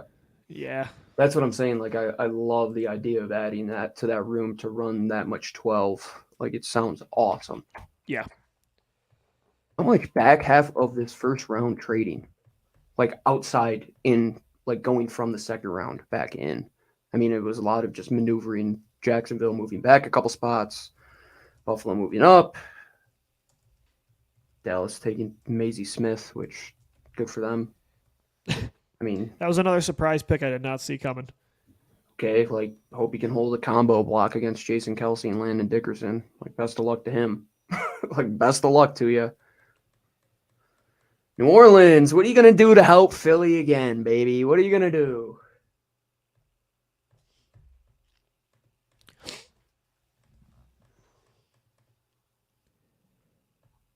The Saints not trading up is the surprise of the night. Yeah. Fact. I'm trying to take a look here. Twitter is not loading. Told you, man, the apps. It's brutal. Please don't trade down. I really don't want them to trade down now. Now that we have the 66th pick instead of 94, all the picks you're getting next year, to me, just sit here and take one. Yeah. I mean, Branch is a versatile player. He can play in the slot. He rushed the passer a lot at Bama. He has the athleticism to play deep, even though he barely did it with the Crimson Tide. CGJ did neither until Philly, but the traits translated. Huge IQ at a weak position for the Eagles they value. To me, it's got to be Brian Branch. I want Brian Branch. let's do the damn thing, bro. Preaching to the choir. Yeah. Friendly reminder, do not tip picks in the chat. I'm not going to look at it for about 10 minutes. Yeah. We'll be probably- back for the reactions. Who literally just went Miles Murphy? Okay, I gotta take him off my board. I mean, still plenty of top players available. Yeah. Like Nolan Smith, man, shocking. Like, dude, if they take Nolan Smith here, I'm literally gonna lose my mind. It would be exciting. I mean, just like make a strength stronger. Just like more. Again. After I literally complained It's about the Cincinnati it's the for taking- Kylo Ren gif, just more. Yeah, more again More. from Miracle. Miracle. Yep. Yeah. Yeah, literally was wearing a lacrosse shirt say "Legs feed the wolf" on the back. I think of that all the time. Again. Like that's Howie Roseman in war. Oh, you want to draft another pass rusher, Howie? Again. Oh, I love today that the clip of the Milton Williams pick was circulating when Tom Donahoe just like was super mad Oh my god. when Aleem. He was Who was Donahoe was very wrong about that. He wanted the corner from Florida Oh, Robinson. Yeah. No, think was it it? Or it was McNeil. I think it was the other McNeil, defensive yes. tackle. That went to who's Detroit, not right? better than Milton Yeah, Williams. no. Milton Williams is sick, man. And like now now is Milton Williams your third guy off the bench? Right. Like, realistically, Lou. Realistically, he's your third guy off the bench. Yep. One pick till the Eagles are up, man. All right, no Twitter. All right, yeah. I think my final decision Owens is then. Branch. Then if not, give me Porter Jr. or give me Nolan Smith. But don't be shocked if it is Osiris Torrance, Matthew Bergeron, Steve Yes. Avila, any offensive lineman as well. I mean, Or Cody Mock or Cody Mock, yeah. I'm bullish on Mock. I don't know. I just feel like he's a Stoutland guy. I don't know. What, you mean a guy with like no two front teeth? It's Yeah, he's just like bear. yeah. That plays every position. Yeah. Like very Quinn Miners-esque. Yeah. All right, let's see. New Orleans. I'd like to No showcase Tippin this pick. again. Friendly reminder. What's the Saints pick here? Knowing them, like they'll draft Marcus Davenport again. Who would that Peyton be? Turner This would be again. at a Bauer. Yeah, another surprise. Like, Oh, another guy to keep an eye out there you for. go. We heard Tony Pauline said the Eagles really Double like A. him, and he's checked in. I'm gonna call him Double A, like the battery man. Just keeps going. That guy. He's a freak. Yeah. And if not, Lou, like tomorrow is prime poaching territory. Like, let's start finding those guys we might want to move up for, man. Like that's what we should be looking for. When is their second round? 62. 62. Yeah, that Maybe 10th package threw two me of those off. picks in and move up. If you don't get a safety here, try to go for Antonio Johnson. All right, Goodell is the podium. We'll see what the Saints are doing. All right.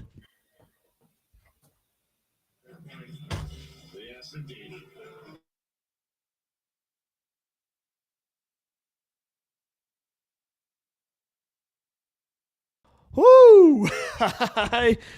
Oh man, I got nervous for a second.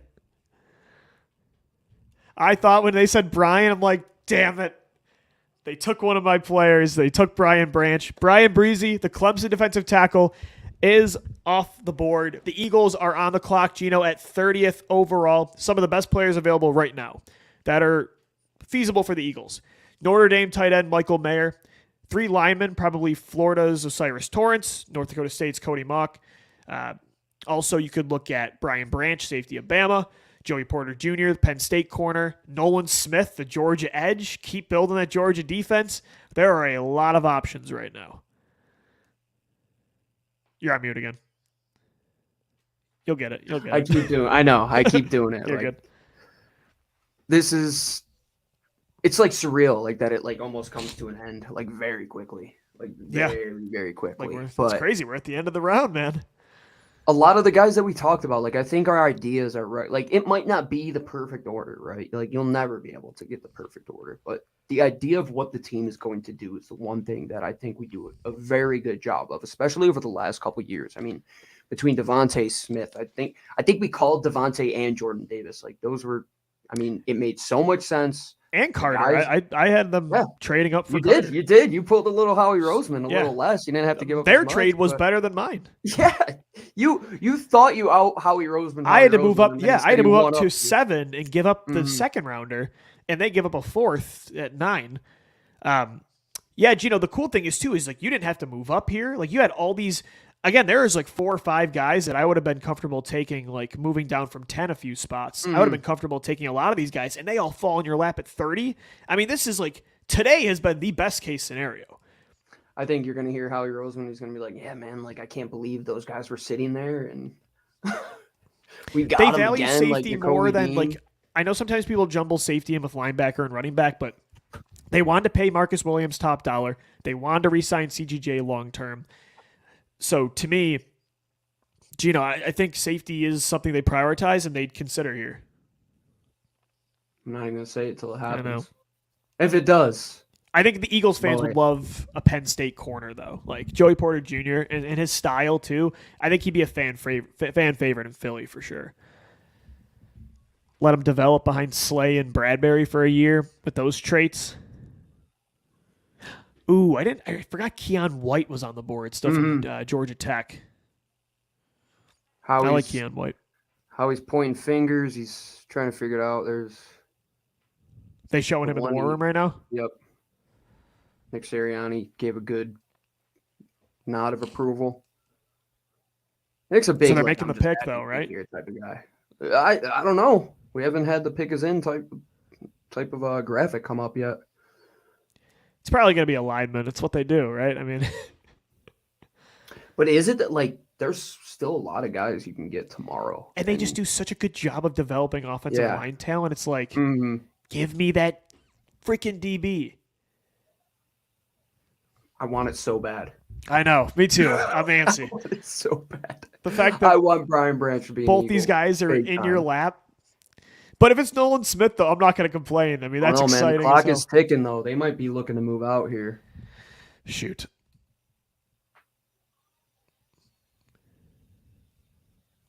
I don't want to move Nobody out. wants Will Levis. Nobody wants to give us a first to go get Will Levis for second next year. Maybe. Washington? Minnesota? Imagine that. They're showing Howie Levis Roseman- right now. He's not on the phone, so. Oh, all right, good. You scared the hell out of me. I'm like, oh my No, god, no. is he on the phone right now talking to? Although I'll never believe that again because Justin Jefferson was on the phone when Philly was on the clock. He was yeah, on the you phone might in have changed Minnesota. that one, man. You might have.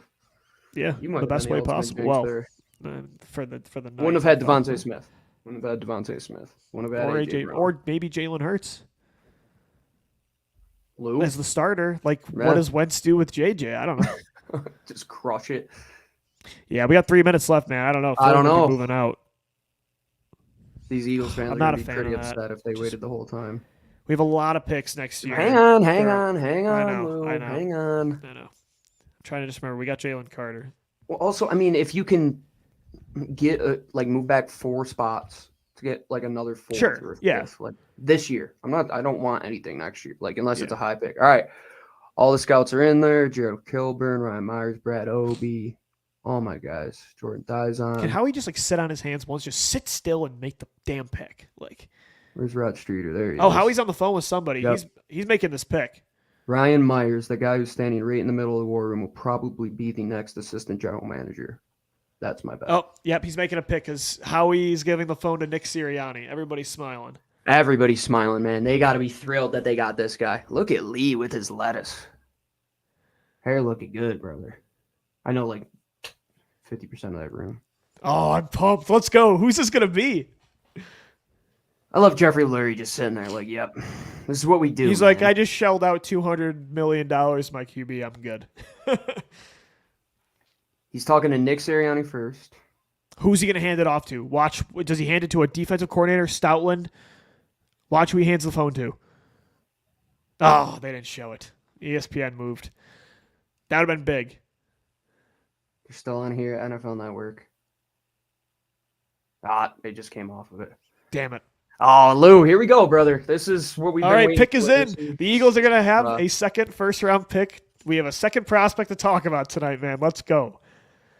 Yeah, literally right after this, we will be doing our recap show. Yes, sir. man. Recap pod will be coming up right after this pick. Gino, you want to do the now, and I'll hop on with the lockdown guys. Yeah, just throw it into the vertical. Is that Yeah. what we're doing? Yep. Oh, who is this pick? Watch it be Michael Mayer. They're showing Lurie on the phone now, so we missed if he gave it to Who a we hand it coach. off to? Yeah. I was gonna say like if Stoutland took the phone, I'd be like, oh, Yeah. Offensive oh, line. it's Torrens.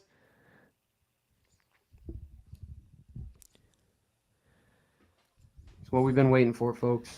Whoo! This Few one's like I'm seconds a little longer. more because I knew it was gonna be Carter. This one, Yeah, we were the waiting 3 unknown hours is to get to the like- ride. Now Yeah. we're on the rock and roller coaster, man. Yeah. Yeah, Space Mountain. Goes from 0 to 100 in like 2 seconds. All right, final prediction. I'm gonna say Mock. I'm gonna say Mock. Nolan Smith. Nolan Smith. The Georgia defense continues. Mm, Damn, talk about an electric pass rushing night. Holy cow! come You get both Georgia on, staples Philly. from last year. Come on, Eagles.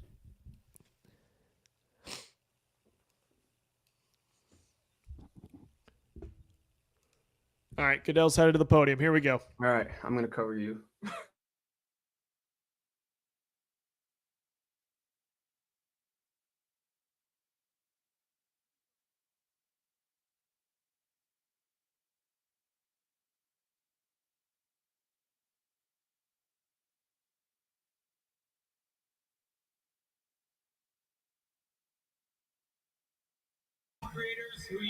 We have to wait for the dude perfect, guys.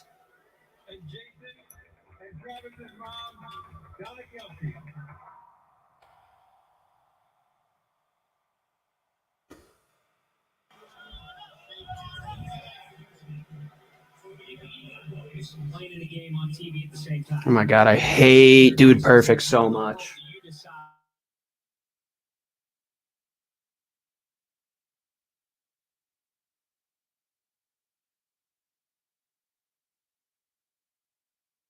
They're doing some Kelsey bit right now. At least for me. They're doing some like Kelsey bit for me right now. Yeah, it's Dude Perfect. Dude Perfect stinks. I hate them. They've never They're the been worst. good. They're the worst. They're clowns. They're con artists. They're the corniest dudes on earth. Look at them. They all look like They're they should have fake, just by the been way, on man. Wall They Street. all right. Yeah. Here we go. Here's the pick. Who cares? Who cares?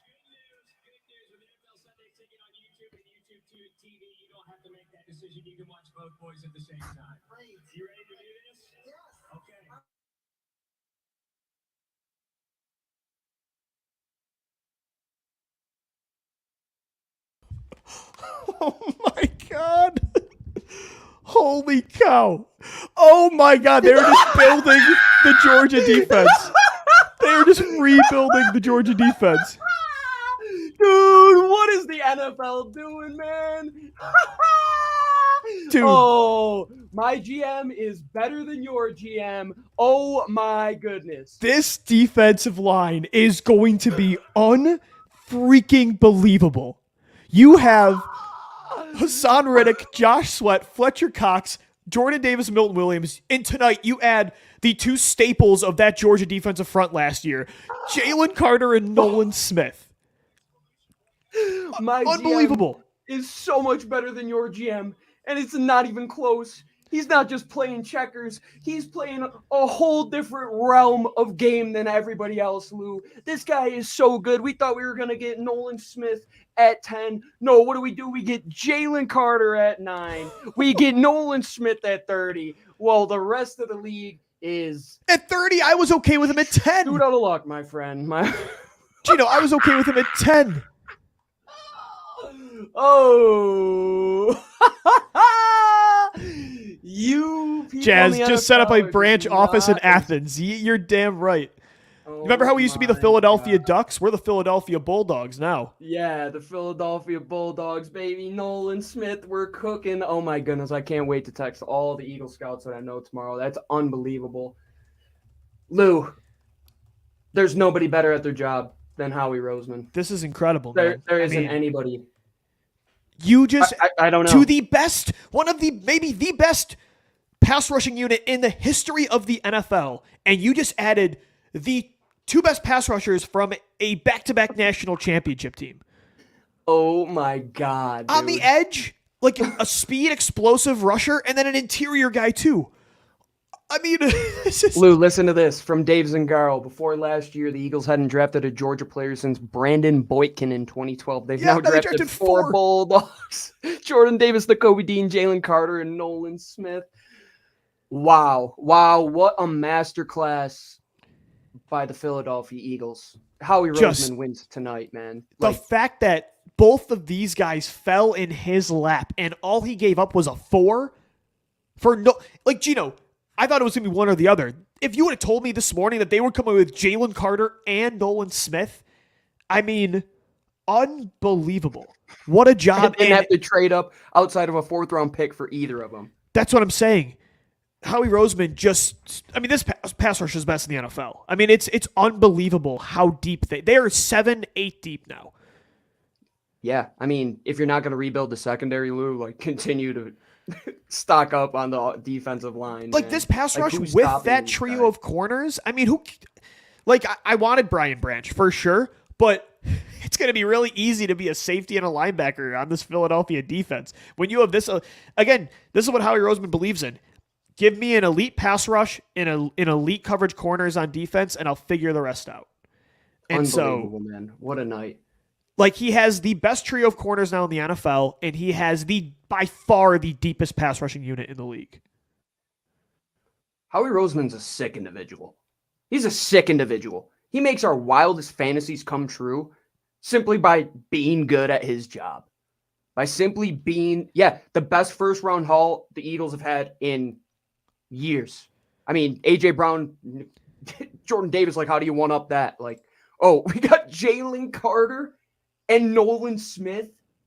Come on. Wow. On, Lou. Just Come on. dream scenario tonight. I mean, absolute dream scenario.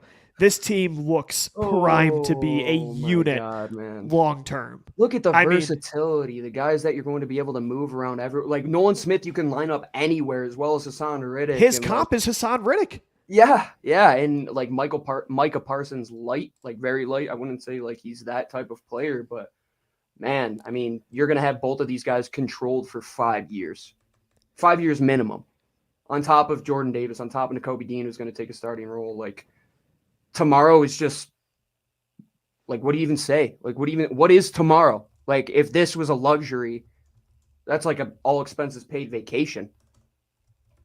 I think tonight was worth the 4 hours that everybody who's still here and everybody who listened this whole time wanted to see happen, man. Like, this is what we deserve. This is the Eagles through and through. They're just very good at what they do. Everybody in that front office, hats off to all of them, man. I just love it. It's such an easy, like, how he used to make it so hard with, like, he was always just trying to outsmart everybody. I just like the logic of this defense was like the greatest in the history of college football. I'm just going to take everybody from that team. Like, dude, that's what he's doing. Jordan Davis, Nolan Smith, Jalen Carter, and Nakobe Dean are all on this defense now. I mean, this is absolutely amazing. It's absolutely amazing. Nakobe Dean, man, that's surreal. Got another brother with me. Let's go. Shout out, Cam. Thanks so much for tuning in today. The Philadelphia Eagles trade up from 10-9 to select Jalen Carter, and then Nolan Smith falls in their lap at 30. Second round. Gino, we're going to do our recap podcast coming up real quick, though. Mm-hmm. What do you want from tomorrow? I want defensive back and offensive lineman. I think they go playmaker with one of the picks. I do think they do. Defensive back would be good. It depends how the board falls. Like, you don't want to force a pick there. You could still package some picks and move up and get one of those guys, because at this point, like, everything after today is house money, man. Like, we said, what is going to be a luxury for the Eagles, and quarterbacks run for your freaking life. Best of next luck, year, man. Bro. Like, best of luck, Dak Prescott. Best of luck, Daniel Jones, Sam Howell. Power to you, brother. Anybody in this conference, best of luck. Howie Roseman, you're better at your job than probably anybody on earth. Hats off, man. Like, a fourth rounder. Throw my hat on the ice. All you gave up was a fourth for Jalen Carter and Nolan Smith. I would have told you were nuts this morning, man. But I mean, we shouldn't doubt this anymore. Like, this isn't like, this is real. Like, that happened, right? Like, they got Jalen Carter and Nolan Smith. They got Jalen Carter and Nolan Smith. All right, Gino, we're going to record our podcast coming up next, guys. Make sure you subscribe to Locked On Eagles. We've got a new show about to drop on YouTube in about an hour. Going to have more content tomorrow for you. Going to go live when the Eagles are on the clock, 62, and then pick 66 in rounds 2 and 3 tomorrow. Thank you so much for tuning in these last 4 hours. This has been as memorable and as fun as these past 4 draft shows, Gino. I didn't think they could top last year, but this is as close as you could get. This is as close as you could get. Any final thoughts? I love the Philadelphia Eagles. I would never want to cover another team. I would never want to support another team. I bleed midnight green, and there's nothing more you can say about this front office, man. Like, they took a lot of shit over the last couple years. Like, call a spade, they did. But where they are now, they're the best. In any respective Big Four sport, there is not a front office doing a better job than the Philadelphia Eagles, in my opinion. And hopefully they run it back with a Super Bowl, bro. I mean, imagine a Jordan defense going from a national championship to a Lombardi trophy. All right, guys. Podcast coming up next. The Eagles take Jalen Carter and Nolan Smith. That's going to do it. Gino Camilleri, I'm Lou DiBiase signing off. As always, thank you for downloading, watching, and listening. And let's go, Birds. Fly, Eagles, fly.